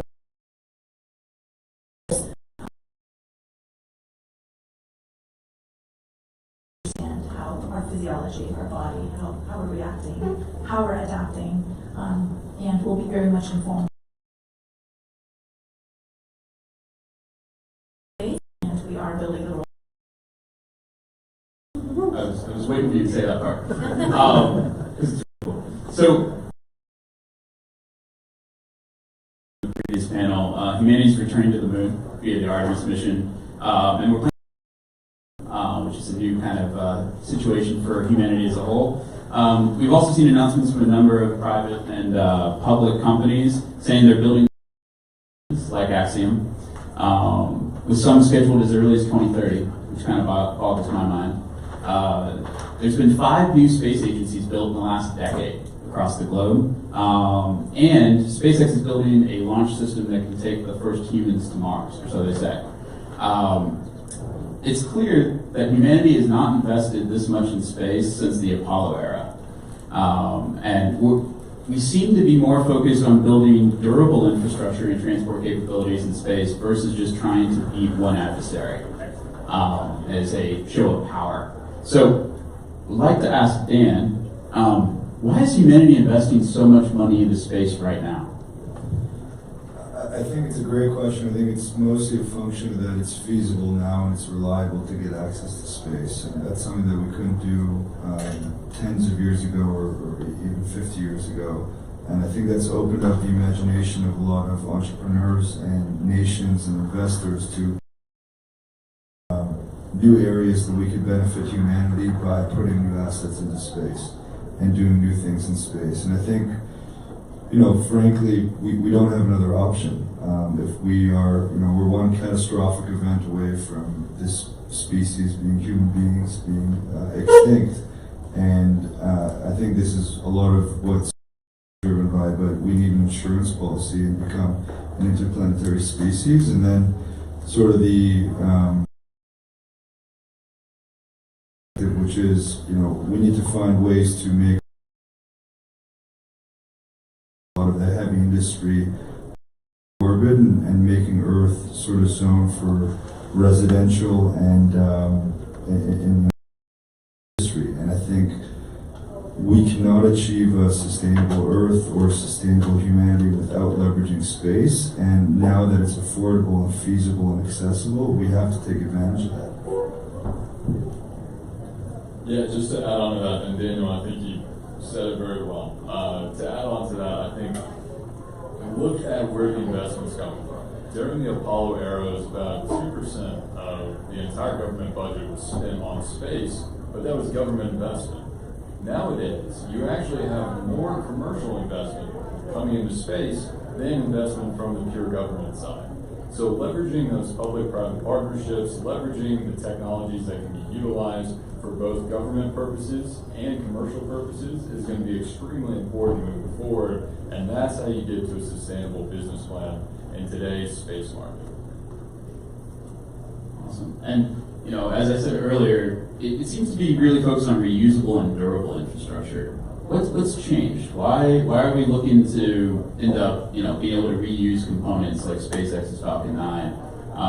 Is that really the main mechanism that we see helping reduce the costs of actually getting into space and building things in space? Or is this just, we have the new technology, we have the more capabilities now than we did previously, and we were just trying to get to the moon? I certainly think reusable and durable or resilient are features that we're after, and whether it's a pure business case or if it's sustainable capability that you want to protect from conflict. If you don't have to throw away capital investment every time you use it, you could reuse it. We don't throw our car away every time we go to the grocery store. So if you can make it work and make it profitable, it's good business sense. It's a harsh environment. And there are threats out there that are not just the environment, there are others. So if you can make it resilient, and so that it can last longer, operate, and you get more return because it's operating longer, or it's there, even if someone tries to take it away from you, then those things make sense. But there are probably other descriptors of what we need to get to so that all these businesses actually can flourish, and make a business case and do well, and that the government can afford to operate in space instead of it being one-off, very, very expensive, exquisite things. It becomes more and more routine, including in lunar orbit or on the moon and places. So I think about lots of descriptors that go with it that are sort of happening sort of on top of each other that are making a lot of this possible. I just wanted to add a comment there is,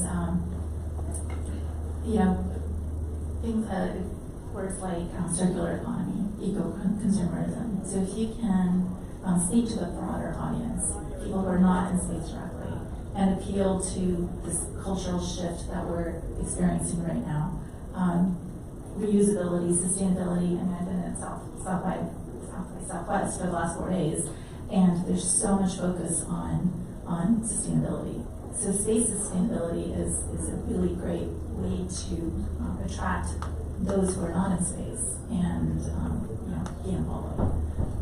So it's just something to consider. We talk about, and we talk to folks all the time who are not privy to sort of the knowledge that the people in this room have around space and the opportunities that hold, but we usually pose the question, like if it was free to send stuff to space, what would you do? And we probably wouldn't have landfills here on Earth. And those are just examples that sort of open up the idea of like, oh wow, you can actually leverage space for sustainability, as opposed to the idea this is some billionaire space race for their ego. Like there's a grand vision that makes things a lot better for people on Earth.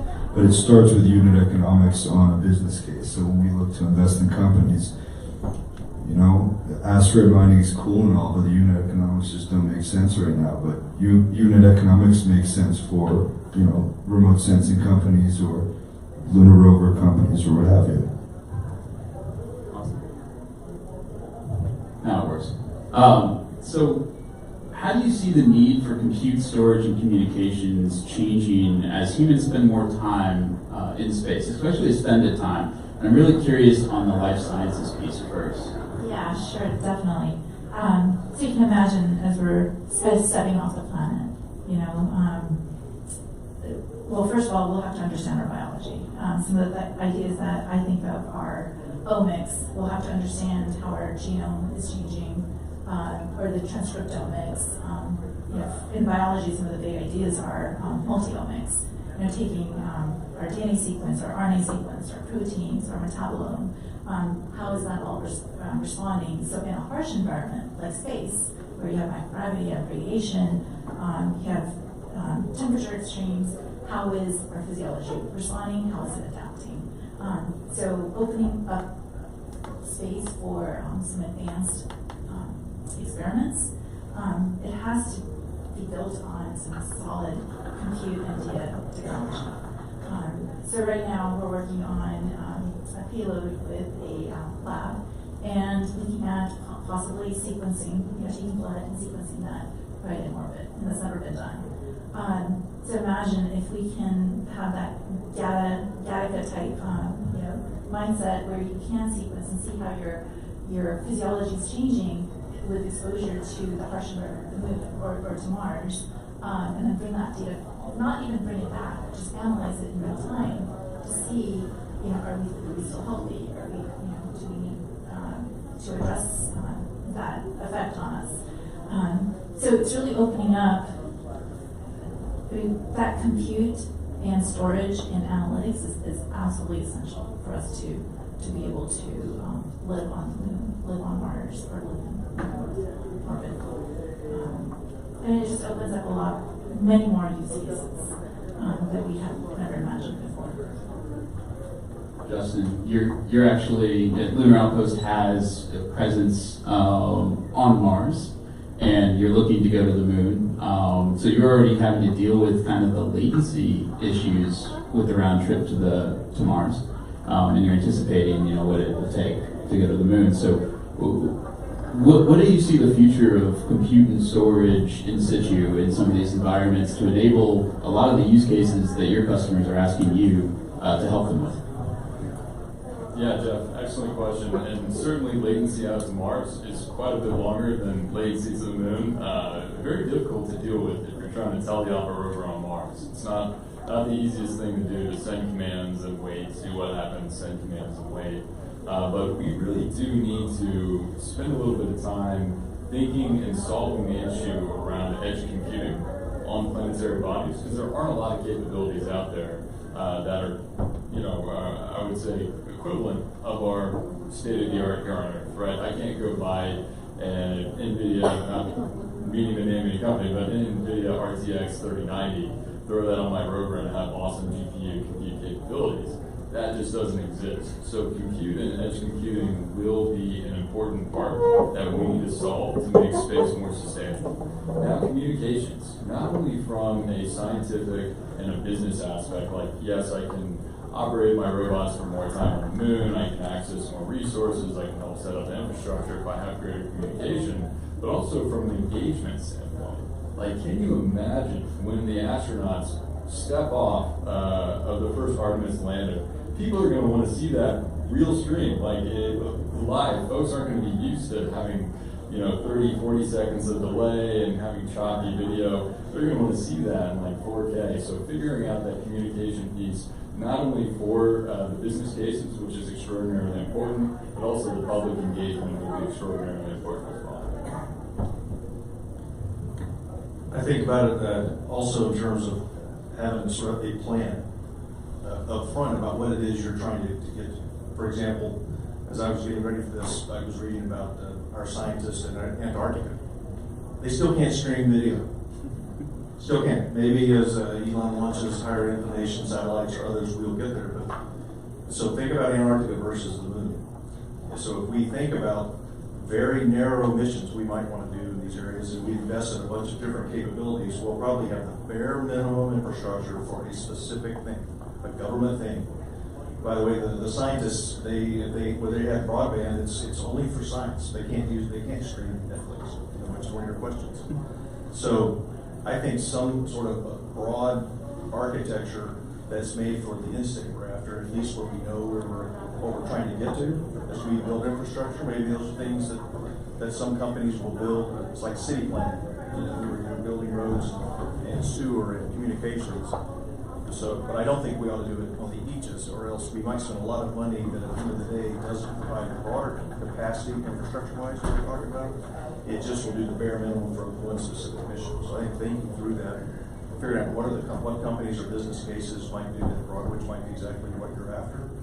But I do think you should think big and think about, are we going to be, the humans are going to live in communities or others, what capacity they need to have a society and a culture that is enabled by what they have on their, what they have, the scientists have in Antarctica. I also just want to mention that we think about use cases and problem statements that we know of today that can be addressed through, additional compute in orbit or infrastructure compute in orbit, but we sort of think about it akin to like iOS and the App Store, where there's a number of applications that we don't know about today. I mean, they didn't think about Uber or Tinder or what have you, what's the Angry Birds when they developed iOS, but we don't know some of the applications that will emerge as a result of a fully functioning, infrastructure in orbit that provides compute, and those are the really exciting opportunities that we try to think through and try to understand, where is the next entrepreneur going to build an app as a result of this infrastructure. Thank you for not saying killer app. I appreciate that. And this is kind of for Anjali first, and then Dan probably. We've talked about latency. It's a long way to send stuff to Mars. Data naturally has gravity. I think many people say that these days. Andy Jassy, the CEO of Amazon, is one of his favorite sayings. So we're going to be generating a lot of data based on life sciences experiments, defense capabilities and requirements, and we need to have the ability to not just process and store, but make sense of that data and do something with it, right? But to do all that, it also requires power. It requires, a bunch of other infrastructure independent of just the ability to, transform zeros and ones and bytes. So what do we need to build ahead of making large presences on the moon and Mars to keep people safe, understand the impacts of space on their physiology, but also make sure that, from a safety perspective, it's not just that they're being safe in operations, but also no one can go and tamper with like a life support system or something like that. So I guess to start, what do we need to build to make sure that experiments? What do we need to put out there? I mean, obviously, I'm thinking about an orbital lab. Right now we're thinking about putting our space station in orbit, and what does that orbital lab look like? You can easily take that and put that on the moon, or you can put that on Mars. Imagine, there's so many sci-fi movies out there, and these labs are decked out with some really state-of-the-art instrumentation. A great example is the Methane from Oxford Nanopore. It's a very small device that can allow you to sequence your DNA. The whole device costs $1,000. The next generation is $5,000, and it's miniaturized. It has the microfluidics, so you can do it in space. So we really need to push the envelope with instrument device companies, diagnostics companies, to really get them to start thinking about how do you adapt terrestrial technology for low Earth orbit, for the moon, for Mars. And again, it's services like AWS. When they came online in 2006, it really changed the way science was being conducted. When each experiment is producing gigabytes of data, and then at the end of the day you have at the end of the week you have close to a terabyte, you just don't have that storage capacity. So imagine, server farms, or it's that miniaturized technology that's standardized, that's easily accessible, easily used. And it has that edge computing component right there. So you don't necessarily have to transfer all the data back, you're just transferring the insights. And that's key. And that can be applied here in Antarctica or anywhere else in an extreme environment on Earth. I just want to ask you a question because I'm curious. Do you think the reimbursement landscape and the unit economics changes when you're providing sort of diagnostics in orbit as opposed to terrestrially?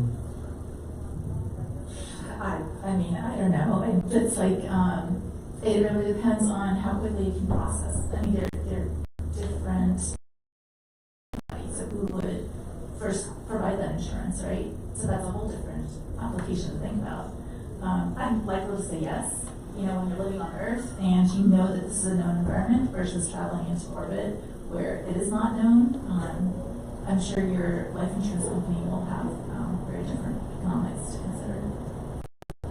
That's an amazing question. I mean, life insurance when it comes to traveling in space. I'm sure there's a bunch of actuaries that are now starting to put two and two together and figure this out. I mean, just my very limited days of investing in devices, that was sort of the disconnect between payer, patient, and provider, but that's a completely different paradigm. But you can imagine taking these nanobots and putting them into your body, right? So this is very futuristic thinking, but I think it's not too far off. Some people have pacemakers, right? So if you have these devices that are monitoring. I mean, we have wearables, right? I have my Apple Watch. I can't live without it. I'm a quantified selfer, so the same applies to traveling to space.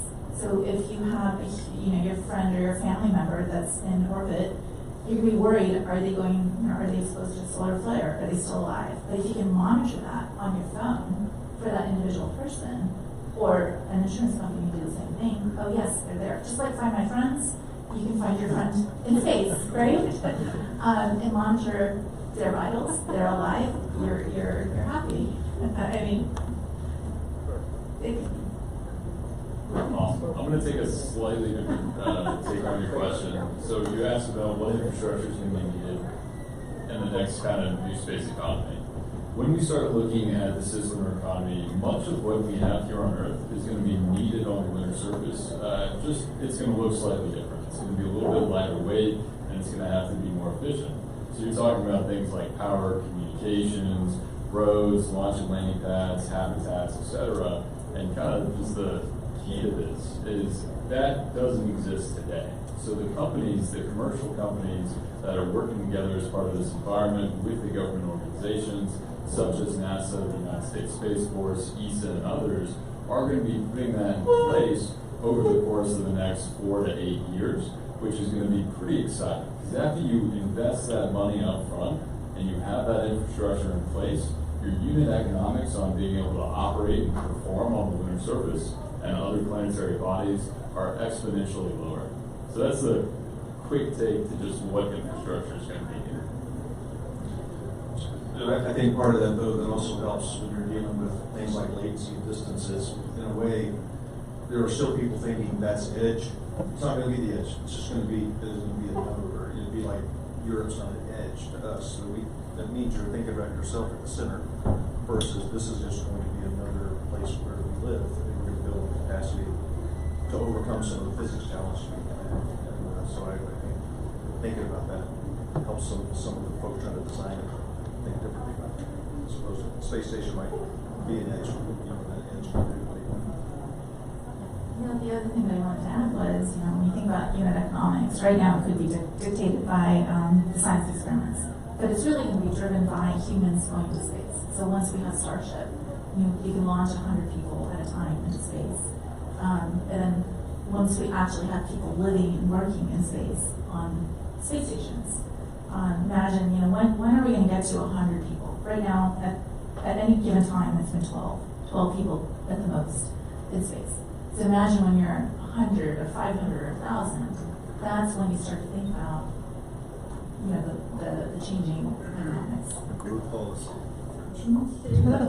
Yeah, I want to, so I've heard we're going to put things into people's bodies, like pacemakers and things like that. We've heard critical infrastructure from Justin when it comes to power, maybe oxygen generating systems and things like that. So Kevin, from a cybersecurity standpoint, how scared are you of something like that? And how do you see us changing how we approach cybersecurity as we go into low Earth orbit to the moon and beyond?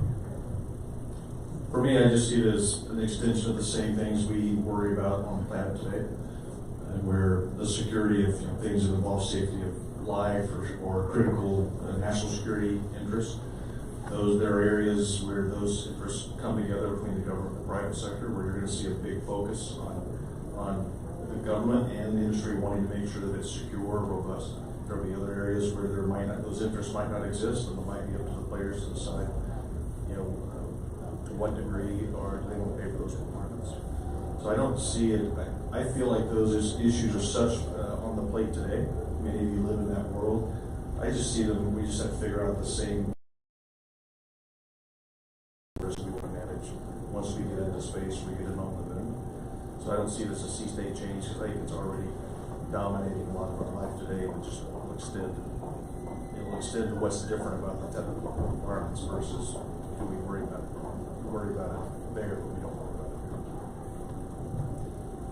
I really like your thought process, Kevin, around it's not going to be edge compute. It's just going to be a different node, right? It's going to be the equivalent of a Europe or an Australia from the American standpoint today, right? It's just another part of the ecosystem, right? The moon is going to be a part of that ecosystem. But Jeff, to your point, I think it's extremely interesting. Climate with, for the first time, you have SpaceX sending out Starlinks over to Ukraine and tested by nation-state hacking from Russia and by interference, by jamming.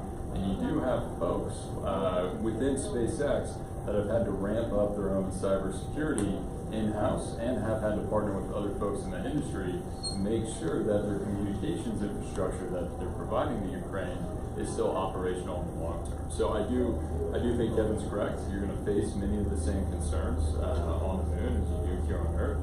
But I do think the climate around cybersecurity is pretty fundamentally certainly right now.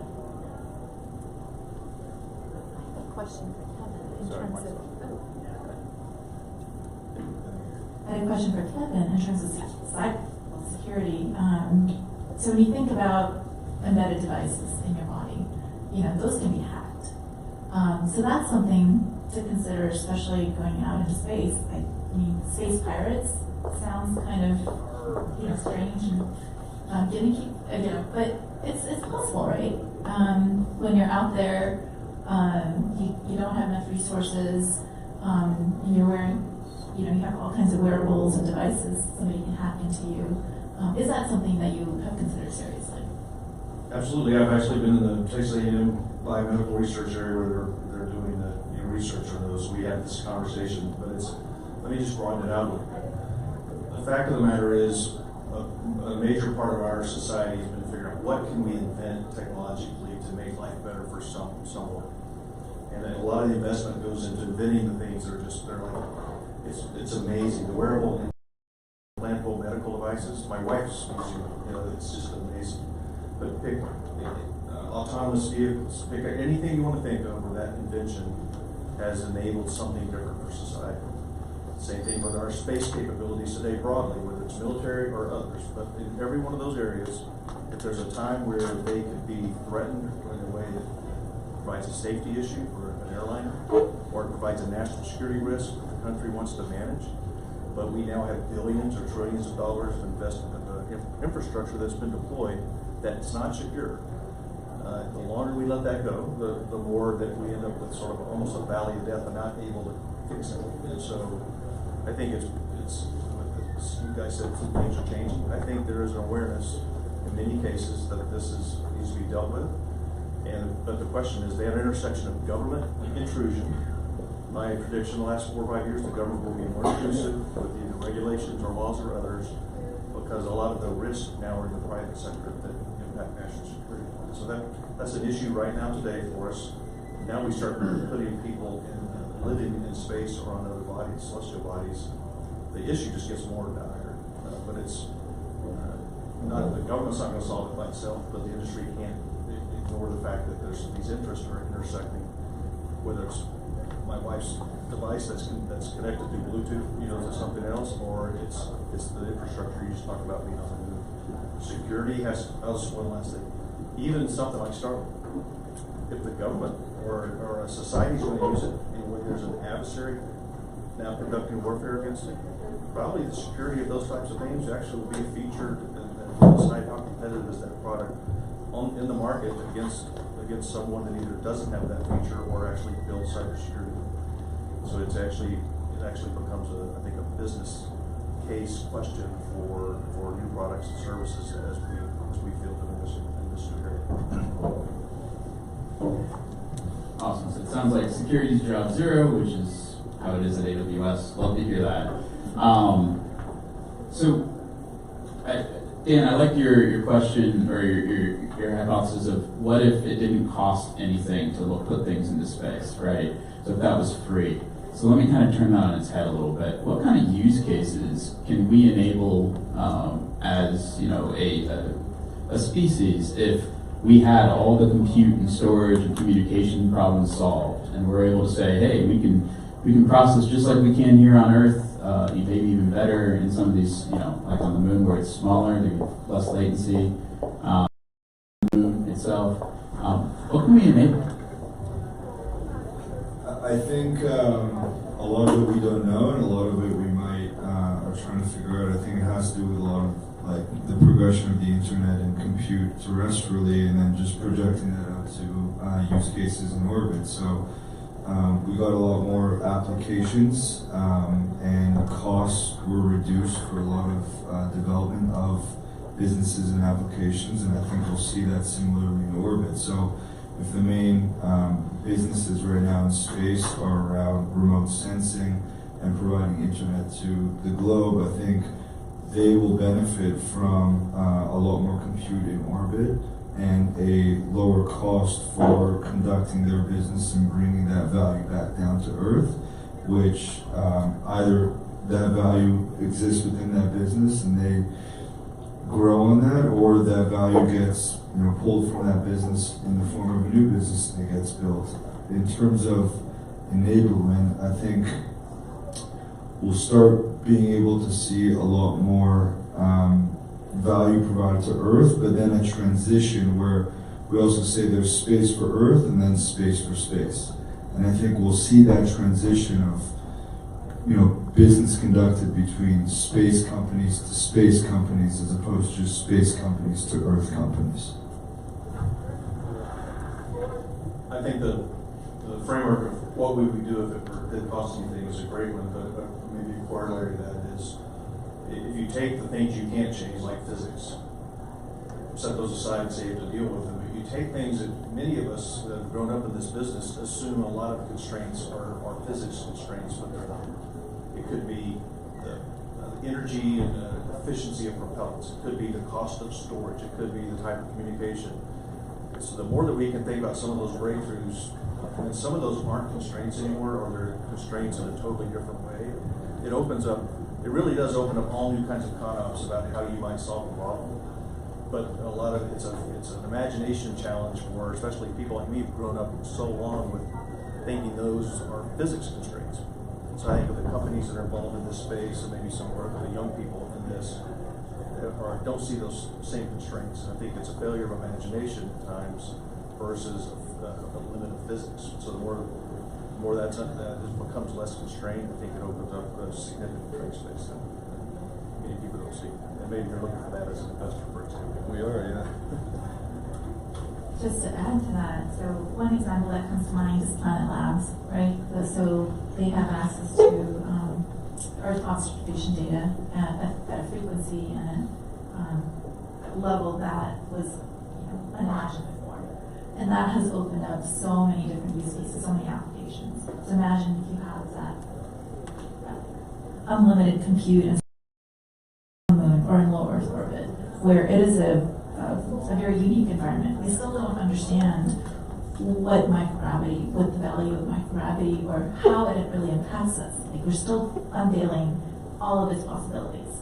So now if you had those data available back down on Earth, you can enable so many different kinds of analyses that will lead to new hypotheses that would then lead to new insights. So just having that data and being able to analyze it is a tremendous opportunity.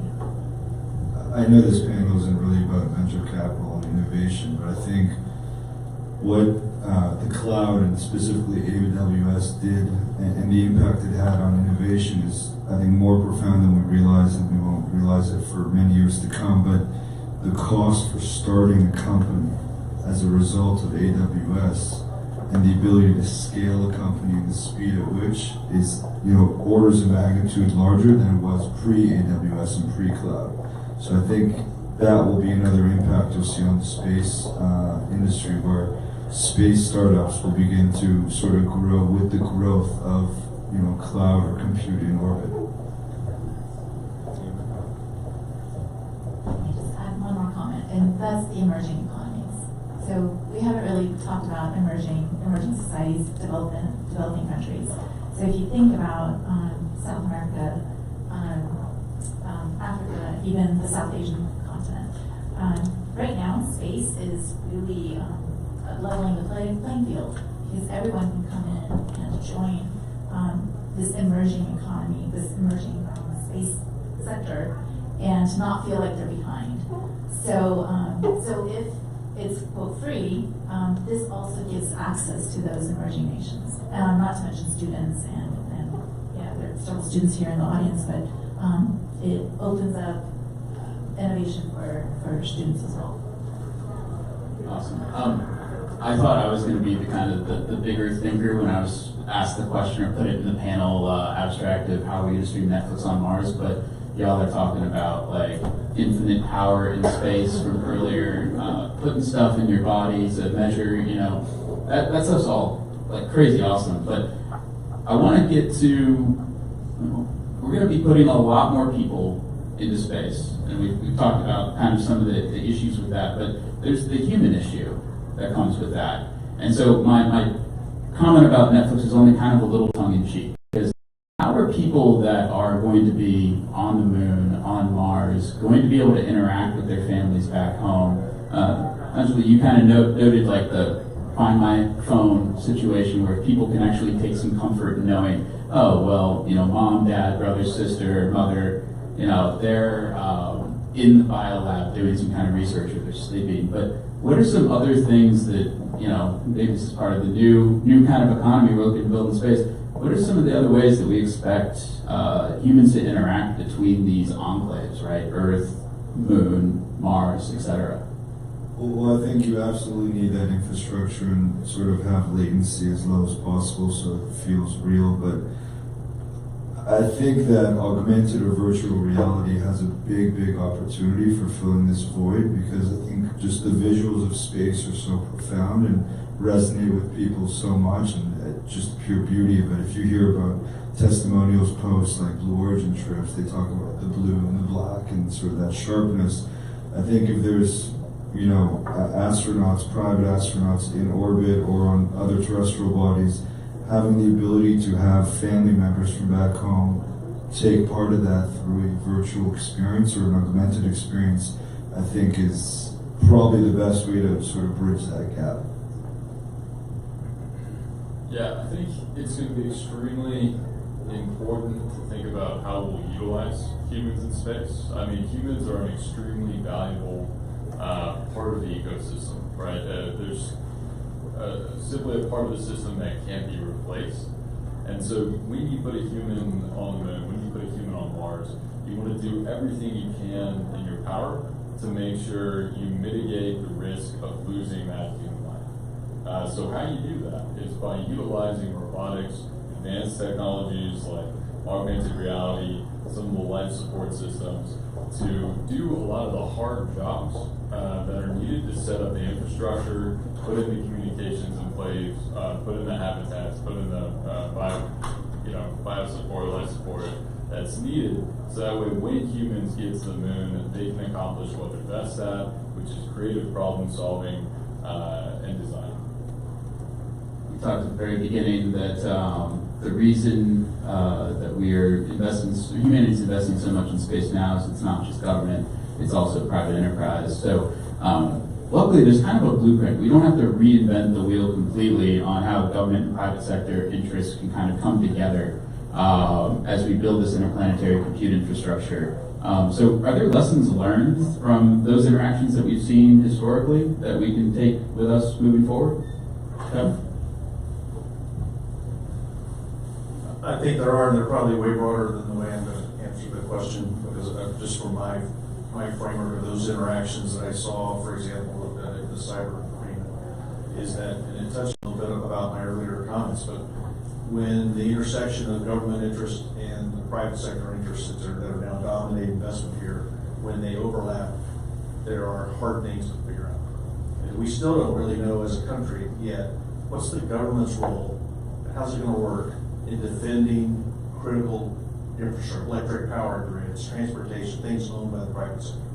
It's a huge issue. We have agencies stood up to do it, but it's still not clear how it works. It's controversial. And so those types of issues are going to extend into this domain at some point. And I think with the more that we can learn on the ground here, we figure out, hey, is there going to be a Department of Homeland Security that's going to have those same sort of civil responsibilities for bringing assistance from the government into your infrastructure? Or will it be the Department of Lunar, I mean, what will it be? Will the U.S. Space Force have some role of defending that infrastructure, at least against an attack? Or maybe providing a presence in the area like a U.S. Carrier Strike Group provides sovereign presence in places of the planet that we care about. So I think it's likely those types of interactions and hard issues. It would be good. I teach in this cyber policy at the Push School, Texas A&M. These ought to be things we have our grad students and others working on these frameworks now, so that we don't deploy all of this and then have problems. And it's a way maybe we ought to figure out a way to deal with these issues. I think that would be great work. It would be fun. Yeah, I think it's a necessity to think through those problems and those potential issues that may arise. I mean, if you do have a fairly large commercial economy that is dependent on access to specific locations in space and is dependent on access to certain parts of the infrastructure, you have to be able to protect that. Similar to how the Navy protects trade routes in the seas, I do think the United States Space Force will have a similar role, or at least I sure hope they do. And if nothing else, at least providing the awareness for companies for potential problems that may exist out in space, and then helping mitigate those problems in the long term.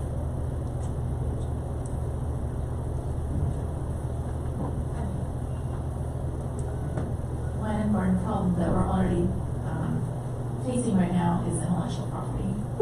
How do you assign intellectual property in space? And there's no that problem has been solved. So right there, that's one important issue to discuss. Sorry, that out there.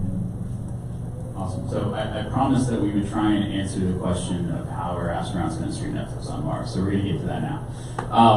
So we kind of touched on a lot of the pieces, I think, throughout our discussion. It's going to require some actual compute capability that is in situ, right, on these planets, be it on Mars or the Moon. We talked about communications. So I think everyone here, at this point, no one wants anything less than 4K. Right, so we're talking about a lot of data moving between these enclaves. But some of you mentioned something that I didn't actually ever think about when I was posed that question a year ago, which is you'll probably end up building like parts of it in terms of like the actual content in situ. We were talking before this, and you were like, wouldn't it be cool if you could stream an astronaut's life back to Earth? Right, but also it'd be kind of cool probably for astronauts to see how each of them work and build content around that. But so I'm curious, Dan, because you're the VC here, and I can essentially ask you any question. You'll have some kind of answer for it. When we're looking at moving large amounts of data, streaming between like Earth and another planet, what's the communication infrastructure that you think we need? Is it like a bunch of satellites between us and Mars to be a relay? Is it big dishes on Earth? Like the answer could also be I don't know, but I'm curious. We look at that problem today in the confines of sort of like the cislunar economy, because that is what is present in short term. So the way we see it is, there's data relay satellites, there's orbit and compute to store some of that data before offloading it, there's ground infrastructure to be able to grab it, and you can either evolve on the existing infrastructure as you move further out into our solar system, or you create new methods to move data. So back in my days of when I was looking at enterprise software investing, there was concepts of like zero copy data virtualization, where you could potentially move data without having to actually send it. Or who knows, if quantum becomes and you figure out ways to communicate data through two quantum computers, maybe you're not confined to sort of optical or RF. Maybe those are opportunities that we haven't seen, but I'd love to explore. What about DNA?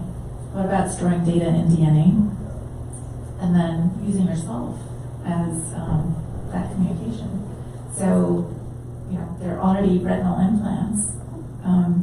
Maybe you use some sort of a signaling cascade to activate your movie or whatever you're trying to stream, and you see it directly in the eye. I know it's really far out there, but data storage is real. There are companies working on that. But at least how to relay that data, that's the next problem. A lot of compute flux. So, I've been thinking about this since we were talking earlier over lunch. I think the answer is actually simpler than most people think. Almost everything you need is already out in space, whether it's on the moon or on Mars. You can simply extract the resources from those planetary bodies, build the communication infrastructure needed in situ on that planetary body, and be able to relay that. You don't need to send 100 rockets to stream 4K video all the way back here to Earth. All you need to send is the right equipment and the right people, and they can get it done. Yeah, I think that's the way we view space for Earth versus space for space. Like, those are space for space companies that you won't need to do that. You can just stream it there. So. Awesome. Don't be surprised if Netflix comes and asks you guys for help. I think we have like a couple minutes, so open to questions from anyone. So I have so many questions. I don't know where to start with this one. So you've talked a lot about the challenges of being in space, but what about the benefits of it? From a compute perspective, you've got 0 Kelvin, right? So you can do, what can you do in the compute side of the world? And what are the potentials for scientific study using either microgravity, zero gravity, or extremely low temperatures? I can kind of touch on the temperature one, right? So, awesome. Except for the compute side. Yeah, on the compute, you have something very, very cold. It's really hard, though, to dissipate heat into space. So we'll still have to figure out that particular challenge. Now, it becomes easier, I think, on the moon, especially since water and material that can actually absorb that heat is more readily available there versus a vacuum. But some of the other use cases that I think we kind of glossed over are space domain awareness. The more you put people into space, the more you need to keep track of where everything is so that you can maintain, good safety. And so being able to compute that in orbit, huge benefit, because if I had to rely on sending all the data back down to Earth, right, that's at least 150 milliseconds, then I gotta process it, then I gotta send it back. The speeds in which things move on orbit that you maybe don't catch on a terrestrial-based radar or something like that, they're moving 7 miles a second, and they're coming at each other, so there's not a lot of time. And so I think that's one of the big benefits in terms of figuring out how to do air traffic control or space traffic control for crude things as well as all the little sub-centimeter pieces of debris that are going to cause issues. But I'm very practical with that answer, so I'm sure some of these folks have a more interesting answer. I think space as a resource, microgravity, some of the special temperature differentials that you'll see on spacecraft is extremely valuable. There are companies out there, some that have raised $35 to $100 million. Aws Space is one of them that is doing in-space manufacturing and bringing things back here to Earth simply because that microgravity environment is valuable.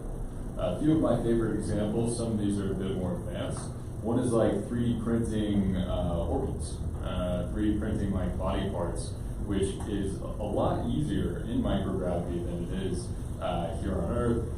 Fiber optic cables, some flawless fiber optic cables that have higher transmit speeds are ones that have been particularly noted. One of my favorites, though, is actually like in-space spacecraft. So if you're talking about megastructures, a spacecraft with new capabilities that can't be built and launched, you can do that in space because of microgravity, which can't be done here on Earth because of the harsh launch environments once you get up on orbit. You answered exactly what I was going to say. I was going to mention manufacturing in orbit, but manufacturing, I think specifically what's happening in the world today, but semiconductors and chips in orbit, given sort of the state of the world as it is today and our reliance on a particular place to manufacture those. And it's like onshoring for the US, but doing it in orbit, which is an interesting concept. And a couple more examples. So, so when you remove gravity from the equation, you're removing sedimentation. You're allowing two materials to mix more perfectly. And many more other physical phenomena that you unveil. So a couple of examples are, there's a company out there that's using gravity to make retinal implants. So layer by layer manufacturing in orbit, very thin layers. So they just brought their experiment back a couple of weeks ago on SpaceX 24. We're able to achieve 24 layers, which is what they're trying to achieve in orbit. And these are retinal implants for retinitis pigmentosa and age-related macular degeneration on the ground. 5 million affected worldwide with RP and 30 million with age-related macular degeneration. So imagine if you could start manufacturing that, scaling up at a full-scale level in orbit to make perfect retina that goes into your eye. That incremental improvement in quality is exponential when it's actually in somebody's eye. Another example is crystallization in space. So in space, crystal structures of proteins, of molecules, they're much better because the diffusion, the chemical properties, they just slow down. And anytime you have some alignment, some matrix that needs to be aligned, it's because the diffusion process is so slow, you get a better formulated crystal. And why is that important for protein crystallization? When you're discovering drugs, it's really, you have a molecule, a drug right here, and a pocket, your protein. It has to fit perfectly so that you have the minimal side effects. So you can understand what that protein structure is. Then you can, sell that to companies like Atomwise, which is a in silico drug discovery company. So if they have, the protein structure of a target protein, then they can screen millions of compounds, billions of compounds overnight, and then narrow that down and then send that to the medicinal chemists to optimize. So that's just two examples. We sometimes refer to it as, what if we could find the cure that fell from the heavens for oncology if we figure that out in space? And I think that's one of the big opportunities. Mm-hmm. Do we have time for one more bridge? Awesome. Anyone else have any questions for our panelists? I think people are tired. Awesome. Well, I want to take the moment to thank you all for being here, as well as all of you.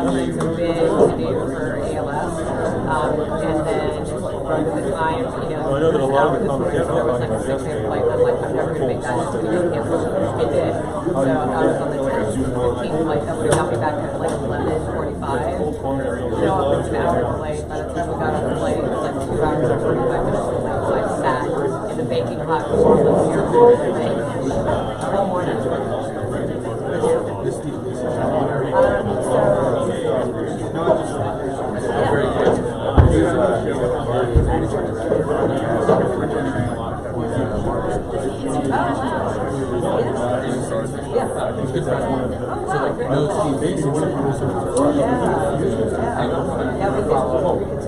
we talked about sales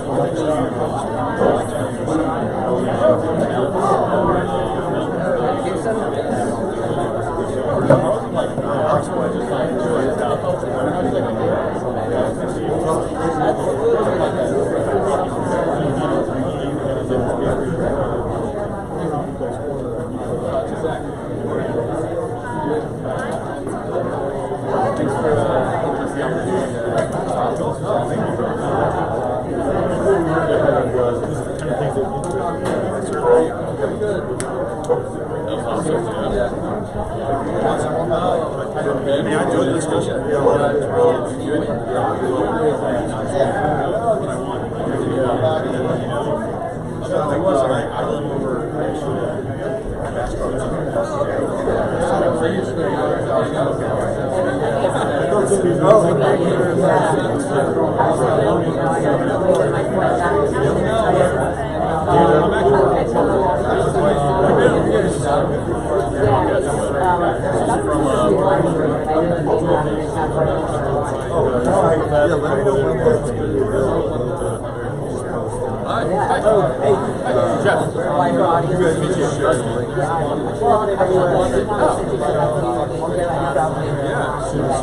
He was stuck with us for a while. He was our SAO quite a bit of time. Mostly because we were out resources and we were supposed to change that. Yeah, you use me too, and I keep saying yes. I'm learning. This is like, I'm not sure.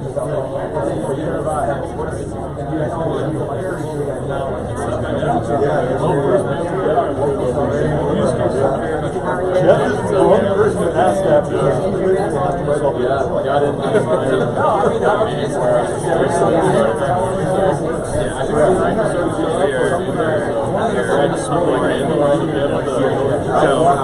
the reason I set up the panel the way I did was I wanted to start to get people to think less right? Because it's already hard to sell a lot of space applications right? So half of our job is going to be educating the space industry with the cloud computing let alone when we start talking about putting in new features and new capabilities we can deploy. Like I don't want to have to be training folks twice, right? And teaching folks twice. It's like that was awesome. This is the capability list. Instead, it's better to get that conversation so people start to think about it. Well, if I had more compute storage on if I had it on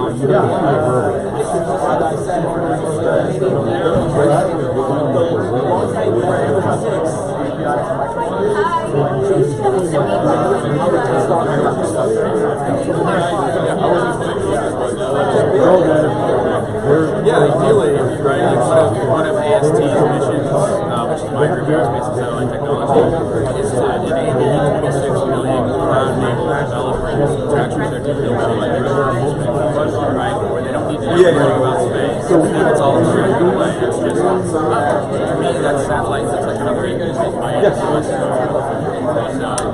That's the show. Hi, Jeff. Jeff.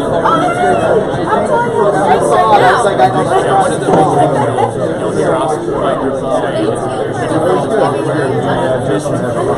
well, it's the other Jeff. If we spend $500 million to process something that has the same power as back in 2000. I'm sitting here with that last night.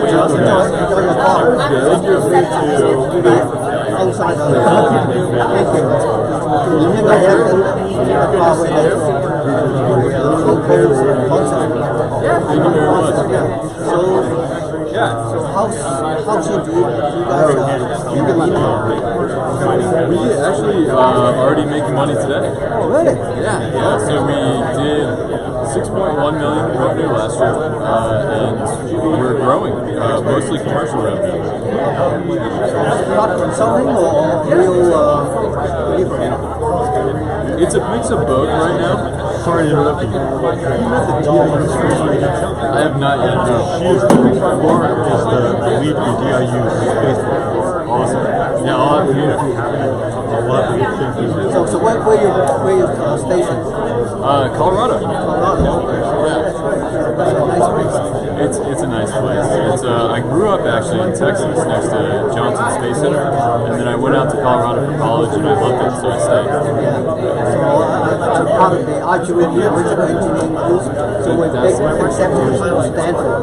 So I think there's a bunch of semiconductor, military, and all that. I'm an electrical engineer background as well. I did my undergrad electrical, graduate electrical. I'm not currently part of IEEE, but I have been in the past. So actually, I'd like to give a talk to our group. Can be remote, can be in Denver section. Absolutely. Thank you very much. There's our space concept. So I thought about that. This is available so close. I mean, so near down. We got our first rover that's headed to the moon this year. Oh, okay, you're in that business. Okay. Yeah. Okay. That's real business. Yeah, no I didn't know that from your area. I thought it came from California company, something like that, or MIT or some big company. Yeah, one of our co-founders is at MIT, but he came on a little bit later. So our original co-founders all from Colorado, so University of Colorado, Colorado School of Mines. So you're really in Denver or what city? Yeah, 15 minutes west of Denver, so Golden. It's between Denver and the mountains. So I go to your website and find your address? Yes. Okay.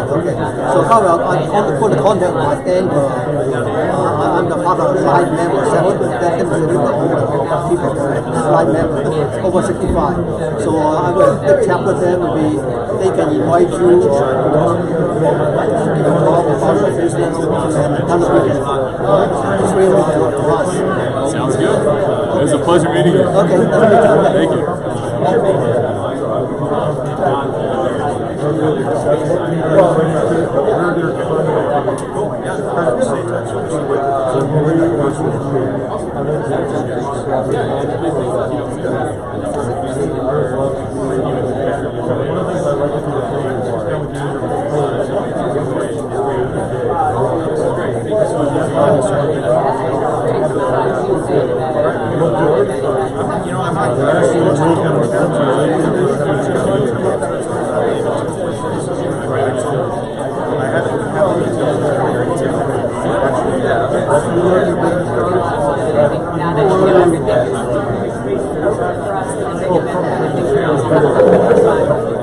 So guys, it was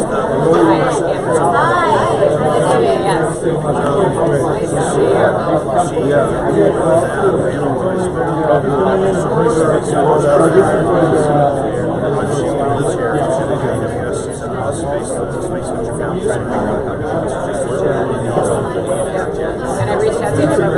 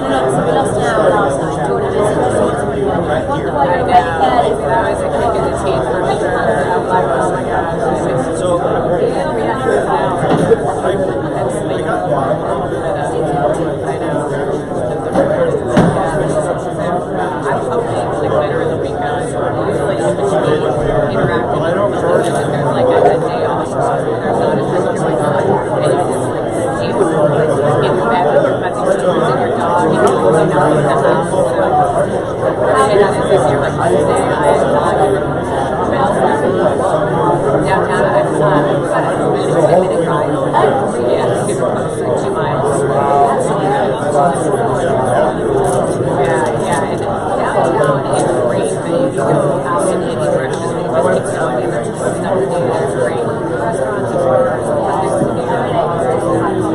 yeah. So I live basically right off South Congress, about 2 miles away. So yeah, we went straight down to South Congress. And we were area down there called St. Elmo, like a big market, and tons of like food trucks, like really cool places to go out, get coffee, beer, whatever you want.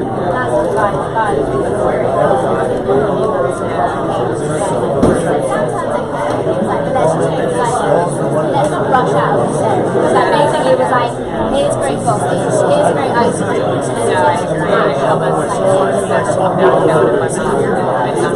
or maybe, you know, if you want to get your stuff more each, you know, you have to Say for any six of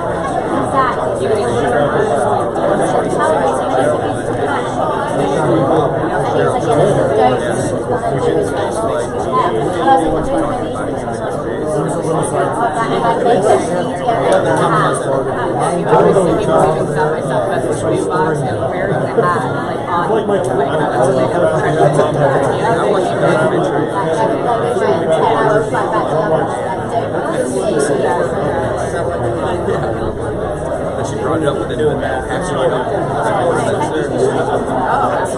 That's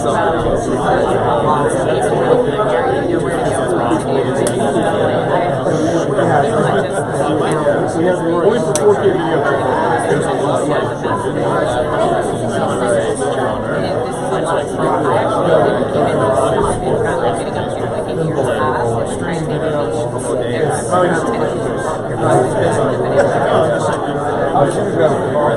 Yeah, awesome. Yeah, see, sir, we'll get together.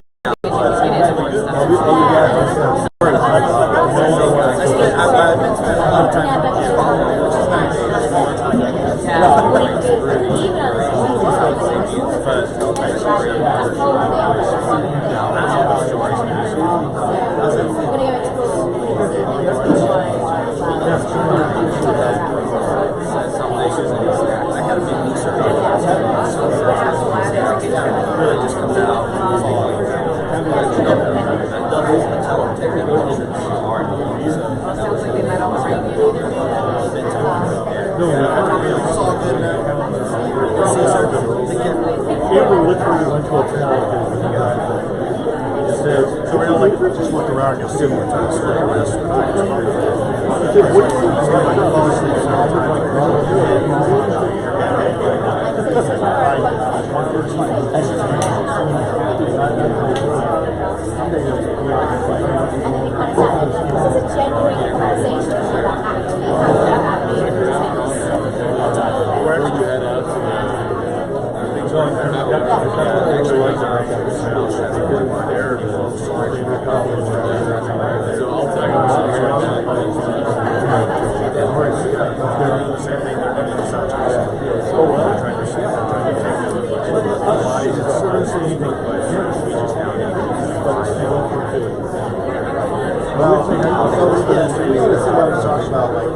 We're spending money right now. I see this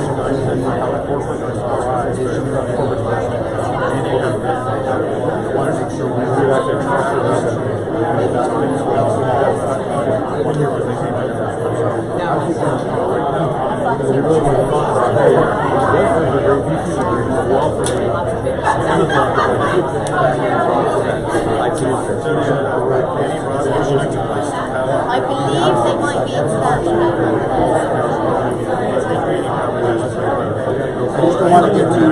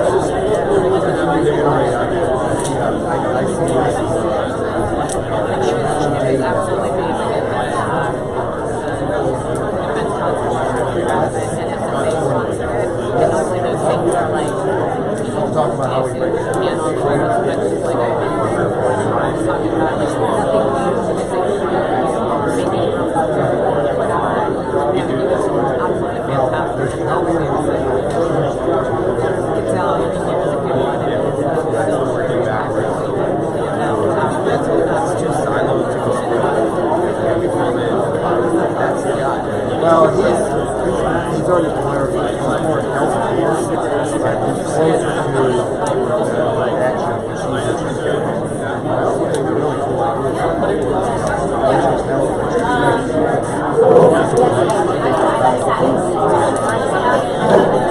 website.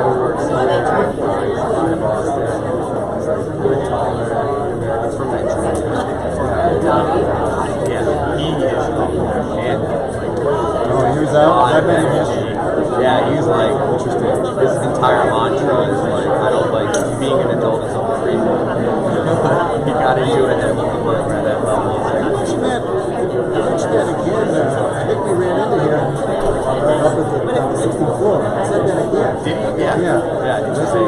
Yeah. Well, you were there. When I introduced you to him, right? You need a friend, apparently you hugged him. I was like, okay. He does know him already. Yeah, I've never met him in person, but definitely had conversations with him because his characters where he's got North thousands America. of sounds and he has this space around understanding of the like having received the customer would reach out to me, it was his, and he didn't know anything about space. So it's like, all right, now what a customer needs and stuff like that. I haven't seen you since Dubai. I think it's been longer for me. No, I was here for the in October. Yeah. It's been a while since we almost did. Well, I didn't get a badge yet, so they did. So I had one from 2 years ago. The last chamber back then cost 40% off of the VMware than Platinum badge. So the Platinum badge is sitting there waiting for me. Well, I was ready to buy it, and they needed to see proof of vaccination, which I don't think you know my situation. Well, I didn't have it. But I think I've got to go get a test, and they have them right there. So I'm thinking if you're going to go over there, I'll go with you. Because I actually was looking at the list of it. It looks like it's just a great opportunity to just check a lot of things out and go to things that you've never gone before. You know, and so I got to kind of just put this list in. You guys both go and do that. That would be very, very self-defined. Yeah, there's a bunch of events for space that are. Hello, everybody. I actually crashed with after that last session, it's a lot to follow behind them. Just so you know, we did bring some beverages, that might help out. So we're going to get started with our talk here. Appreciate everyone being here. But again, overdrinks will buy you lots. There's a lot of beverages, so let's get the party going. Well, cool. First of all, my name is Jeff Hasselman. I am with AWS, and this talk is around blockchain, crypto, Web3, and a number of cool items. And I'm sorry, I'm not the Jeff you're expecting from Amazon, so my apologies on that, but hopefully we can make up with some humor and some education. But again, following that last session, for those of you who were here, I am definitely a smarter person than the people that were up here talking about that, so I'm very, very cool. With that, I'd love to introduce you to our panelists. First, Cloud Messidor, and Cloud's her background speaks for herself. I will let you introduce yourself on that. Hi everyone, I'm thrilled to be here. I actually am an advisor to the Blockchain Association. The Blockchain Association represents 80 blockchain companies in Washington. We advocate for sound policy that actually fosters innovation. I also lead the National Policy Network of Women of Color in Blockchain, focusing on an inclusive, decentralized economy. And I actually just spoke about Web3 yesterday at a Southwest panel, so I'm excited to be here to further the conversation.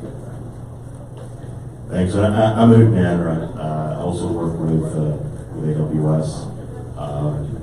And I think we're going to have a really interesting conversation today. And I have to make an admission. I have been waiting for a very long time to talk about space and blockchain in a single sentence. And so now I get a chance to do that. But you know, let's talk about some interesting stuff, Jeff. Where should we go with this? So we actually have some partners that are launching blockchain nodes into orbit.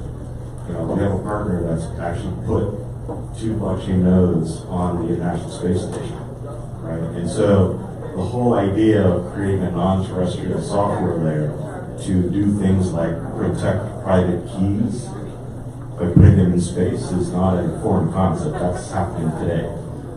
And so, we were just talking outside. The future is now. This is happening now. This is not 5 years from now. And so, the idea that this kind of innovation, space has been around for a long time. Industry's been around for a long time. Blockchain's been around for 12, 13 years, right? And the fact that these two technologies have intersected in such a short period of time, I think is pretty phenomenal, pretty fascinating, right? And it just speaks to the kind of innovation that is happening and the empowerment that I think is going to come from this innovation. So I'd love, Cleve, for you to talk about the empowerment that you're seeing. Yes. So as we look at the innovation economy, right? You probably heard about this wonky thing called the fourth industrial revolution. Well, as you mentioned, that's happening right now with this fusion of technologies, not just blockchain and cryptocurrency, but also artificial intelligence, virtual reality, augmented reality, robotics, cybersecurity. So all this fusion is causing a shift in how we work, transact, and interact. So one of the biggest challenges our economy has had is those who've been locked out of the traditional financial system. This nation cannot be competitive in the global innovation economy if 63 million people are either unbanked, underbanked, or lack access to the traditional financial system. So with blockchain technology, with cryptocurrency, we have an opportunity to close that gap. And not just in rural communities, but in urban communities as well. I will tell you on this panel, I'm the only woman in this space, but there are a lot of women in blockchain, in crypto, right? We may not have the representation, but we are part of the architecture of building this innovation economy. So when we talk about closing the financial exclusion gap, moving towards economic empowerment, and furthering wealth creation, it's for rural communities, communities of color, but also women who were the biggest casualties of COVID, are heads of households, and we have to be at the forefront of building new wealth with this new asset class.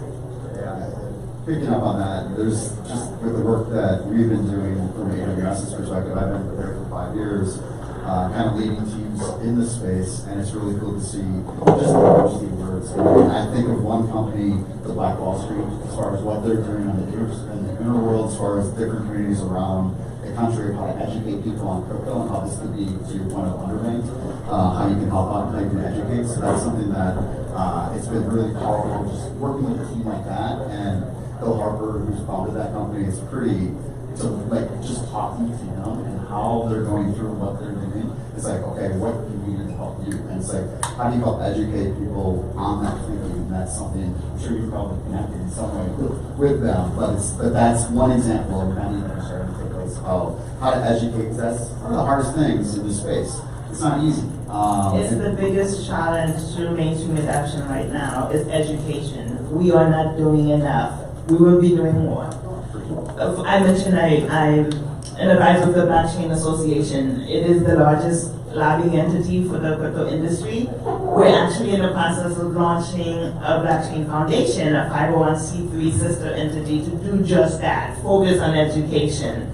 We're never going to actually move this industry forward by just telling people to engage, to participate. We have to provide them the resources to learn, to figure out where is their sweet spot, how do they want to participate.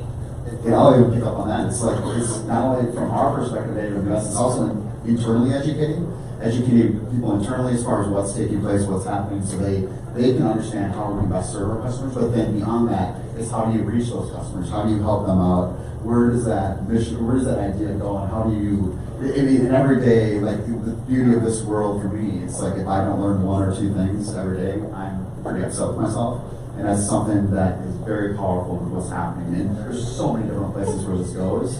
And see where this conversation kind of goes with that. So it's like, that to me is very powerful as far as where it is. But there's also a noise factor, like how do you cut through that? How do you look at it?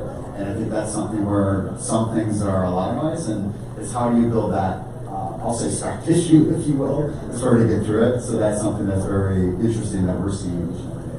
And if I can add, I do think that the biggest challenge is, what is blockchain, what is crypto? It's not just one thing, right? It's a new asset class, but it's also a technology that we can create products and services around, but it's also just a marketplace where people can participate. And that is exciting to those of us in the crypto space, but it can be confusing to people, right? So you don't have to be a trader, you don't have to buy cryptocurrency.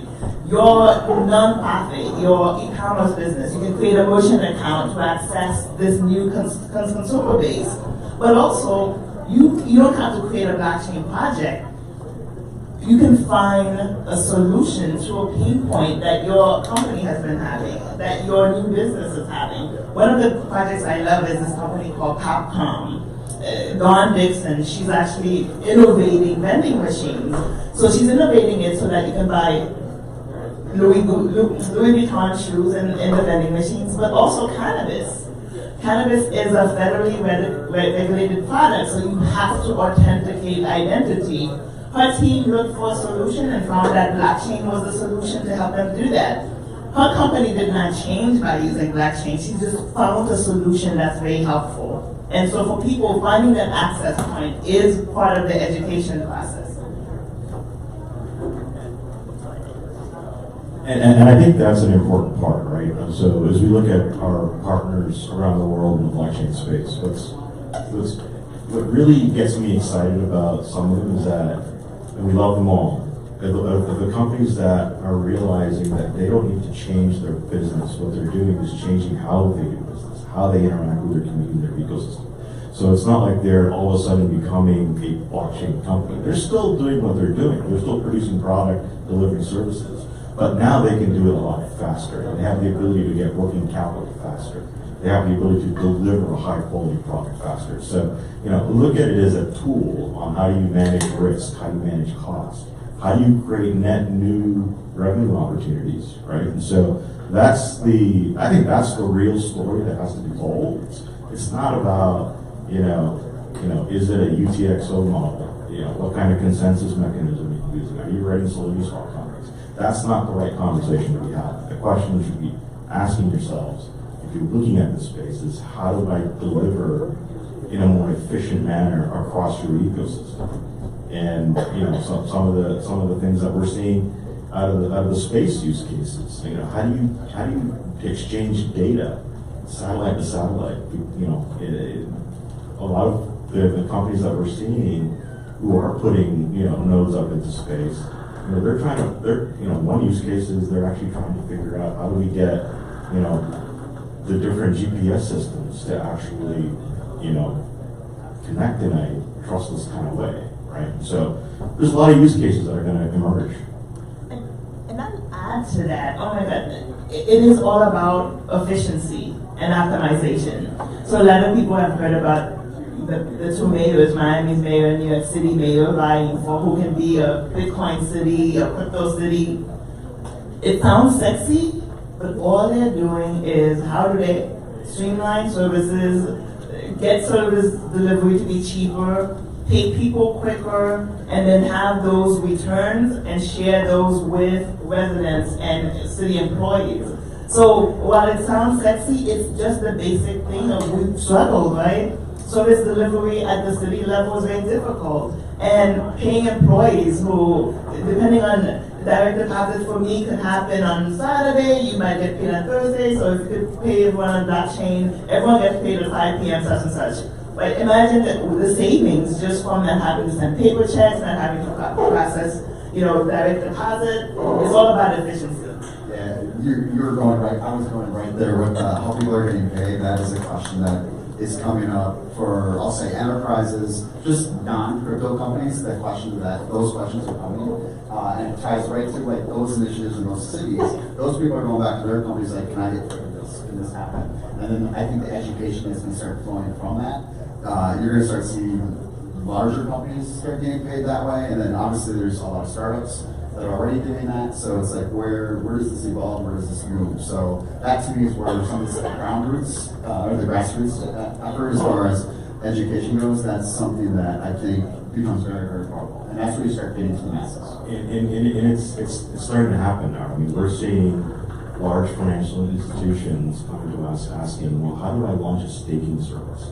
How do I launch a custody service, right? I mean, these are institutions that many of them have been in the space for 5, 6, 7 years, but the maturity and I think the improvement in the quality of the education is now getting to the point where they're actually thinking about how do we create new products, new services to go after a new class of customer that is emerging, that is already digital native. They're all crypto natives, but they don't have a product, right? And so there's a gap, and you know, that maturity and the sophistication, the comfort level with the apply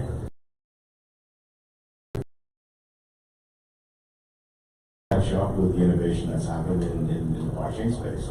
We're going to see more and more Fortune 500 institutions really pay close attention to how do you actually launch, you know, a new service that is entirely, you know, blockchain based. And you mentioned the reg tech, right? The regulation. And for the Blockchain Association, we're having these conversations with Washington, but it's also happening at the state level. You know, right now in Washington, there's a lot of regulatory uncertainty. We're having a lot of roadblocks, a lot of infighting between the regulatory agencies like the SEC, CFTC, who has oversight. But the states are creating that regulatory sandbox. You just mentioned in terms of custody. Virginia just announced that they're going to create a pathway for banks in Virginia to custody their customers' crypto. Because it's one thing to talk about these things, but if the laws don't follow, it's hard for businesses to take the risk and do these things.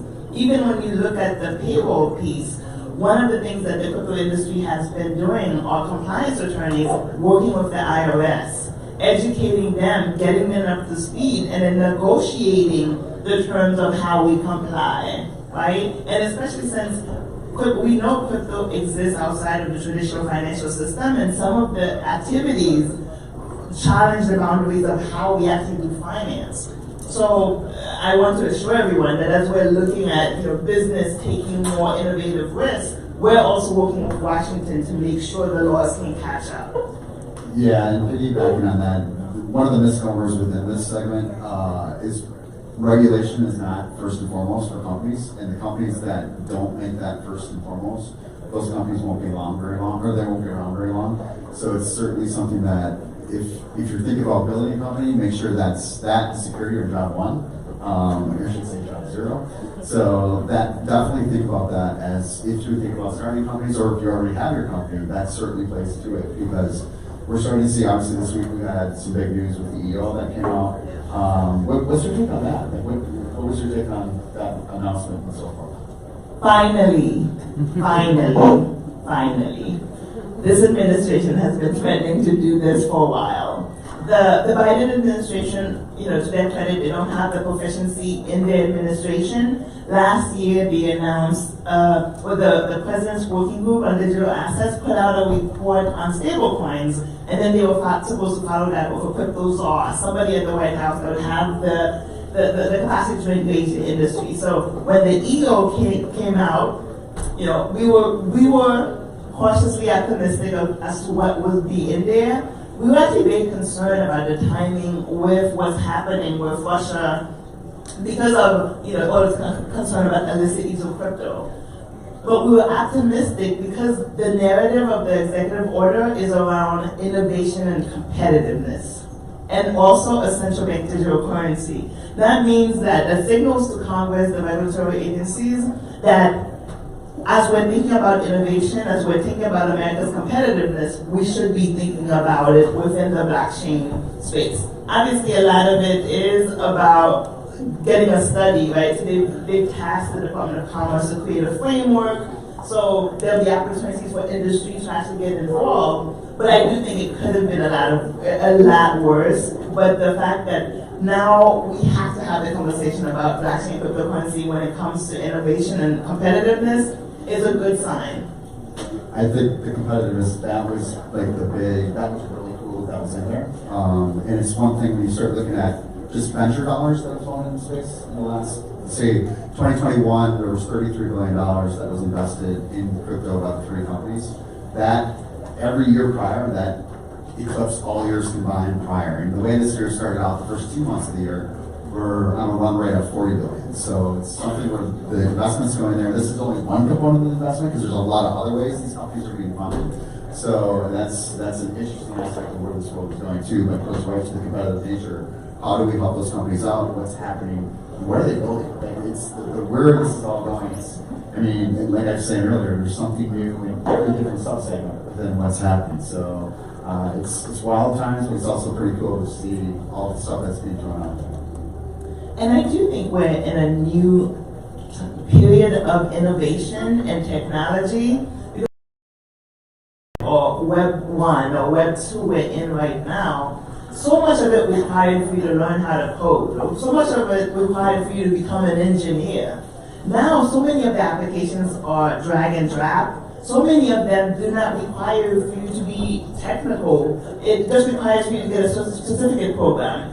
Learn about just becoming a more technical analyst, which means that more people who are not technical, especially women who have really stayed away from those industries, these emerging positions are for us, right? Building, leveraging these technologies will actually open up for a more diverse group of innovators out there. And part of the education, we need to let people know that so many people, it's even the products that, AWS provides, it enables the average person to innovate, to actually create new products because they understand the solutions that they need. They just need the technology to guide them. Yeah, I look at the technology as probably one of the greatest economic equalizers in human history. If you look at the amount of innovation that's happening, the pace of it, the ability for somebody to very quickly get up to speed in this space, develop something really interesting, really cool, self-educate. The accessibility to open source is driving a lot of that innovation. From some of the other work I do on the nonprofit side, I mean, we're seeing this, right? We're seeing innovators come out of the wombs. It's absolutely amazing and astounding. And what they're all driven by is a common narrative of taking control of their own life and being in charge of it from an economic perspective. That's extremely powerful. I'll pick up on that thing just from when you start thinking where just the life of work goes. I mean, that's completely changing. As far as we're seeing it with, obviously the big buzzword right now are DAOs, decentralized autonomous organizations. That's a big buzzword. There's a lot that needs to be worked out in those, but that said, it's really interesting. We're starting to see some data around universities, especially with what's taking place with COVID, where kids are dropping out of school, joining multiple DAOs, and that's how that's going to be their work life.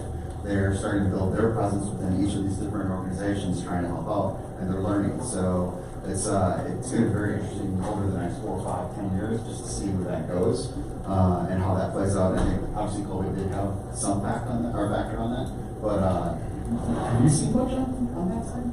Well, it's interesting, the concept of a DAO, right? A decentralized, autonomous organization. It's just cooperatives. Remember back in the day, we all pull our money together, put $25 each, and whatever that amount is, we decide how it's going to be spent, who have access to it. This person's going to be the decision maker. That's all DAOs. So the great thing about Web3 and crypto, we are just digitizing the basics. Going back to the basics and putting them in a way where we can actually do them digitally. So what's happening with DAOs is young people in college are taking advantage of it, but it's also a way of people now can, how do I fund something? Oh my God, do I have to create an LLC? Do I have to get a license? No, you can actually create a decentralized autonomous organization, get the funding, access a there's a whole crypto community that is set up to help people with DAOs, fund your DAOs, and help you with the governance and how to figure out how to do the treasury well. So it's very exciting. And we've got partners in this space who help, set up these DAOs. And what I'm really intrigued with is the regulatory landscape, and this is changing as well, right? So Wyoming last year, they provided, legal protections for DAOs, so you can actually go and create a DAO as a proper legal entity, right? And start doing business in the state of Wyoming. And I think that is a regulatory narrative that I think is going to be replicated across the U.S. And certainly it's starting to happen in Europe as well, right? So, the EO, to highlight the competitive nature of this space and what it allows you to deliver in terms of value in communities is going to be extremely powerful. And I think these things it's all starting to come together. This is not lasagna. This is going to be, this is going to be a really fantastic night for us. Spaghetti, like the conference in Italy that's going to be taking place? That's the name Spaghetti. It's interesting because people talk about crypto in terms of the Wild Wild West, which I hate. But recently there was a hearing with a congresswoman who used to refer to crypto as the Wild Wild West. And I was just telling you earlier, she was part of a hearing recently, and she said that she now sees crypto as the future frontier, which I think is what we're talking about here. We're in this, we're at a pivot point that we've been moving towards. Like we've been trying to digitize money forever. We have been, looking at tech and applying tech and figuring out how to streamline tech forever. So now we are about to create this economy, or as you said, it's happening right now, we're creating it, and it is the future frontier, and we own it. So that leads to maybe our last, before we open up to some questions. What do you think 10, 20 years from now, what is that one thing that you're thinking is going to happen? Well, I always like to talk about cool things that regular people can actually, relate to. And one of the things I do think is in healthcare and how IBM, blockchain, and others, and obviously are creating products and services that medical companies can use for supply chain, but also for patient data. So one of the exciting things I'd like to tell people, because it crystallizes this for them, is HIPAA regulations is the reason why you go to a new doctor, they ask you for your x-rays, you have to call that doctor, have them fax it, find the person, oh, we didn't fax it yet. By the time it gets to your doctor, whatever you needed, you're just frustrated, right? Now, doctors, medical companies can put your patient records on blockchain where they can be secure and safe. But it goes further than that. It's mobile. So you're at the doctor right now, you give them access to your medical data, so there is no delay, right? So imagine how much of a change that is just for you. Have you ever been at a doctor where they tell you that you actually have the data, you're searching through your phone for the medical records that they have, and by the time you find it, it's like, ah! So these are the type of efficiencies, right? These are the pain points we have as regular people that are exciting. So I think for me, that's one of the things that we can all relate to that is coming, that is happening right now. Well then, let's turn it over. Do you have anything that you would say as far as out there? I think that's a good one to go with, just because I love how it's how do you bring the entire world together as far as what you did. Again, the use cases they're mindless. I mean, they're limitless as far as where that may be, where it leads. So that to me, just be creative, think about it, and see where it goes. And I think to this use case you just described, right? There's still work that needs to be done in this space on how do you simplify the language, right? How do we describe it to each other, to one another? The learning curve is still pretty steep in this space, right? And I think that's one of the things that we can spend more energy on, I feel, is just better education, simplifying the language. As my 9-year-old once told me when I was trying to explain to him what blockchain is, I was going on for 15 minutes. He says, "I'm 9, I don't have all day." and then and he's right. He's 9, he doesn't have all day. because he had to go to school. But and then he spins one back on me and says, in an English accent, he says, when one is to profess expertise, one must do so in simple English. Oh my God. And I don't think we're there yet in the blockchain space, right? So there's work to be done. But hey, if regulators are starting to get on the bandwagon, then that's happening. And if I can add one thing about your 9-year-old, there's this perception that tech is for young people, right?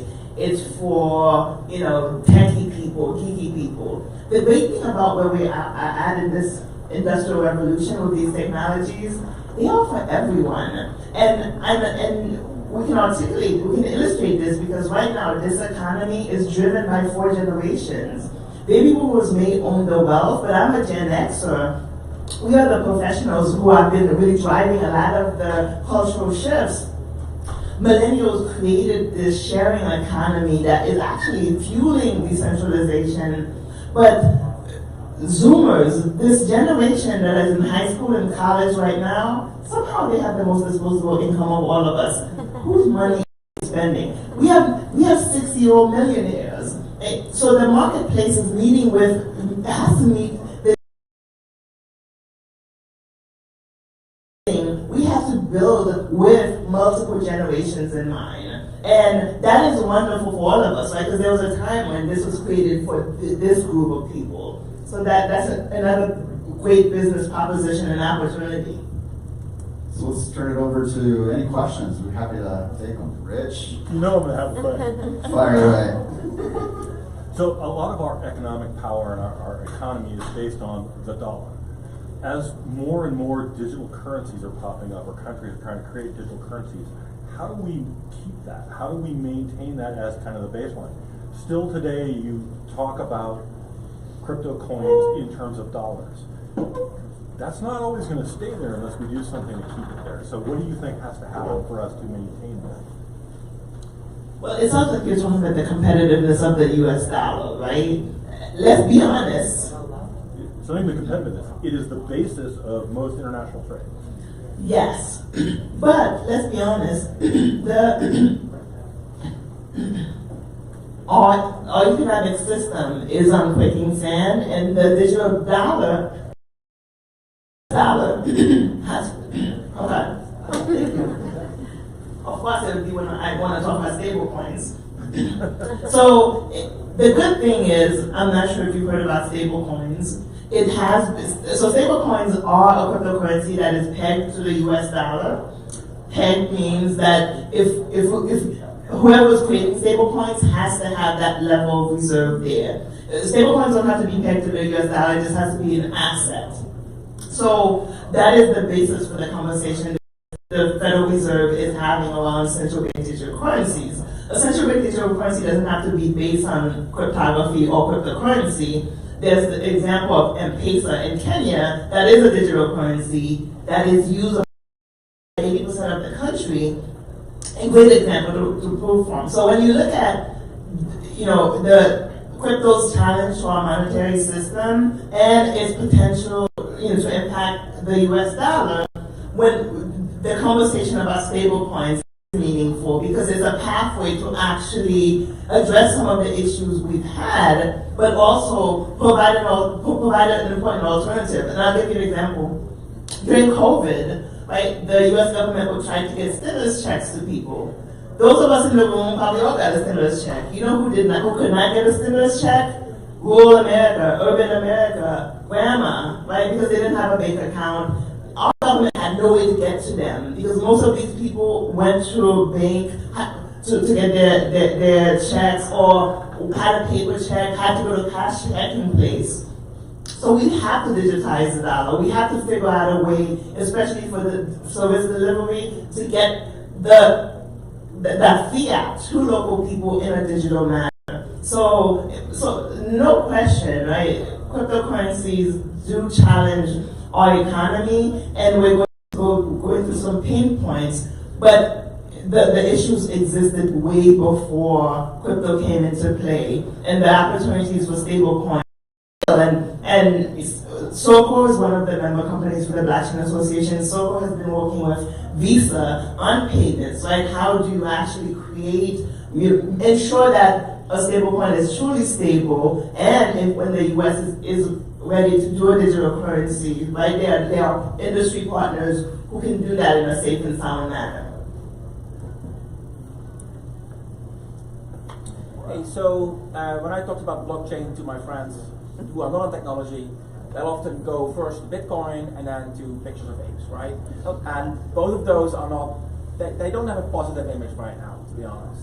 So what are you guys as the blockchain community doing to educate the larger public about the benefits of blockchain beyond, like, NFTs?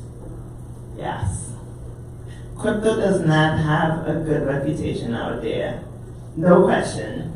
But I do think that it is the way that it is talked about because of the lack of education. It goes back to we haven't done enough to break through the narrative and talk about it, as you said, simplify the language and demystify some of these terms. So people always think about illicit use of crypto. I have to tell you, I don't talk to many criminals, but cash is still the king for them. Like, of all of the scammers that use Bitcoin, it's just because it is, the newest thing. But law enforcement will tell you that cryptocurrencies, Bitcoin makes it very easy for them to trace money. We can finally follow the money. You're not following Clev because Clev can actually, you're following public keys and private keys. And we've had some examples where we've been effectively able to do that with law enforcement. We have companies like Chain Analysis and Elliptic that actually are there just to work with international law enforcement. But it is that image, right? Even right now with Ukraine, there's all this talk about how Russia is using it to evade sanctions. I have to say, that is so not true, because if Russia wants to evade sanctions, there are better ways than having a private key that they can follow. What we've seen is the people of Ukraine and even the Ukrainian government has raised millions of dollars. When the president of Ukraine put out a tweet saying put that publicly out there for crypto, we responded within that first day over $10 million, and that was like. It's getting close to 100 now. Yeah, so yes, but all of the stories you hear about Russia evading with sanctions, I don't know how we get there, but I think it's education. I think once people can actually have a simple conversation.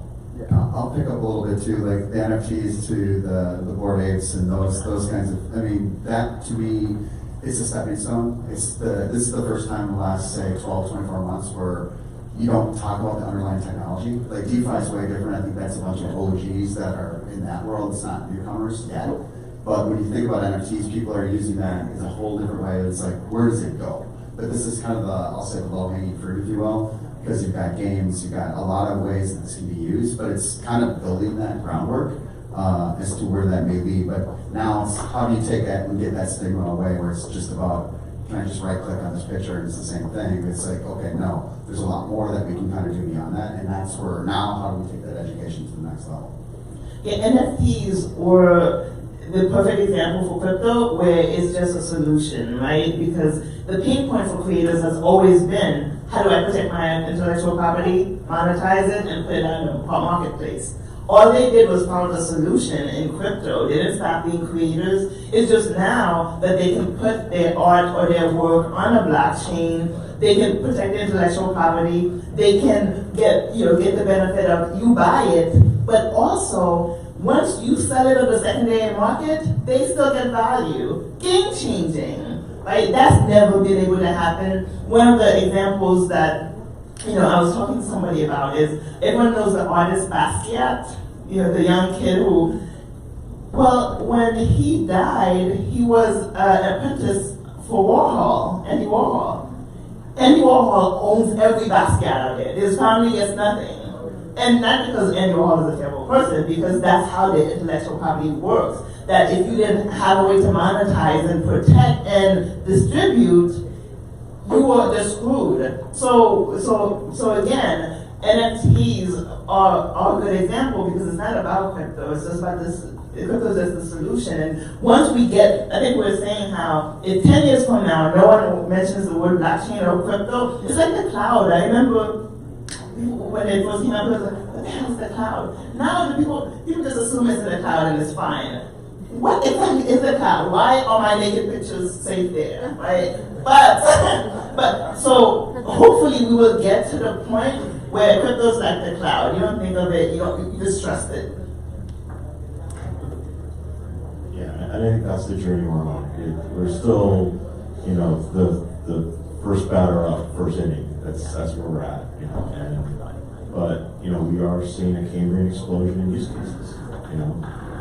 NFTs the concept of NFTs has been around for a while, but it only picked up literally last year. Yeah. Yeah. But it went before COVID. Yeah. I mean, we had the CryptoKitty phase way back when, but then that spawned a lot of ideas because there were bottlenecks, issues that happened with the technology.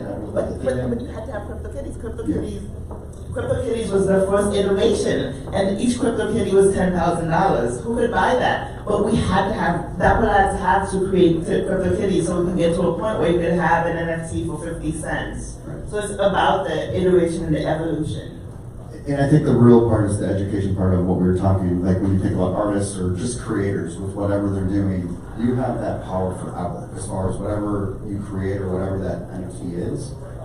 That will remain with you and your family or however this goes on. And there's companies being built around how do you keep that legacy going to make sure that helps out. So you have a lot of companies that are working on that side of it too. Any other questions? Oh, got one back here. Thanks so much, guys. That's like that's big incredible quotes, right? Like maybe it's great, like the greatest human collection in history. Like, I guess the Dow is like co-ops, right? It's awesome. Like there's big co-ops each year. So yeah, thanks so much. You guys mentioned like the friction, right? The communication is so interesting, right? So there might be some constituencies that are not fully on board. So maybe some are less powerful, some more powerful. So you guys can speak to that a little bit, like what can we help reach and kind of bring on board, and also how might hardware security play into some of this too, right? I think that's a question too, is like decentralization and transparency at the hardware layer. Maybe you guys can speak to some of those. So I can talk a little bit about the hardware stuff. Physically unclonable functions is going to be a really important component to overall security in the blockchain ecosystem. And a physically unclonable function is basically taking advantage differences in silicon, the actual silicon circuitry on the die itself that is impossible to replicate, just by the way that the silicon is run, right? And so when you build a circuit out of it, you get slight variations in output for a particular function that block performs. So that's going to be really, really important. Then I think the next step then is how do we guarantee provenance for any data that is coming off of a device, right? And again, I think a physically unclonable function is part of that equation. There are evolutions in trusted execution environments, and one of the most impressive services that I've seen that we've produced is Nitro enclaves. Right? It's the idea that you can actually have secure compute, confidential compute in the cloud for your applications and services. Very, very powerful. So the hardware piece is evolving. I think the costs are still generally fairly high, right? But it's going to come down as more and more people adopt, not just hardware wallets, but like being able to embed this technology into your cell phone, your digital camera, right? This is happening. And I would say some of those challenges are why there's really not a metaverse yet. Gaming has a metaverse. The gaming metaverse exists. People have avatars, relationships, all lives. But as we talk about a decentralized metaverse, some of those questions are data collection, privacy, right? So how do you create multiple metaverses where people do have that digital footprint? We're creating that digital footprint, but still maintaining decentralization, where we're not just creating a space for dynamiting, for people to be potentially hacked, or so we have some work to do there. Any other questions?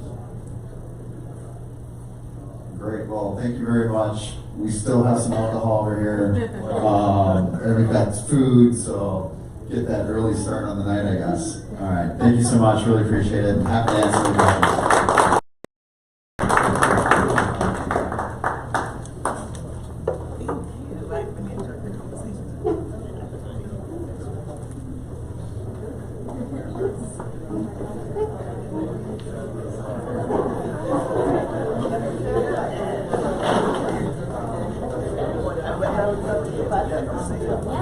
We get a group shot.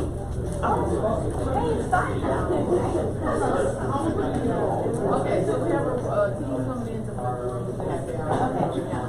Okay. Look busy. So I'm wait, hold on, sorry.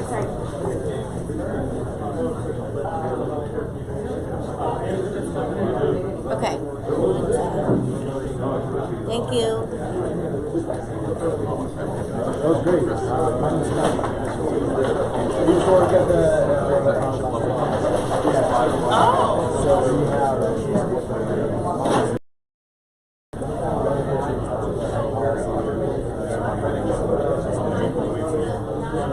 we have it's amazing that crypto made the policy sexy. Yeah. Oh my God. Crypto made tax policy sexy. Yeah. It needs that, and then also people like, yeah. We're still trying to figure out how we're not quite at least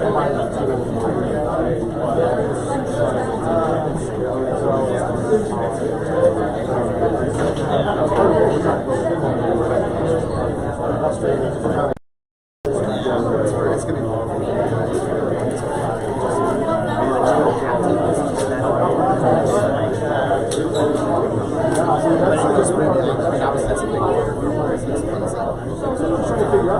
What's the right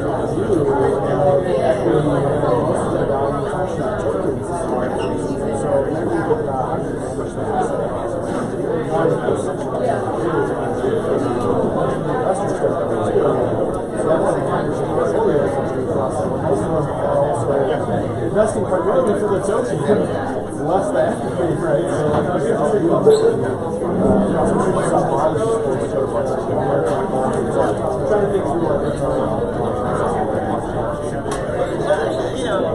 It's we're at the starting point, not the finishing point, right? So, and this is when we should be having these conversations and contemplating these things. These are things that ended during the 90s when we debated the internet and look at what we are at. Yeah, so. And it's nice to actually reinforce the discussion. Exactly. And hopefully before you guys watching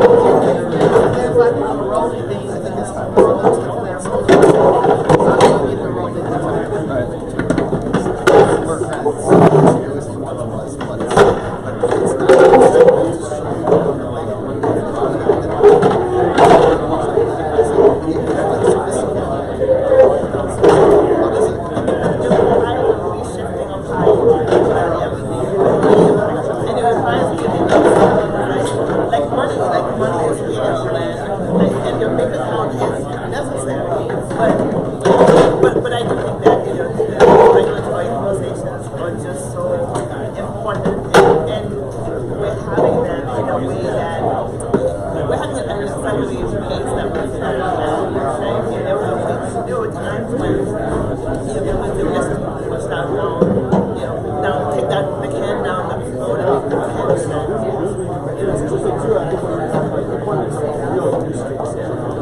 so much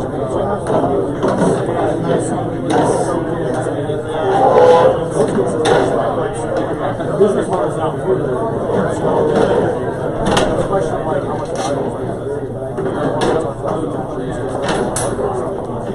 That was a great question.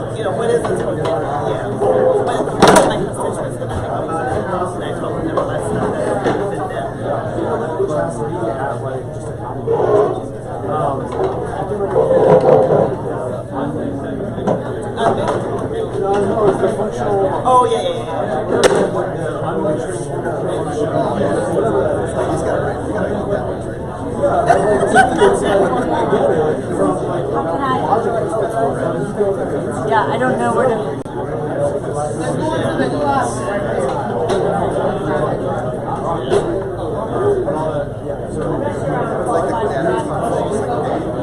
That's the easy entry because you can use it as it's a window and now it's a problem. And I will tell you, what NFT did for readers is it actually gave them a new skill set of just being able to have a MetaMask wallet, and now they can actually take it to another level and become owners of creating products. Yeah, so we.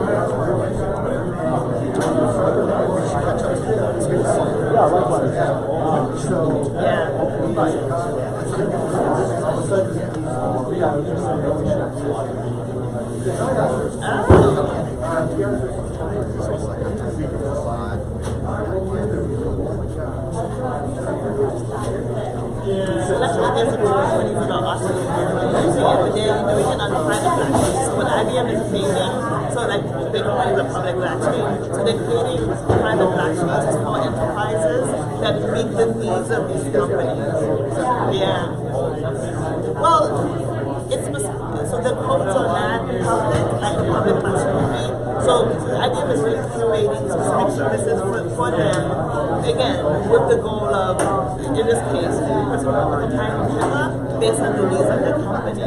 So, but actually, it's also a few insurance companies as well have adapted it because they have all the distribution data, and so if you email me, I'm happy to, because I do a weekly newsletter, and there are a few of the companies that have been using black sheets for medical data.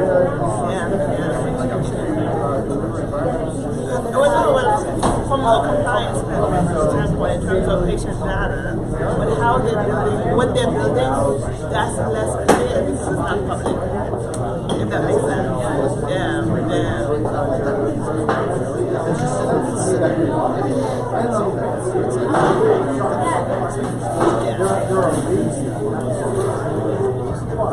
Exactly. It's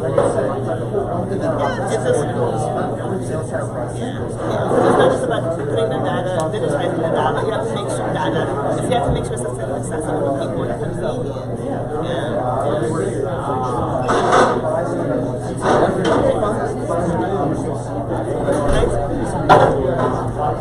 Oh, wonderful. Oh my God. Well, it's so great to have a woman in this space.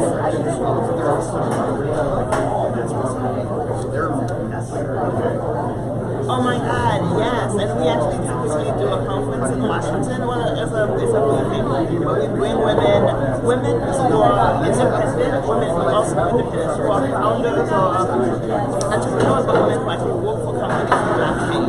Right? So it's a good mix of all working in a company, but also innovating and talking to members about our experience, but also connecting what we see in 2019. And oh my God, where we are so much stronger. Connect with other women who are in this space, be a support to each other, be a resource. Yeah. Exactly. Yeah. So definitely reach out and definitely add to our network.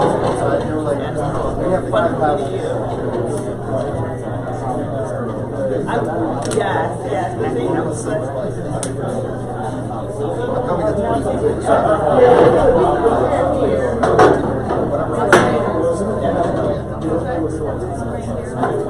Joy Vegas. I think that's top.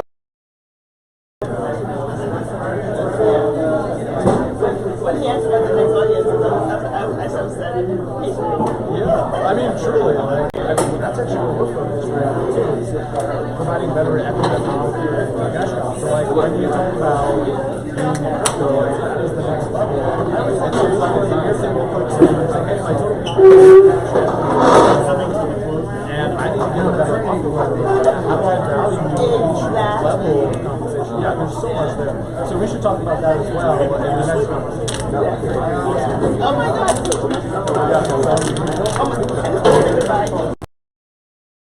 Thanks for coming. Thank you. This is awesome. Thank you.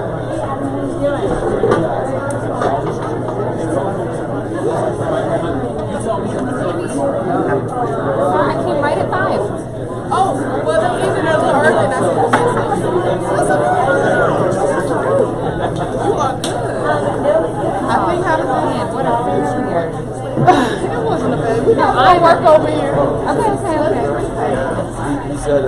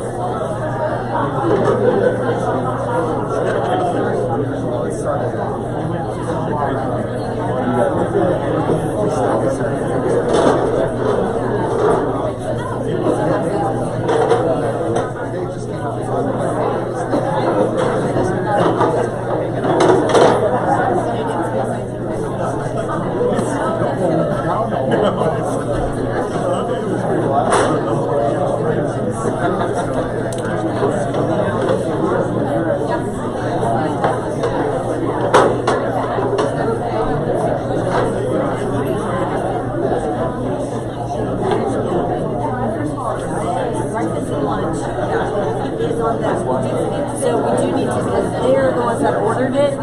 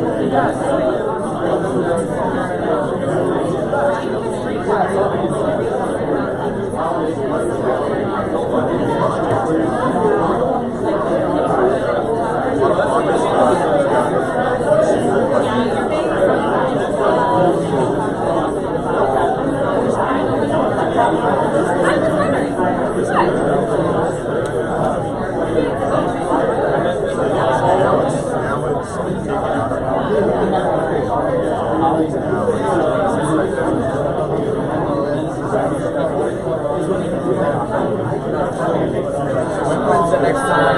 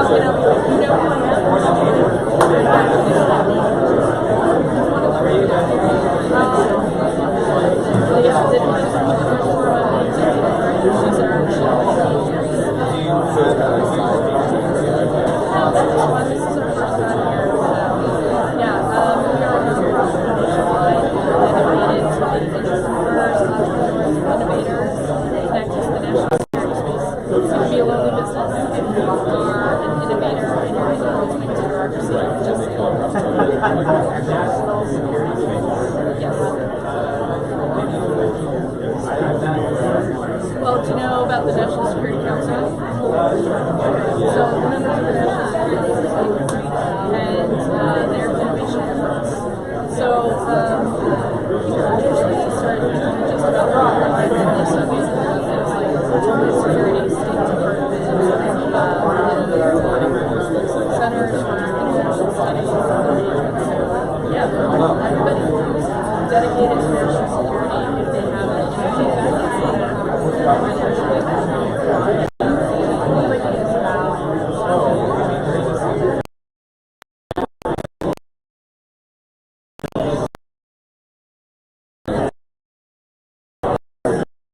the National Security Innovation?